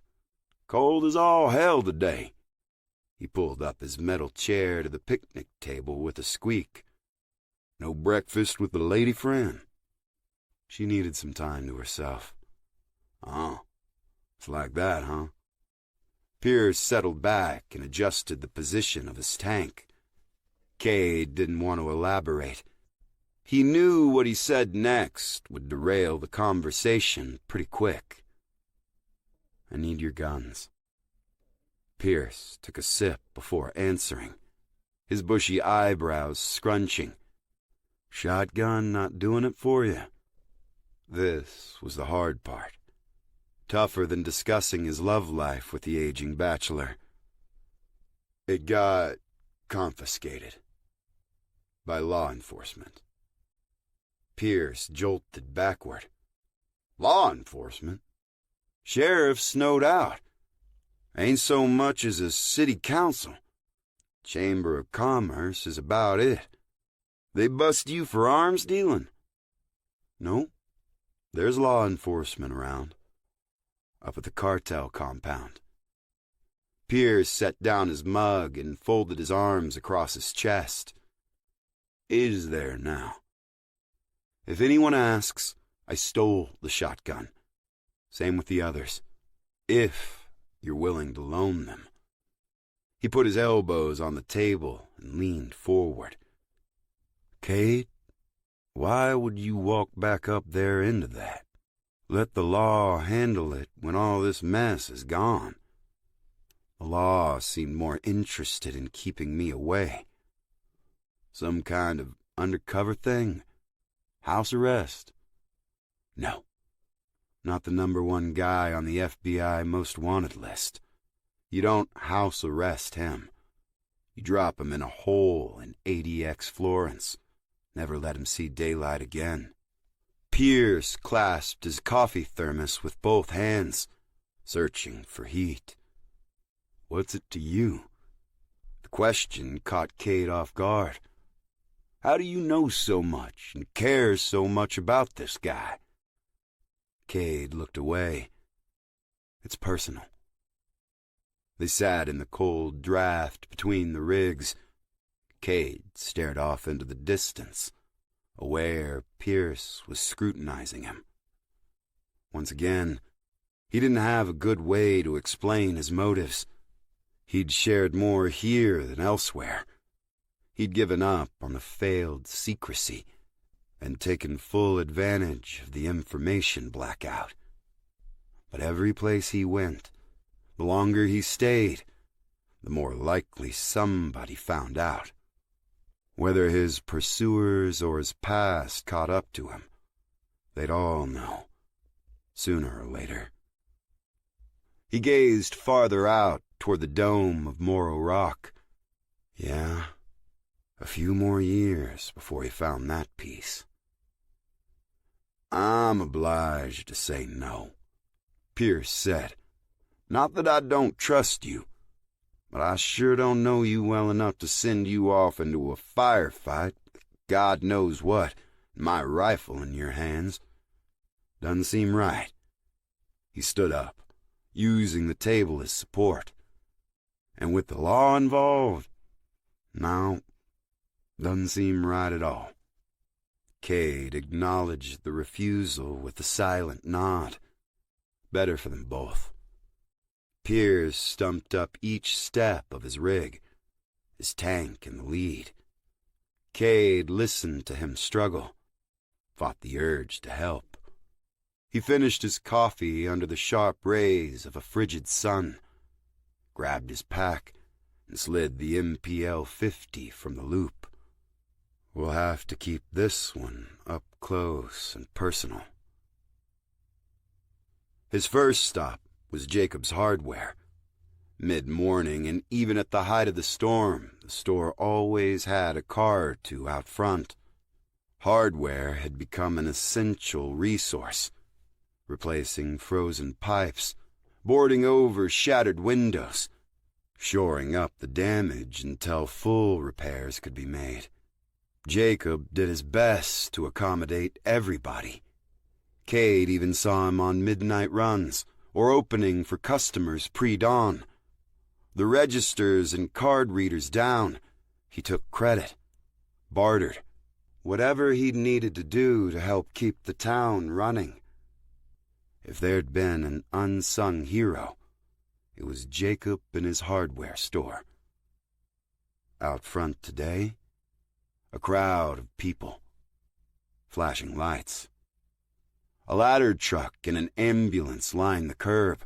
The ladder truck blocked the front door while the ambulance was closer to the gated side of the lumber yard. Several other trucks and ATVs bunched up near the road. Neighbors who'd heard the sirens. Maybe somebody who'd been inside. Cade pulled over next to the group, careful not to block the exit, and hopped out. What happened? Engrossed conversations fell to a murmur. Those sideways glances again. A big guy spit onto the asphalt. Women turned away sharply. Cade ignored the unfriendly welcome. He also ignored the respectable distance they were keeping from the scene. Lights, sirens. He didn't have their reverence for them, just a professional obligation to view the scene. A member of the crowd called after him, a guy Cade recognized from around town. Mop of black hair, knitted cap, maybe late 20s. He stepped out like he'd been elected the voice of the town. "Someone cleared Mineral King. That's what happened." 17. The paramedics huddled at the back of the ambulance between the open doors. They talked quietly, not administering aid. One was a stocky guy with a gauge piercing in his nostril. Good to be an EMT when that got infected. The other was a woman, slight build with straight dark hair and haunted eyes. She had blood on her gloved hands and was boring a hole in the concrete with her stare. The stocky guy spoke to her in a slow, rhythmic voice, telling her it would be okay. Part of the job. Nothing she could do. Cade surprised them both. He kept moving toward the open ambulance when the stocky guy stepped into his path. His embroidered name tag read Randy. "Hold up. No customers today." What happened? Cade was trying not to get physical with the guy, but the EMT's bulk made for a great screen, and he kept shifting, covering the view into the ambulance. "I need you to stand at the edge of the parking lot. I was here yesterday. Maybe I can help." "When?" Randy asked. "What time?" The EMT settled into place as he dug into his front shirt pocket. The position finally let Cade see past him. The gurney in the box was occupied. A sheet covered the face, blood stains seeping through where the patient's head would be. Jacob. After lunch, Cade muttered, "Maybe 1:30? Randy whipped out a notepad and jotted the time down. Great. Junior detective on the case. "Did you see Jacob then?" "Yeah, he helped load my truck." "Uh-huh." "Carol saw him around closing," the girl whispered. "He was fine then." Randy pocketed the notepad. "Good thing you weren't the last to see him. We might have a problem," he said. He paused. "Because he's dead." The sheet, the amount and location of the blood, told Cade as much. But it still stung to hear the words, even from the overly dramatic EMT. Jacob, of all people, the first one the cartel hits? "Cause?" Cade asked. "Because somebody shot him," Randy said. Now back away from the scene." Cade had a sudden, terrible thought. "Shotgun?" The paramedics exchanged an uneasy look. "Bullet, I think," said Randy, suddenly less certain. "Can I see?" Randy balked at the matter-of-fact way Cade asked. "No," he sputtered. "You can't see. We got enough rubbernecking going on in the street." 3 men emerged from the store, Lance and his crew. Alan stopped to stretch a length of emergency tape across the entrance. Lance was giving instructions about how to secure the scene when Manuel spotted Cade and gave him a forearm nudge. Lance came over. He wore his typical short-sleeved shirt and overalls, managed to keep them clean. The blue nitrile gloves on his hands weren't. "Cade," Lance said, his tone indicating he wasn't happy to see him.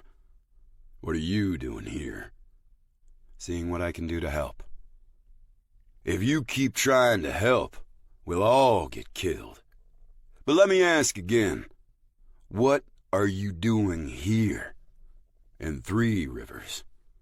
The young guys took up spots at their chief's elbow. Scrappers, he was sure of it. Mountains didn't make weak men. They took what was given and made them stronger. Toughness didn't necessarily mean experience with dishing out real, raw violence. Nothing to be ashamed of. One of those luxuries and conveniences Cade wanted everybody to have and could never find for himself. But he wasn't looking for a fight. He took a step back. "I drove up the road at the wrong time," he said. The same tired answer nobody believed. "You a delivery boy for the folks up on Mineral King now?" Cade had yet to piece together how the cartel figured into the town, where these connections Ramirez bragged about were. Lance's interrogation wasn't providing answers. "I took them a few things they bought before the storm. That's all. Not sure I'm welcome back." "Looks like you're running out of places to be stuck then," Lance said. "Come on," he called to his crew. "Let's get Jacob somewhere he can rest." Randy closed up the ambulance. His colleague broke into sobs, a hand over her mouth. Lance and his crew somberly climbed into the ladder truck. He honked the horn and swung out of the lot, ambulance close behind. Slowly, the townsfolk at the curb started up their vehicles and fell in line, lights on in a mournful procession. Cade stood next to the Chevy as they passed.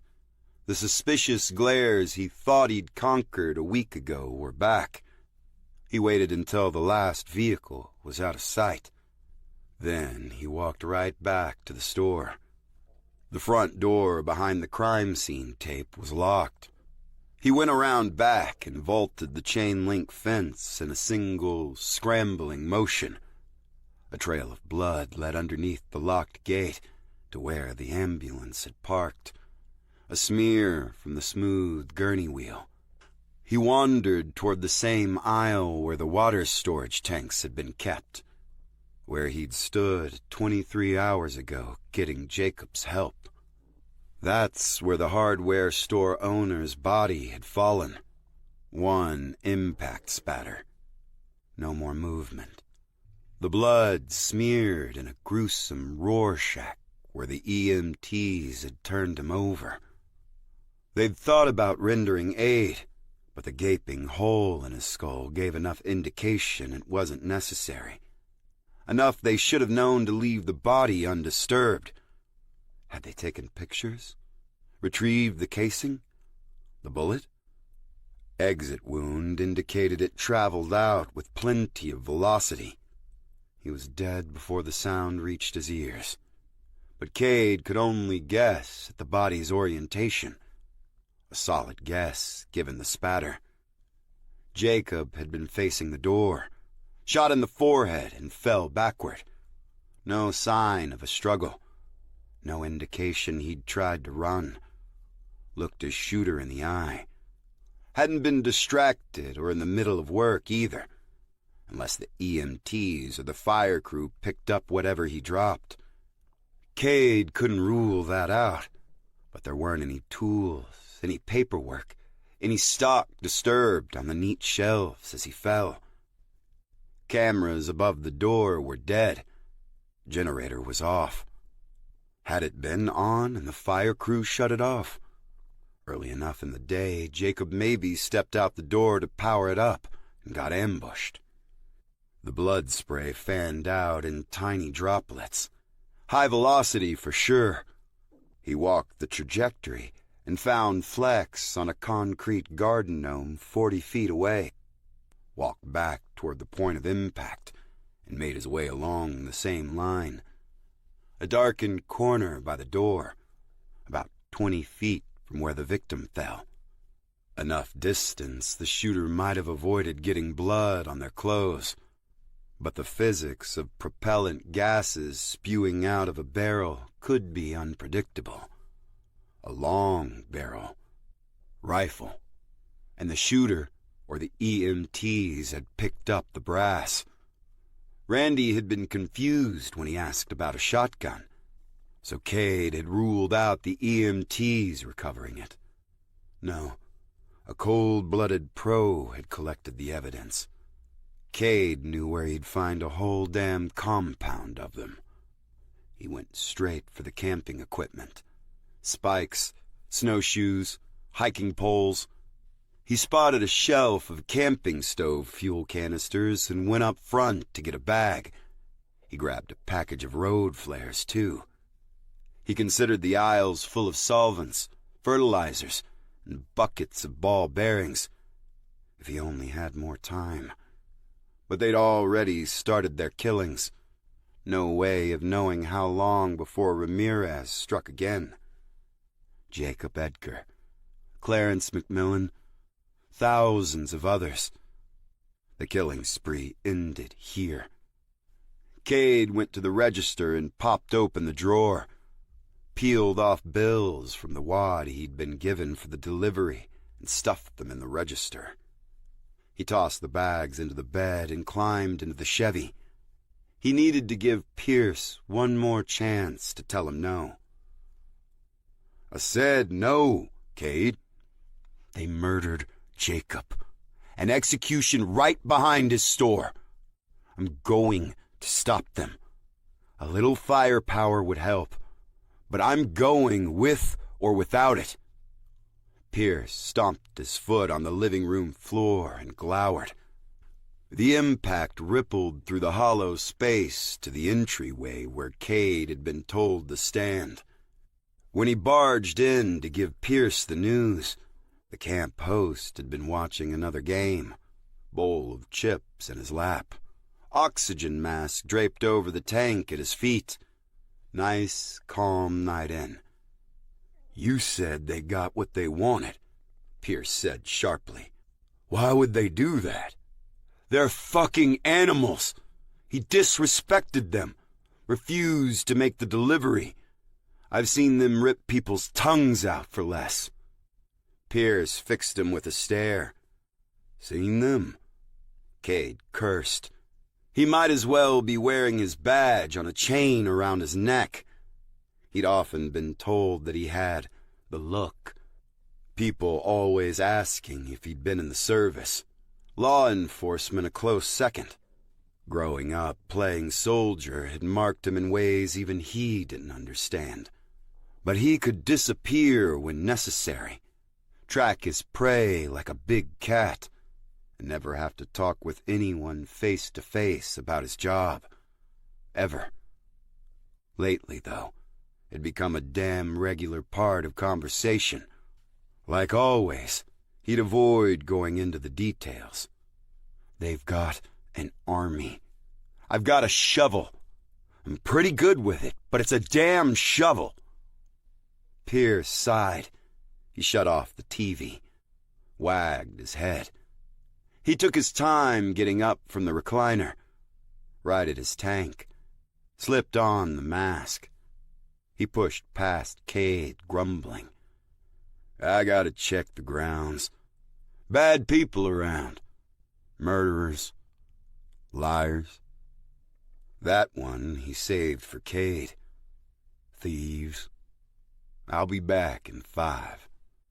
Do you want... You know where I keep 'em. Most of 'em, anyway. Cade stayed in the doorway, hanging on the grab bar as Pierce tore off down the hill in his golf cart. About as good a yes as he was going to get. 18. Cade didn't like his route options. He only really had one. Studying the trail map over and over didn't help. The cartel property backed up to Sequoia National Park. Trails wove in and out, tantalizingly close. But descending the icy cliffs into the hacienda's backyard was a suicide mission. And any incoming vehicles on the road would be spotted miles out. He'd have to go in on foot. He'd spotted a trail named Salt Creek, a thin track winding toward an old forest road. The route passed through a mix of BLM, wilderness, and national monument lands before intersecting Mineral King Road less than a quarter-mile from the cartel base. A long trek, 10, 15 miles on foot. He'd have to prep for an overnight stay. He was packing his gear when he heard Pierce's trailer door slam shut. The host duly rumbled to life and left. He didn't go into town often. Cade figured he wanted to hear for himself what happened to Jacob. Could be a sign their arrangement about the guns might have been eating at him. Pierce had no reason to worry. None of this would come back on him. There'd be nothing left to cause any trouble. He'd disable their grow operation and transportation first, wreck their plans and lure the boss out of his fortified house.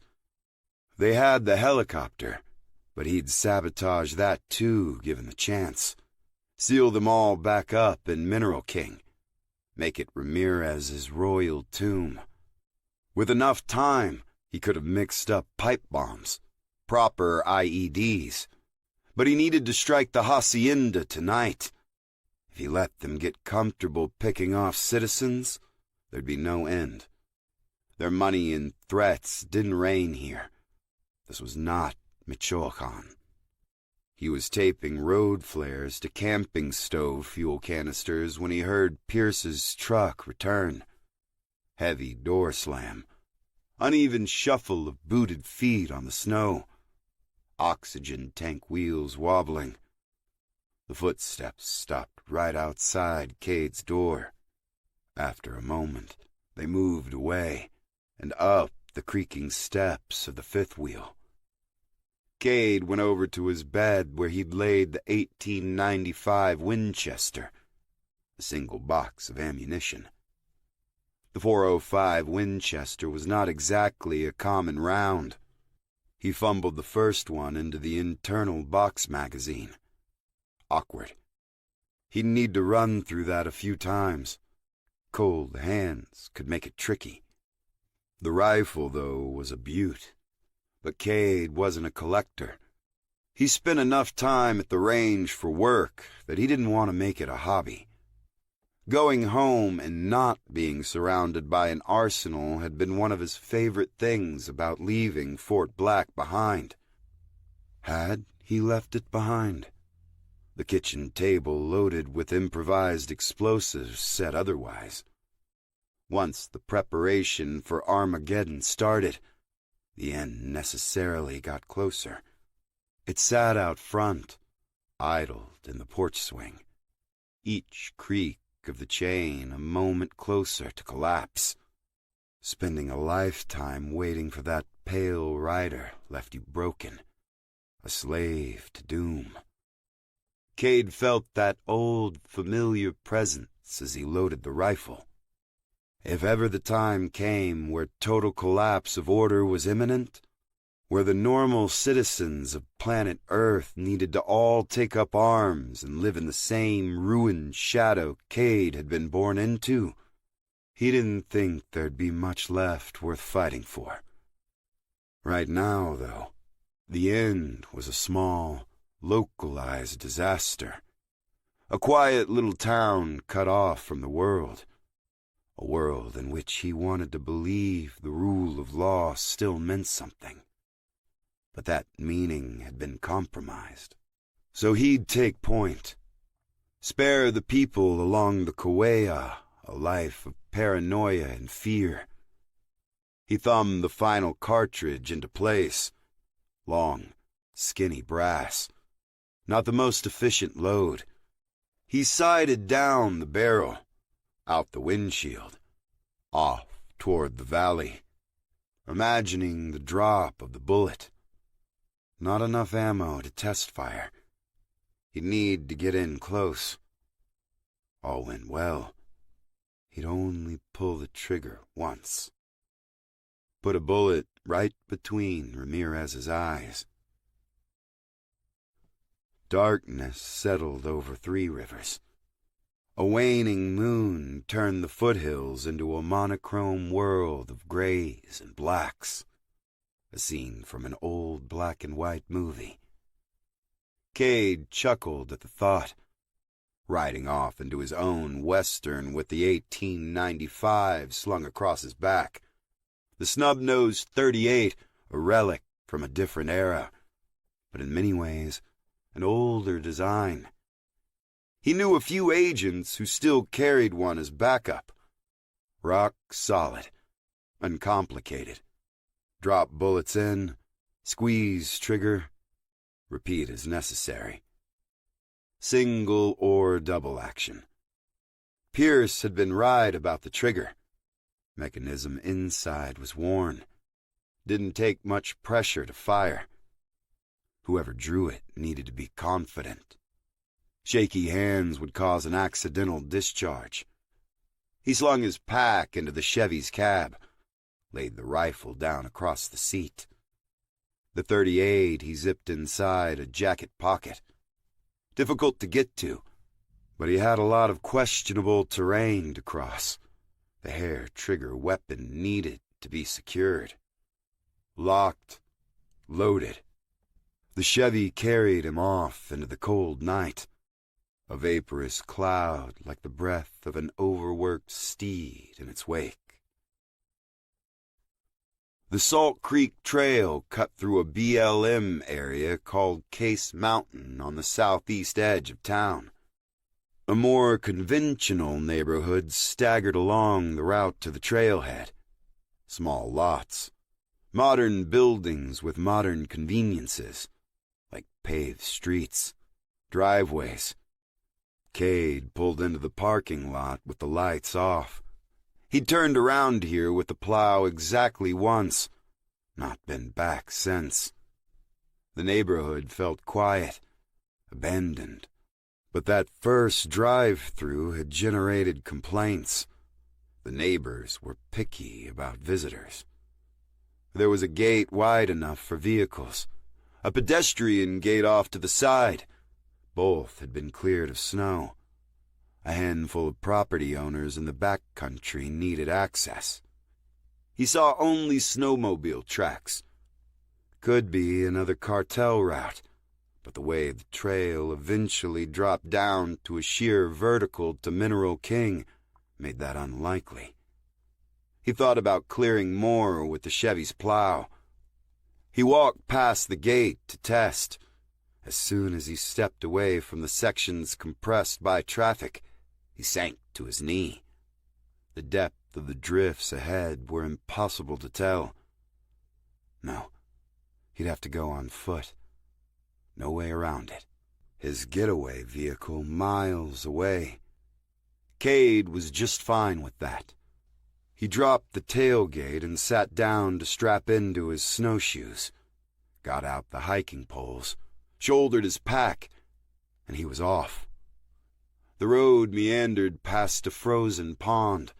He caught glimpses of crisp stars reflecting on patches of bare ice. A boulder squatted on the opposite bank, slicked over with ice and sprouting a wild mop of willow. Scrub trees pocked the slopes beside rounded outcroppings. Trees grew fuller here, shady copses in spring and summer, but bare-boned specters in this early winter. He passed the metal railing of a horse corral, half buried, the rim of an antique bathtub curled out of the snow, repurposed for a trough. He wouldn't blame anybody for boiling some water, stripping, and enjoying a soak. Winter had come early, but why not? Spring might be better. Must be spectacular here. Mountains on all sides, wildflowers bursting from the rich soil. A fertile place until the droughts and the warming summers scorched it all. He decided he'd come back next spring to see for himself. Imagined he had that option. A strong case to keep him living on the road even after all the business with Sergei was done. Life in Hindi was his new normal. Playing house for a few weeks didn't change anything. TDYs for the Bureau had kept him on the move, but never at his own pace. Even in Hindi, he wasn't completely free. He was chasing Sergei or marching off to do battle with the drug lord. But with each step, he was the one calling the shots. No paperwork, no supervisors, no worrying about office politics. A freedom he'd forgotten he once had. The road climbed out of the valley and ran the northern ridge, switching back several times before leveling out. A private road branched off, one of the few property owners back here. The road snaked toward a gate. A ranch name arched above it, unreadable in the gloom. He passed another horse corral, only the top rail visible. Wooden, not steel, the boards splintering with age. This trough was carved out of stone and stamped with date. He flicked on his light to see. 1938. But he had to believe people had been visiting this secret paradise for thousands of years before. He checked the map. Another trail should intersect near his current position. No sign of it. He wasn't where he needed to veer off toward Mineral King yet, but that trail would be a foot trail, exactly like the one he couldn't locate here. He stomped around, testing the snow, and heard a hollow thump. He knelt to scrape away the top layer. A picnic table. He was standing on a picnic table. All signs of any further trails obliterated. Navigation would have to be by map and compass. He could use his watch for a quick GPS reading if the valleys didn't swallow the signal. He'd barely started. The forest road would take him to the foot of Case Mountain, another 4 miles away. From there, he'd need to locate the trail north, or blaze one of his own. Then came the challenging part, a steep canyon descent. At least he'd enjoy a little vacation before he clocked in. 19. The son of Hiram Black was not lost. This wasn't a word in his vocabulary. Unscheduled course correction. A slight miscalculation. He knew where he was on the map, just hadn't been able to find the next branch of the trail. And setting off along the necessary heading, he'd gotten swallowed by a snowbank. There'd been a hidden creek bed under him. No solid footing. Hypothermia. Suffocation. Lots of terrible ways to die out here. He kept his cool, made slow, cautious motions to not bring the rest collapsing down around him. Oddly, he felt prepared for the surprise. The recent swim in Lake Mead instantly came to mind. Baggage from his past did not. He worked his way out by wriggling the MPL-50 off his pack and jabbing it through the top like a periscope, wallowing out a hole. Survival tool, literally in this case. This wasn't fresh powder. Damp, slushy. The mixture had immense weight, but less of an urge to keep trickling in around him. He didn't know how long it took to pull himself toward the starry sky, sliced into wedges by the dense redwood canopy. The right gear kept him warm and safe. He dug out a lost snowshoe. Both had come off, one sitting right on top where he'd last stepped. Finally free, time to find his bearings. He hiked toward the adjoining ridge to get a clearer view. The redwoods became taller, their canopies knitted more tightly, feathered arrow shafts piercing the sky, the lowest branches seeming to brush the stars. Wandering into the dark, trunks that appeared close were actually farther away, the distance distorted by their colossal size. He stumbled into a sequoia grove. Cade wandered inside, carelessly shining his light around. The cartel compound suddenly a distant, secondary concern, a problem made insignificant by the magnificent trees. He walked up to touch one, like leaning against a skyscraper. Space had been cleared on the forest floor between the giants. Burned out by wildfire or arson, he wasn't sure.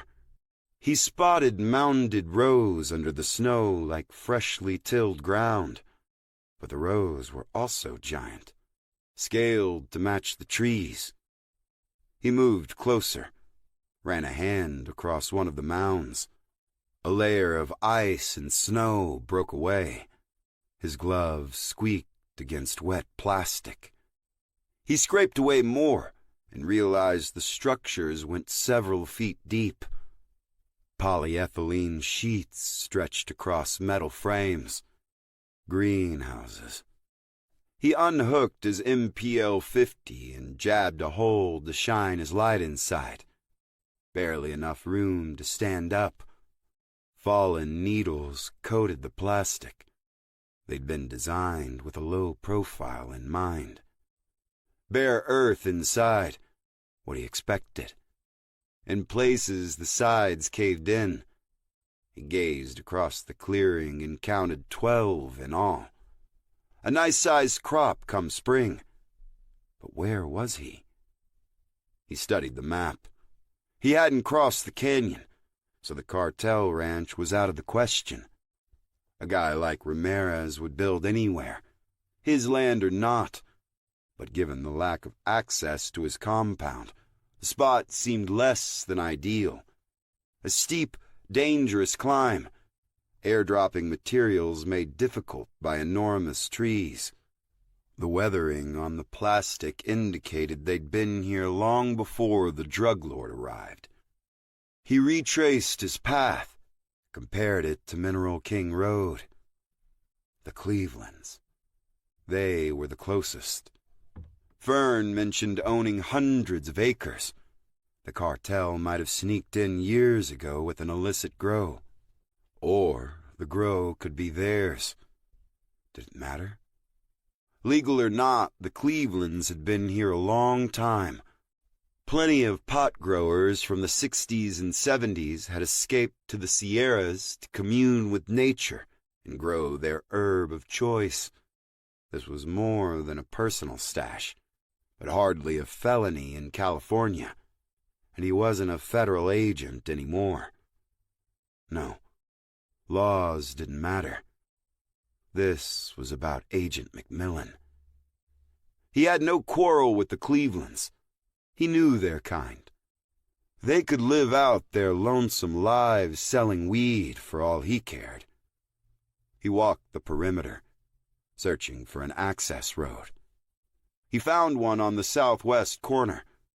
wide enough for a single utility truck with a large plow. The path went deeper into the woods. He started back toward the tree line, but one of the greenhouses caught his eye. Snowfall had created a hollow in front of the door, less buried than the rest. He sidestepped down the drift and went inside. The greenhouse was intact. One raised bed, bounded by boards, ran down the center. The poly sheet had done its job and trapped the daytime warmth. Snow-packed sides had helped to insulate. Cade took off a glove and ran his finger along the plastic. Moist. Ground damp at the edges. The bed of soft earth in the middle, bone dry. Huh. The sun would be up in less than 2 hours. No hope of moving on the hacienda in broad daylight. He needed to scout the ridge first, plan his approach. Roaming up there with a flashlight in the dark within a mile of the sniper's roost wouldn't end well. Cade closed the door and set down his pack. He'd brought his backpacking tent. Hadn't expected to find a pre-built shelter all warmed up and waiting. He stretched out his sleeping bag, took off his ski mask, closed his eyes. As the slightly warmer air thawed his nostrils, he detected that familiar pungent odor, almost floral, but the same skunky smell. Good thing he didn't have an office he needed to report to tomorrow.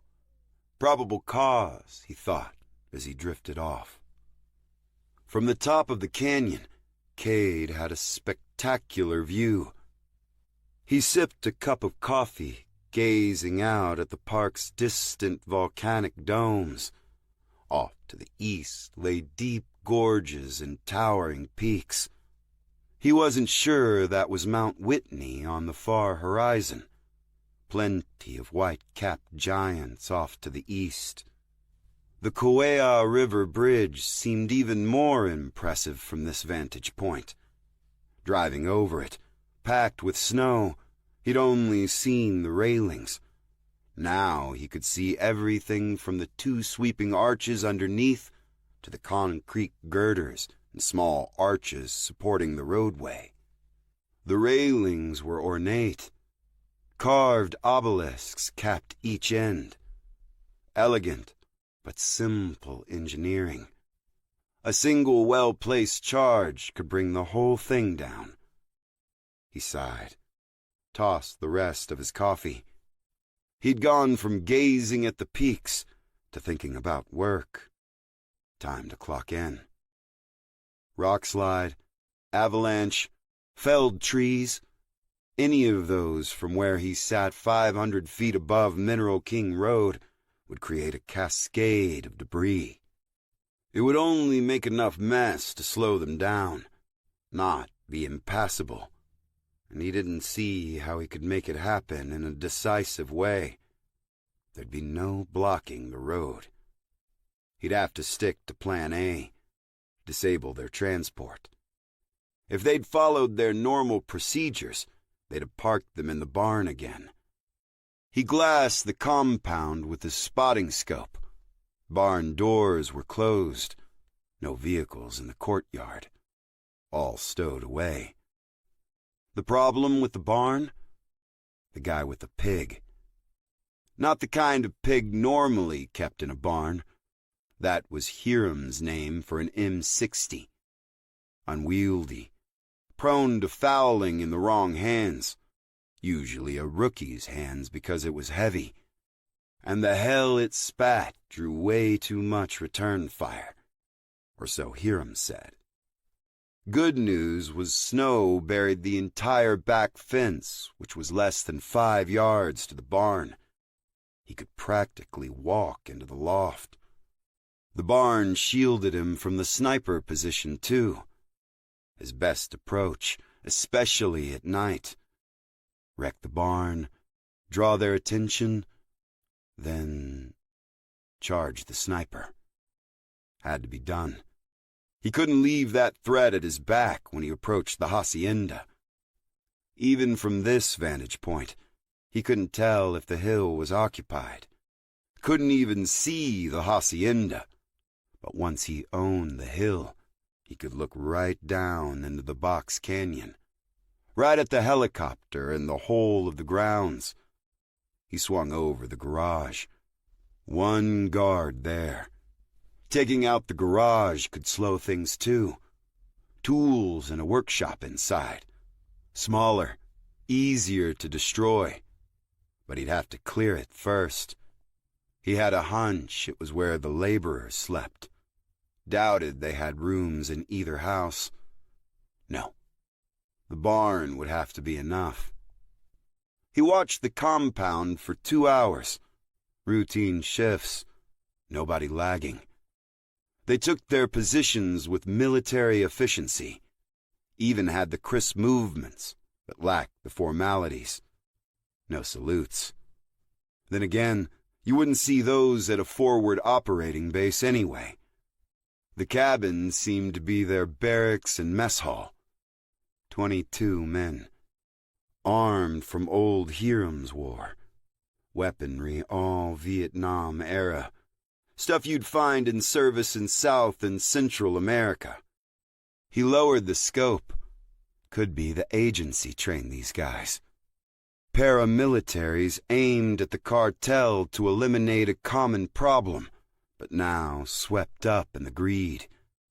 Or they just figured out the cartels had their home addresses and lived a hell of a lot closer than the CIA. That hill, though. The sniper had to have low-light optics. Maybe FLIR. He'd have to find a way to approach without getting shot. Wasn't going to be subtle. 20. Cade crossed the bridge unseen 1 hour after sunset. Chow time. He'd had to descend from the ridge in a tight crevice to keep out of the sniper's potential field of view. The cabin's spotlight illuminated an area near the main gate.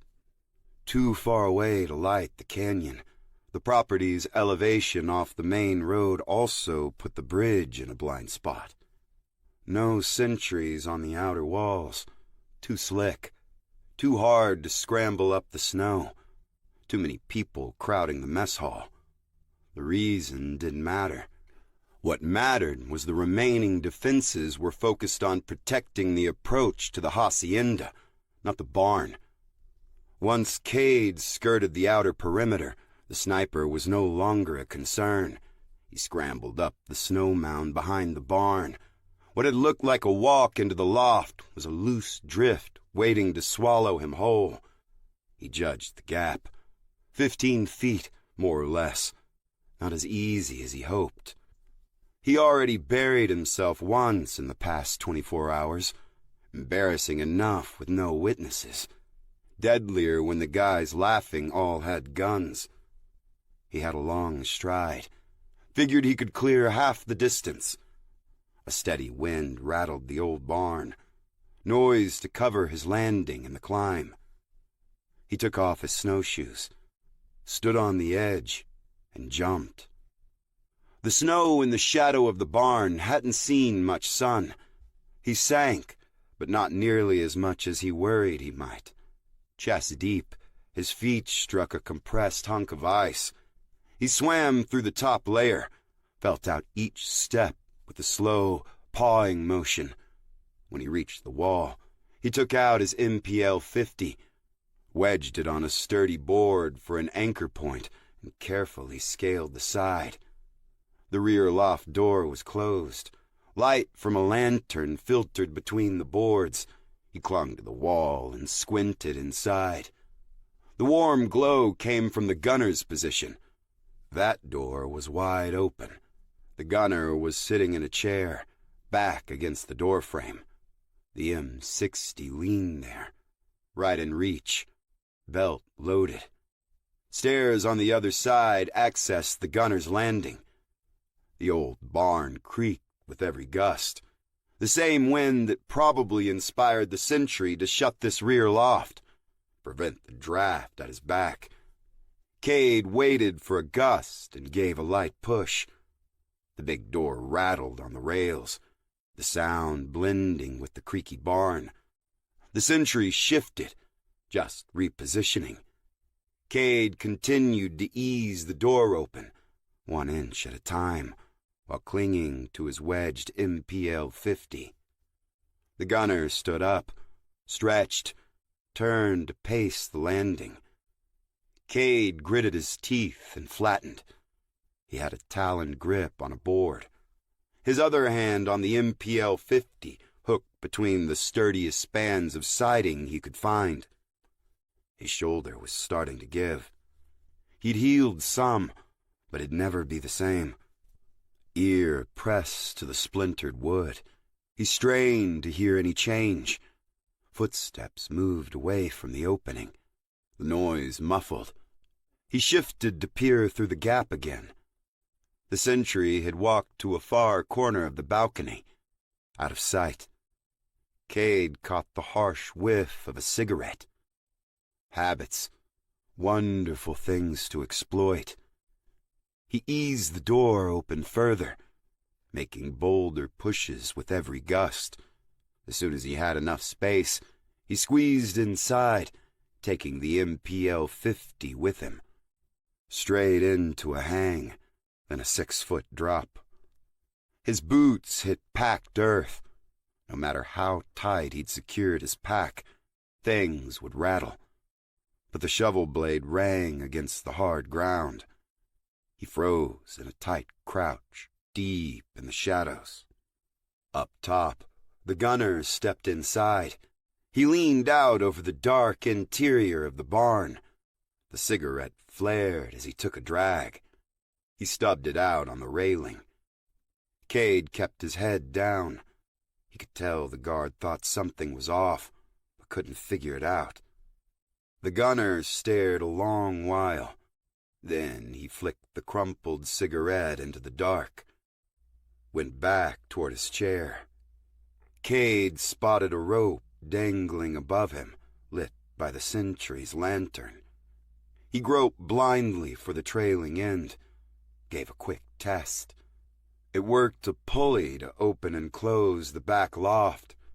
Hand over hand, short bursts, he started to close the gap he'd left. The gunner's steps faltered. A moment of clarity. He realized what he'd missed. Cade silently cursed and worked the rope with feverish care. The gunner reached for a flashlight on his belt. Cade gave the rope one last tug, then melted into the darkness. He left one hand trailing behind to still the rope. As the flashlight beam swung outward, he withdrew his arm into the pool of shadow. Rear loft closed. The guard gave a satisfied tilt of his chin, turned, and sat back down to resume his watch over the courtyard. Cade waited for his eyes to adjust, staring at the bulky shapes arranged around the barn. In the flashlight sweep, he'd seen taillights. The 2 Suburbans in the Expedition. A tractor, too. Good. Everybody was home. He wandered deeper into the pitch-dark maze. 2 snowmobiles were parked sideways, in front of the big barn doors. There, the inner stair and loft landing hid him completely from the sentry. He moved swiftly toward the old stalls being used for storage, the grow supplies, the metal tank sections, all where he last saw them, all about to be turned to scrap. And something else he hadn't seen before. The feeble glow of the lantern fell weakly on a bright orange mounting plate. Maybe for the tractor. The C-shaped hunk of steel was 3/8 inch thick, about 100 pounds of steel. He looked at it, at the snowmobile. The plan he didn't have for dealing with the sniper started to come together. He sat down his pack and crept back to the main door. Sheltered from view, He cupped a hand around his flashlight and scanned the ground. A scattered pile of cigarette butts was between the snowmobiles and the large SUVs. Cade pushed the pile together, topped it off with some hay and an oily rag he found near the tractor. A quick strike on the ferro rod and the little mound went up in flames. He ducked into one of the stalls. Heavy boot falls and the sentry's shadow darkened the landing. A curse in Spanish. He bounded down the steps, one hand on his radio. At the bottom of the stairs, he stared into the flames, incredulous, unsure how to react. Cade knew the thoughts going through his head. 100 times he'd carelessly flicked a butt. Never once had it been a problem. What were the odds the smoldering butt dropped right on a discarded rag? Cade also knew he wasn't about to admit his mistake. The sentry's hand fell from his radio.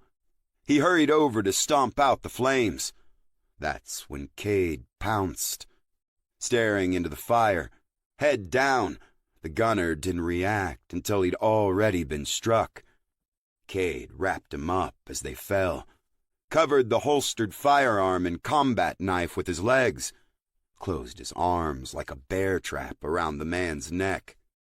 His opponent kicked, thrashed. Cade let him have the moment. He focused his efforts on bringing his forearms together, crushing the soft tissue of the windpipe. They hit the ground. Cade ended up on top with the sentry's face in the dirt. The gunner put his palms down and tried to push off. Cade rolled them both over, putting his own back to the ground. He arched, cinching the noose tighter. A hand helplessly smacked his forearm. Desperate flailing, panicked movements, but with a purpose. A crackle and a chirp emitted from the radio attached to the gunner's vest. Cade pushed off his hip and rolled. The soldier tried to brace, but ended up face down again. Cade hiked his leg up and trapped his opponent's right arm, seized the other wrist with his hand. The choke became a single arm flex, throat crushed between forearm and bicep. The sentry kicked wildly. Cade leaned back hard. The radio chirped again. 10-9. The sentry gurgled. Cade braced his knees against the ground and pulled harder.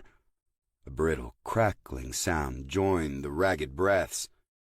10-9. ¿Quién era ese? Slowly the struggle stopped. Trapped limbs went limp. Cade steadied his breathing. He eased the man down and turned him over, careful not to activate the radio. Bulging eyes stared up at him. Adelante. Granero no puede verte. He pulled the mic from the man's still chest. He cleared his throat with a steady exhale, muffled his voice. 10-7, he said. 10-7. Out of service. Piss break. He hoped that worked. The silence expanded. Cade had his breathing under control, but his heart raced. A gust rattled the loose siding. The loft rope slapped rhythmically against the beams. The sentry's dead gaze refused to release him. Copiado. Cade sighed. He stripped off the gunner's winter camo, put it on. He carried the heavy steel mounting plate to the nearest snowmobile. He sat it so the C-shaped plate straddled the nose where a windshield would normally be. The weight could crush the handlebars, interfere with steering, so he fished some rope out of his pack and lashed it in place.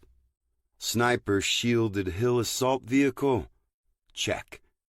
He got out the bag of camping fuel canisters with the taped-on road flares.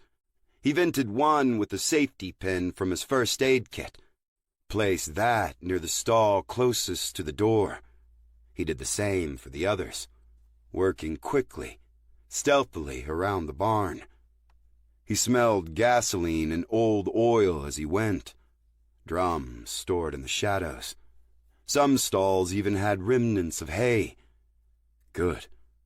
The century-old barn was made of broad pine planks, dry as the not-so-distant Mojave from the decades of drought.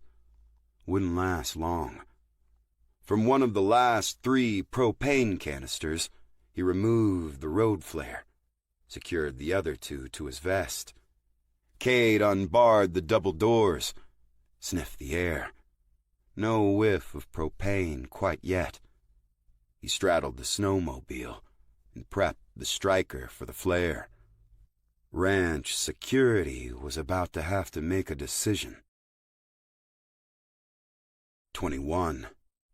"Fuego! Granero, fuego!" Cade called over the radio. He'd pieced the Spanish together from the last radio call-out and vague memories from high school. Granero was the barn. The person trying to verify the gunner's attempts to call for backup must have seen the empty loft and asked for a status. If he was wrong, or his white boy accent too obvious, the Inferno should provide enough cover. He'd already turned the key on the snowmobile. Fuel injection engaged. Didn't quite smell the slowly venting propane yet. A quick yank of the cord and the snowmobile sputtered to life. "Okay?" came the response to his call. No radio formalities. Just sheer bewilderment. Time to add the fuego. Cade flicked the flare's striker cap and tossed the fountain of flame toward the nearest stall. Throttle wide open, he burst through the barn doors. "Fuego! Granero, fuego!" he repeated. A bloom of heat chased him into the frigid air. Guards at the cabin and gates raised their weapons, but held their fire. The flames were little more than an orange glow. More radio calls demanded answers. Guns sighted on him, 2 from the cabin porch, another by the garage, 2 more at the front gate. The spotlight lit him up. He cranked the throttle, squeezing out more speed as he shot toward the rear gate.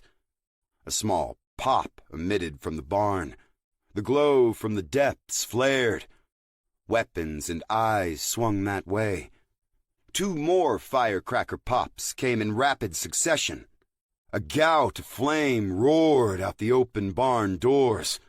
The guards didn't have time to decide where to focus, puzzle out the identity of the rider, or get on that fire before... The massive boom roiled the compound, shockingly loud, bigger than the dozen or so propane canisters. He'd hit some kind of supply depot jackpot of flammability. The old barn shuddered, fire jetting between the slats.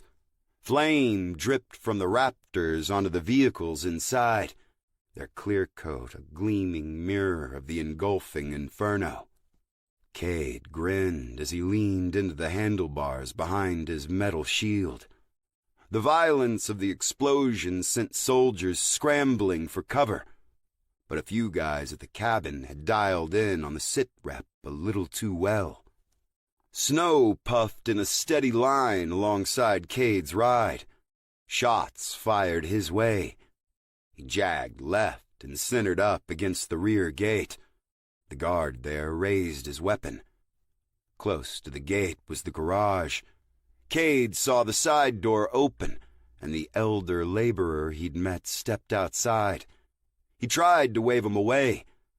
Like anybody needed a warning, all hell was breaking loose out here. The soldier at the gate fired. Cade got small behind the bright orange wedge of steel. Sparks swept over the top rim. The staccato clang of lead flattening against steel. No penetration. The makeshift shield was good for a 5.56 round at least. He clung to the hope the sniper slung the same. He couldn't see the gate, but the wall was closing fast. He made a blind bet he'd lined up well enough and stayed hunkered down. The sentry let up on his trigger and flung himself out of the way. Too slow. The metal plate clipped the man at 50 miles an hour. A crunch, and he went spinning, ragdolled into the concrete wall. Impact with the rear gate came next. This gate, Cade knew, wasn't secured like the main entry. A simple latch, that was all. It burst open, the snowmobile's metal plate deflecting the twisted remains. He checked over his shoulder. The gate cartwheeled into the dark. Hassan, the laborer, walked casually to the opening to watch him race away. Cade wanted to shout for him to run. The words died on his lips. The man had a calmness to him, a certainty about his fate Cade wished he shared. He had no idea how the rest of this would pan out. On to objective number 2, the sniper hill. He carefully drew the hair-trigger .38 from his coat pocket. Tempting as it was, he didn't dare rocket past the hill. He'd be exposed the entire way. No shield to side or rear. Even a half-assed shooter could tag him. So he attacked the slope with as much power as the machine could give. The treads bit deep, a plume of dirty white spewing behind, engines screaming.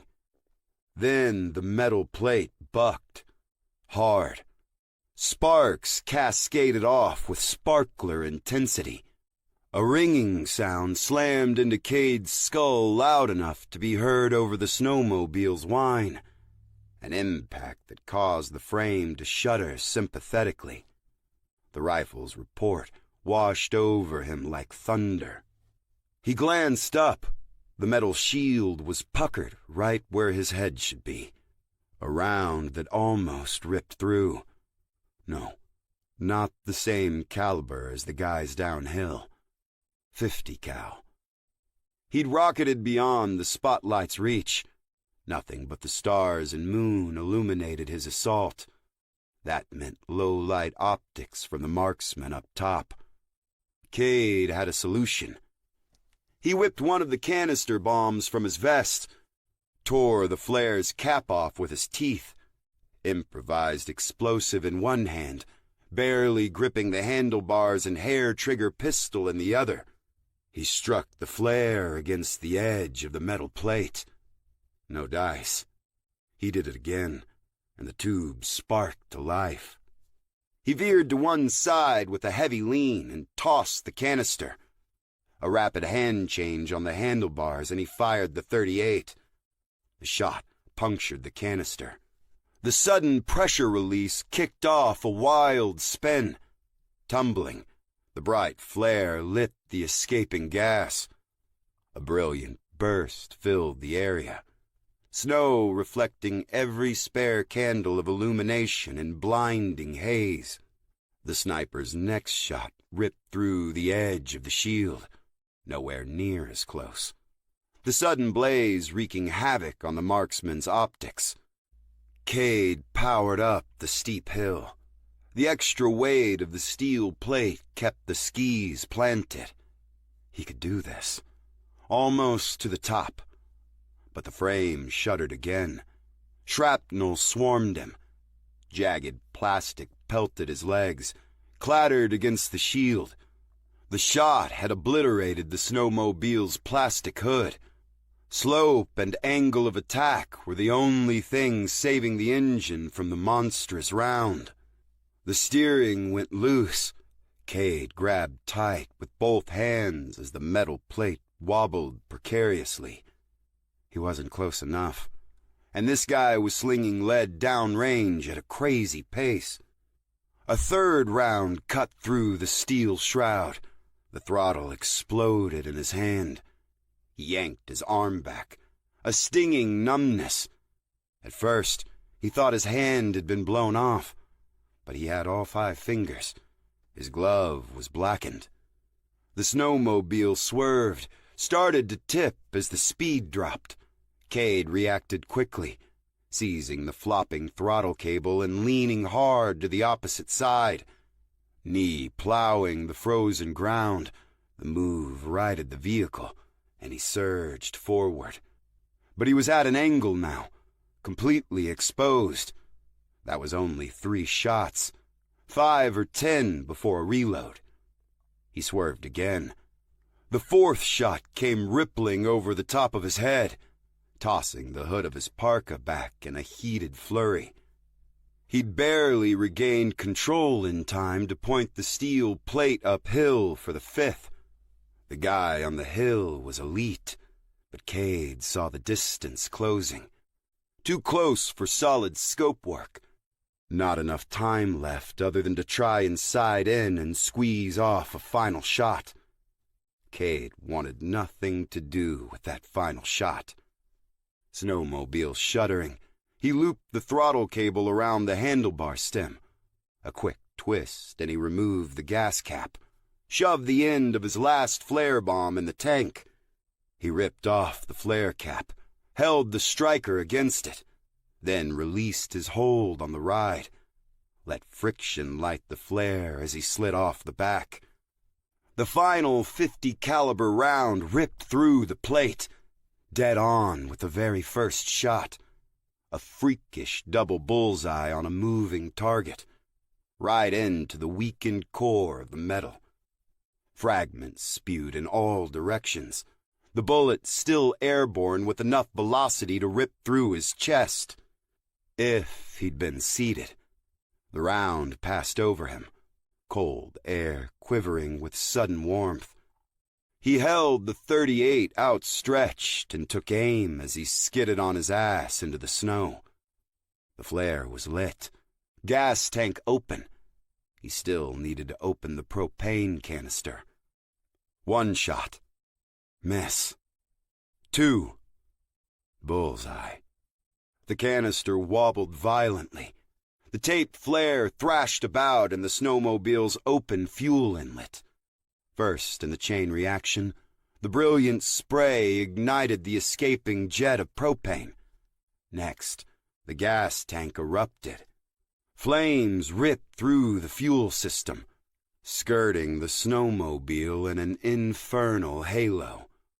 The burning wreckage shot toward the boulder-strewn sniper's roost with an unholy scream.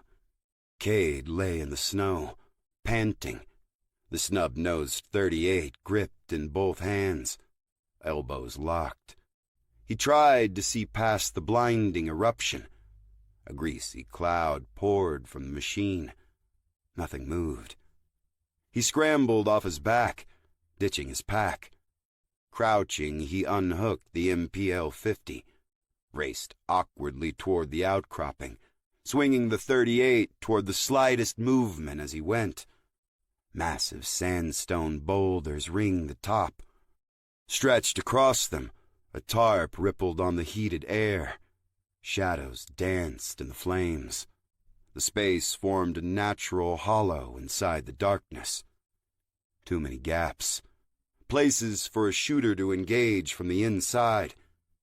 Cade sprinted to the rocks to press his back against them. He knew he couldn't stand here long. The sniper had all the time in the world to wait. He'd kicked a hornet's nest. Had to keep moving to the next objective. It wasn't the close quarters Cade minded. With a raging inferno below, he'd be backlit at any gap he chose as an entry. Another canister bomb would have been better if he'd had any left. Smoke them out. Take the sniper down in the open. He wasn't the only one thinking that. A 5-inch tube came sailing out from between the rocks and landed a foot away. Cade hurled himself off to one side, like the sniper planned. That, or eat a flashbang. Flash. Shots rang out. He couldn't see from where. He squeezed his eyes shut, arm flung across his face against the intense magnesium burn. A zip through the air, a quick tug on his coat sleeve. He didn't feel like he'd been hit. Didn't uncover his eyes to check. Bang! The sound exploded in his skull. His hearing collapsed into a steady din. He wheeled and moved to the side, opening his eyes. Fired a hasty shot through the first gap he spotted between the rocks. Blind cover fire. In the muzzle flare, the interior briefly lit. Face mask, body armor, weapon raised. A matching muzzle flash to Cade's, but his wild shot had put the sniper on the move and off target. Bullets ricocheted into the night. Cade kept moving, spun and placed his back against the rocks again. That was his 5 shots. He dropped the .38 and pressed tight against the boulder. The Winchester was on his pack, out in the snow. The guy inside his hidey hole probably had plenty of rounds. Soon his friends would start crawling up the hill. The whine of a rotor came swirling up from the direction of the hacienda. That plan Cade never had was starting to come apart. 22. Cade scanned the sniper roost frantically. He had moments before the guy inside slipped around the corner, guns blazing. The hilltop was strewn with boulders, the larger ones gathered in the center to create the fortified fire position, all topped off with a nylon tarp, an impregnable fortress with a questionable roof. Cord ran down from the 2 corners of the tarp facing him.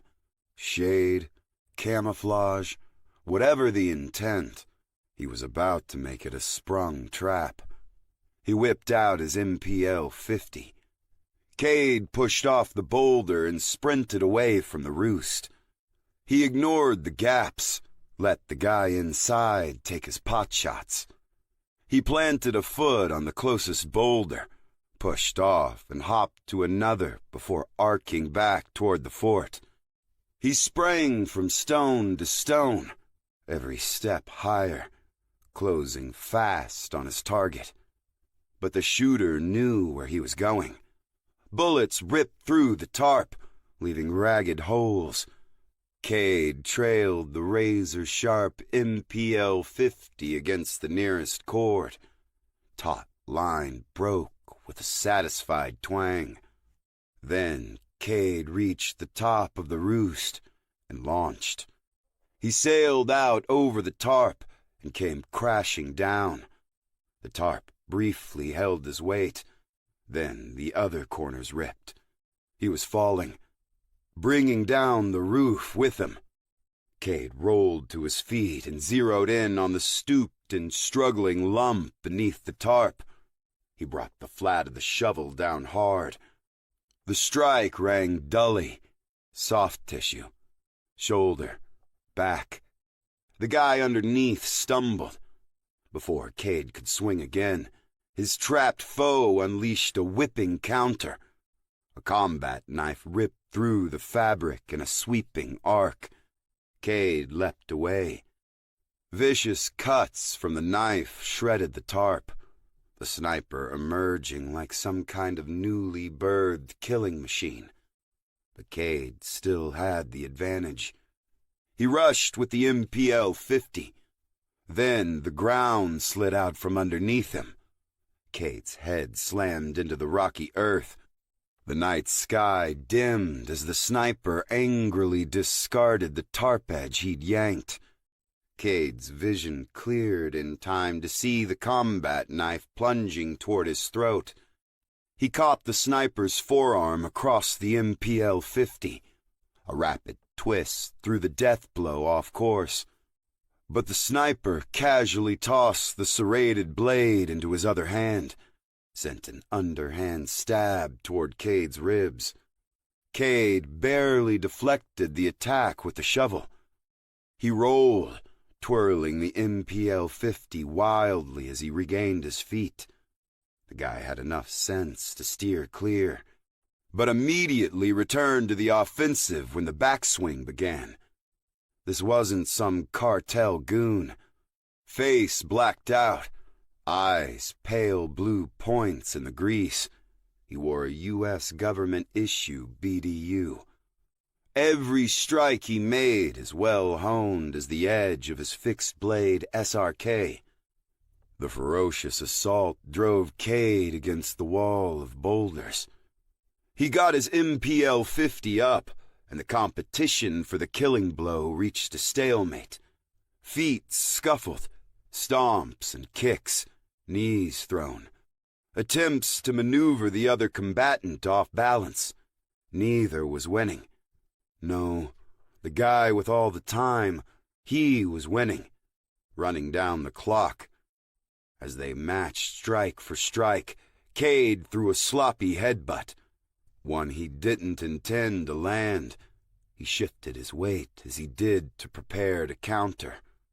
And there it was, the matching move, the sniper's skull careening toward the bridge of Cade's nose. Only he dropped his center of gravity and executed a half-assed hip toss. Normally wouldn't have amounted to much more than a forward stumble, except for the rock behind him, ready to meet the guy's face. That was the shake-up he needed. Cade took control of the soldier's knife hand, wrenched it hard around behind him. Cade silenced the corresponding grunt of pain with a knee to the face. He let the sniper drop roughly and rolled him over, patted him down, tossed his knife, his ammo, anything remotely dangerous. He dropped his shovel in the takedown. He searched the hollow wildly, saw it off to the side. Nearby, an HK-416. When you can't help but be in the shit, you really want the HK. Macmillan's advice from that distant memory. Cade dug out the dog tags hanging around the sniper's neck. Solid black. Name, serial number, blood type. SEAL Team 10. He stepped away, dizzy, like the flashbang had caught up to him. He stared down at the unconscious soldier and dragged his hand across his brow to wipe away the blood. First the DEA, now an elite special forces sniper playing bodyguard to a drug lord. He staggered off and scooped up the MPL-50. He looked at the blood on his hand, unsure if it was his or the man at his feet. You reap what you sow, Cade. There ain't no working for those bastards. They'll work you, leave you to rot when they're done. Then you'll be wishing you'd stuck with your blood. Stayed out there in Fort Black, where we had the beginnings of something real. A future. Freedom. Cade drew back the MPL-50. He held the sharpened tip over the unconscious man's neck. DEA, SEAL Team, he didn't care. They were defending a murdering bastard who'd slaughtered one of their own. Cade's blood. His only family he had left in this treacherous world. His chest tightened.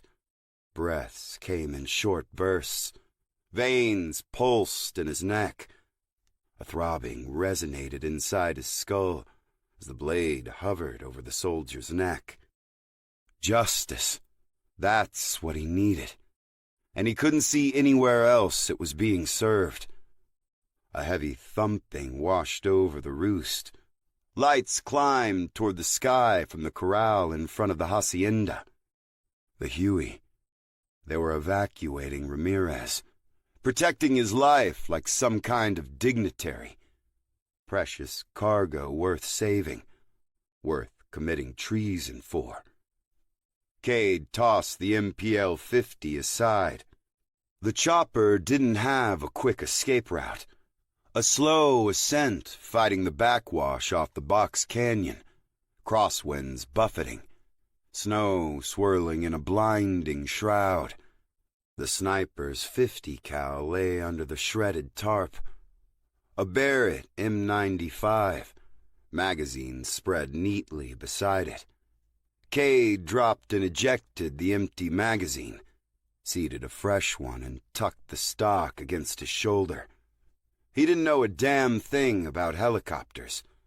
They had an engine, spun big blades, made of light aircraft metals to get the lift they needed.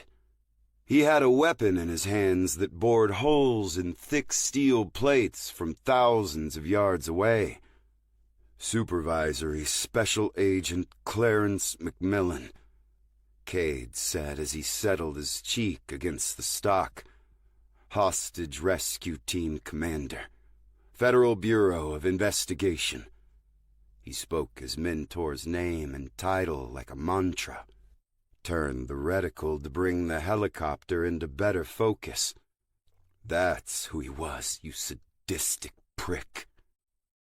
He swept the scope across the snowy haze, a whirlwind of sparkling particles through the night optics. The chopper rose higher, creeping out of the shroud. He sighted up the pilot, Lambert. His co-pilot was a silhouette on the opposite side. No headset. Couldn't risk the hair. Lobo. The back jump seats were full. More of the entourage. He caught Ramirez's profile in the center, the way he'd first seen him. A creature of the dark, admiring his grisly work. Cade swept his sights toward the engine. No survivors. As he curled a finger on the trigger, the chopper reached the clear night sky. The raging fire from the barn washed across the windows like an infernal spotlight. A face stared at that inferno. Young, her hair pulled back in a quick ponytail, like she did every morning when she slid out of bed to make breakfast. Anne. They had Anne. Firelight danced over her fearful gaze. Cade's aim stayed true, his finger tightening against the trigger. 5-pound pull weight, all he needed to end his nightmare. Innocent bystanders, collateral damage. What was one more when he could save thousands from the cartel's violence?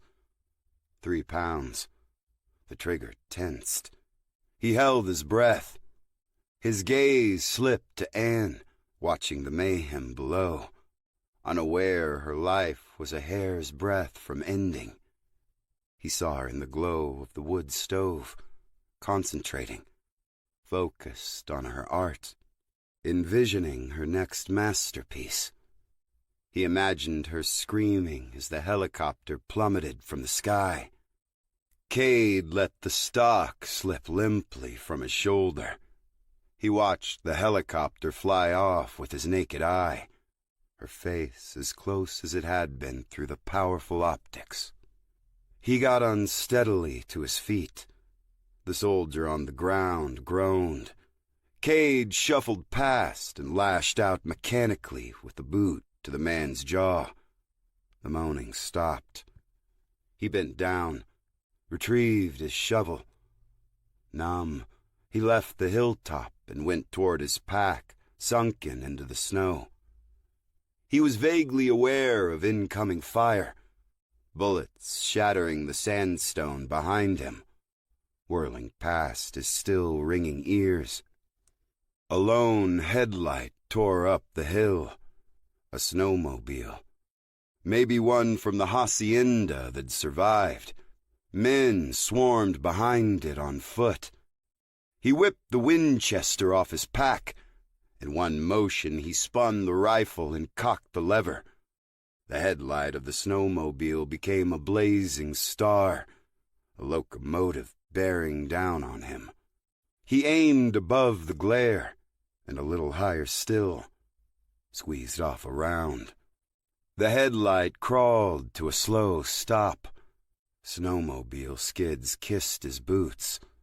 He shouldered his pack and moved to the seat where he shoved the dead rider off, bullet between the eyes.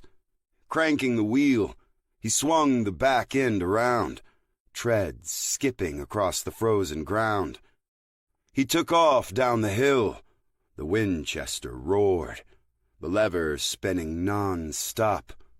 He felt nothing his men dropped, as his pursuers bled in the snow. Shots cratered the front shroud.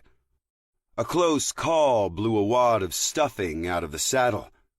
He didn't let up until he'd put the hacienda far behind him, until he found himself in the woods where things made sense, where a person didn't mean a damn thing to the world more than any other lump of flesh destined to eat or be eaten.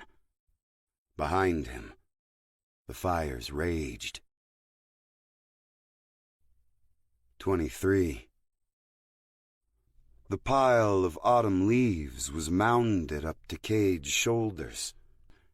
He'd been outside all day with a rake, dragging them to the center of the yard. At least the flower beds were done. Mrs. Mac was all over his ass on those. No flowers, not this time of year, but she wanted to be particular. Cade understood all that urgency when it was about matters of survival. Getting yelled at over pretty flowers was starting to irritate him. But he did as he was told. Refused to use the leaf blower, though. Waste of fuel. Sure, gas stations weren't a 2-hour drive to civilization. They were on every corner here. But suburban D.C. felt as foreign and remote as the million acres of wilderness around Hungry Horse, Montana. The McMillans owned a little one-story brick house, like all the others on the street. Door in the middle, 2 windows either side, tidy lawns set back from a strip of asphalt. Knowing life was confined to the red brick box and fenced yard made Cade uneasy. He got by pretending they were barracks, part of a bigger compound that stretched out to the open green meadow a block away. Only the meadow wasn't so open. A golf course. It was a stretch imagining the manicured greens to be part of a tactical proving ground. But he did. He dreamed of target shooting under that slice of open sky. But with the fort raised, so was the armory. McMillan kept his guns locked up. Not a service weapon. That he kept close by. Always. Cade had yet to figure out where because the man was rarely home. Cade took the lack of access to firearms personally, a sign he'd become a prisoner. Slave to tyranny. This was a sentence he just needed to wait out a few more years. Daily chores to increase the odds of survival in a remote and hostile world were also gone. Instead, he did chores for appearances, something he'd never concerned himself with. The only bonding he'd done with Mrs. Mac involved a trip to a hair salon at her insistence. He'd caused that when he picked up a pair of scissors to do it himself. Her eyes went wide with fear, but she hadn't been worried he'd do it wrong. It was the sharp blade in his hands.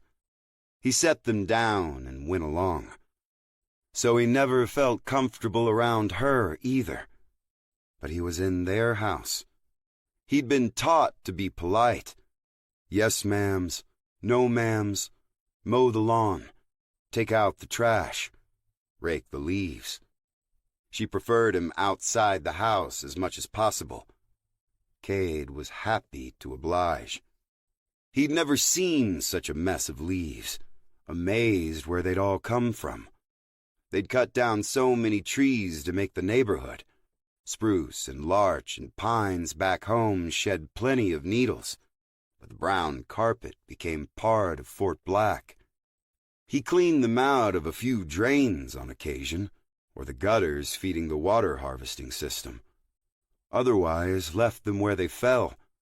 Let snow break them down each winter and spring. Go on with working to live. Why shouldn't these leaves be the same? Cade tidied the pile and checked the wind. Not so much as a gentle breeze. Skies clear. They'd had rain 2 days before, and the green grass was spongy under bare feet. Agent McMillan was home today, just asleep. Cade heard him come in around 3 in the morning, pretended to sleep as he shuffled outside his bedroom door. Left a note to rake the damn leaves. Leaf blower and gas in the garage. Said he'd be out to help. Cade rolled out of bed 2 hours later and got started with the rake. Aside from the waste of fuel, Cade saw no reason to wake McMillan with the leaf blower. A rake would work fine, but he was now at the point where a little gasoline would be useful. He poured a bit on the pile. Lazy man's way to start a fire. A minor act of rebellion against Hiram any time he'd been asked to see to the burn pile at Fort Black. He struck a match and tossed it in. The job had taken hours. Watching the leaves ignite was a satisfying reward. Bright outside, he couldn't see much flame. Only watch all those leaves crumple and wither into blackened curls. Then, nothing. Flames rose as the fire fed. Fort Black had gone in the same way. Fires in sections. The tactical teams had smoke jumpers on standby, he later learned. Like they knew what would happen. He stared into those flames and watched Fort Black turn to ash. Heard the gunshots, the bodies drop and the swirling smoke. Skin curling. People going to nothing but cinders like the leaves. All of it burned away, but not quite cleansed. "Clarence!" he heard Mrs. Mack shout, terrified. She was on the back porch. "Clarence! My God, he's trying to burn down the neighborhood!" He stared at her blankly. She'd been up early, managing him as he cleared leaves out of the gardens. Her eyes never left him while he worked. He held the rake this time. Wasn't sharp or even dangerous. Plastic, even. The way she looked at him, he finally understood. He was the dangerous thing. A soulless animal intent on destruction. The live bomb McMillan brought home from work and plopped down on the plush couch. The one that made her cringe whenever Cade touched it. McMillan rushed outside, fire extinguisher in hand. He blasted the pile, the yellowish cloud of powder scattering the leaves, coating the yard. He spread the leaves near the middle with slippered feet, soles blackening, melting. Cade picked up the rake to help. McMillan snatched it away, did the work himself with angry jabs. Cade stepped back and waited for what was coming. No sense in running. Never had been. Finished, McMillan surveyed the blackened scar on his green yard. When he turned, Cade tensed, prepared himself for the beating he guessed he deserved. McMillan sighed and set down the rake. "Cade, we don't do that around here." His voice was full of disappointment, a deeper wound than any open-handed strike. Tired eyes flicked over Cade's shoulder where Mrs. Mack glowered. "Don't do what?" "The leaves. We don't burn them. You should have come to get me like I said, in the note." Cade wasn't quite understanding. He almost wanted Mac to belt him. Make more sense. But seeing the blackened scar on the grass clued him in. More of that appearances stuff, like the flower bed. "Yes, sir." Sirens sounded in the distance. Cade flinched. The fenced-in yard quickly becoming a cage. Walls so low, they were useless for any defense. He checked every angle, planning his escape. One quick vault, he'd be gone. McMillan grabbed him by the arms. "Whoa. Here. Look. Here." Cade found his eyes, and the disappointment had washed away. Stay right here, okay? Cade nodded. Macmillan went inside. The sirens got closer, but they couldn't drown out the shouting inside the brick house. Cade didn't bother listening. He'd heard the argument before. He stayed put, right where he'd been told, and waited. If a badge, a uniform, came through that sliding porch door, he'd bolt. Be out of their lives. Let them keep their green grass, their flowers that weren't even blooming. Less than 2 months later, Mrs. Mack wasn't Mrs. Mack anymore. That whole part of Cade's life felt surreal, like he'd been stuffed inside somebody else's dream, a mute observer to events he couldn't interpret. He was starting to feel that way again in Mineral King. The snowmobile slalomed down Mineral King Road on a direct route to Three Rivers. If the cartel scrounged up enough unmelted vehicles to pursue, he'd put more in the grave.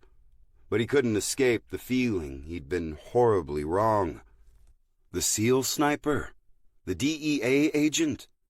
He wondered if he hadn't stumbled into a black op right here on U.S. soil. If so, the sniper should have left his tags on base, shouldn't he? What was happening here? At least he knew why Agent Lambert brought up Anne earlier. He had a plan for her. Use her as leverage over the loose cannon who'd stumbled into his op. But was Lambert working for the government, or doing a private favor for Ramirez? Corrupt agents weren't impossible, but bad seeds in the Navy SEALs were another matter. Those ranks were microscopically thin. Best of the best, an understatement. Finding one willing to play bodyguard for a drug lord in his spare time would be tough. Finding one with anything called spare time even trickier. Anywhere else in the world, he'd assume the agency was running this sideshow. Could be that the current president and his cabinet considered California a foreign country. All the political nonsense had gotten so bad, United felt like a stretch goal. No, that level of risk would be too great. To the public, for political careers. Only the FBI had legal authority to conduct intelligence operations on U.S. soil. But this wasn't intelligence gathering, was it? He pushed the snowmobile harder. Snow skittered into the dark well of the canyon as he kissed the road's edge. He'd driven the snaking path and the lumbering truck too many times. This was the right way to get down in a hurry. He had the treacherous road to himself, used every inch from the boulder-clad cliff to the edge of nothing, leaned into the curves, a quick knee on the seat when the turns called for it, posting frequently on the ice-gouged road. The chopper would be long gone. He wanted to swing by Anne's place, check to see what happened there, maybe find something, anything. He surged down the final hill onto Sierra Drive and skidded west, past a maintenance garage and an electrical substation, dead and buried like ruins of a lost civilization. Could be law and order had abandoned Three Rivers along with every other modern convenience. Could be he was the only one left willing to fight. He'd said there wouldn't be much worth fighting for in those dark days. Then again, fighting was all he knew. 24. The door to Anne's cabin stood wide open. No sign of forced entry. Not so much as a scuff where a combat boot had stopped it from slamming shut. A half-finished glass of wine sat on the table beside a salad. Avocado millet on arugula. Only reason he knew what a millet might be was because of her. In fact, He still didn't know exactly what the hell it was. Same for the arugula. Salad was supposed to have crunch, but no taste. That was what the ranch dressing was for. He'd argued that point with her, and they'd laughed on the empty couch, under the sheepskin throw. Damn, she'd domesticated him more than he'd thought possible. Maybe he'd needed a taste of that. Now she needed him. He searched the house until the sun came up, always alert for passing vehicles or the whine of a snowmobile. No blood, no broken things. An unplanned exit, but she'd cooperated. Good. They'd maybe keep her alive long enough for him to find her. He mounted up and took off for the campground. The snowed-in town always felt quiet, like cruising inside a shut freezer badly in need of defrosting. But even buried, there were signs of life. A stray vehicle or two. ATVs, trucks, snowmobiles. The people of Three Rivers running errands, getting on with their lives. Lance and his crew busily clearing more lots and roads. Today, nothing stirred. It brought an intense surge of isolation Cade couldn't explain. A lot less like wandering an unfamiliar city, and more like scouting occupied territory. Pulling up to the campsite only confirmed the worst. Hendy's door swayed unevenly on a light breeze, forced open. With the site tucked away up and above the campground office, he hadn't noticed until too late. The shattering noise of the snowmobile offered plenty of advance warning to whoever might be inside. The treads were still rolling as he slipped off the seat and swung the Winchester off his pack, flicked the lever, and brought the barrel around to cover the door. The snowmobile glided toward the face of the hill and bumped to a stop. Cade's eyes went everywhere.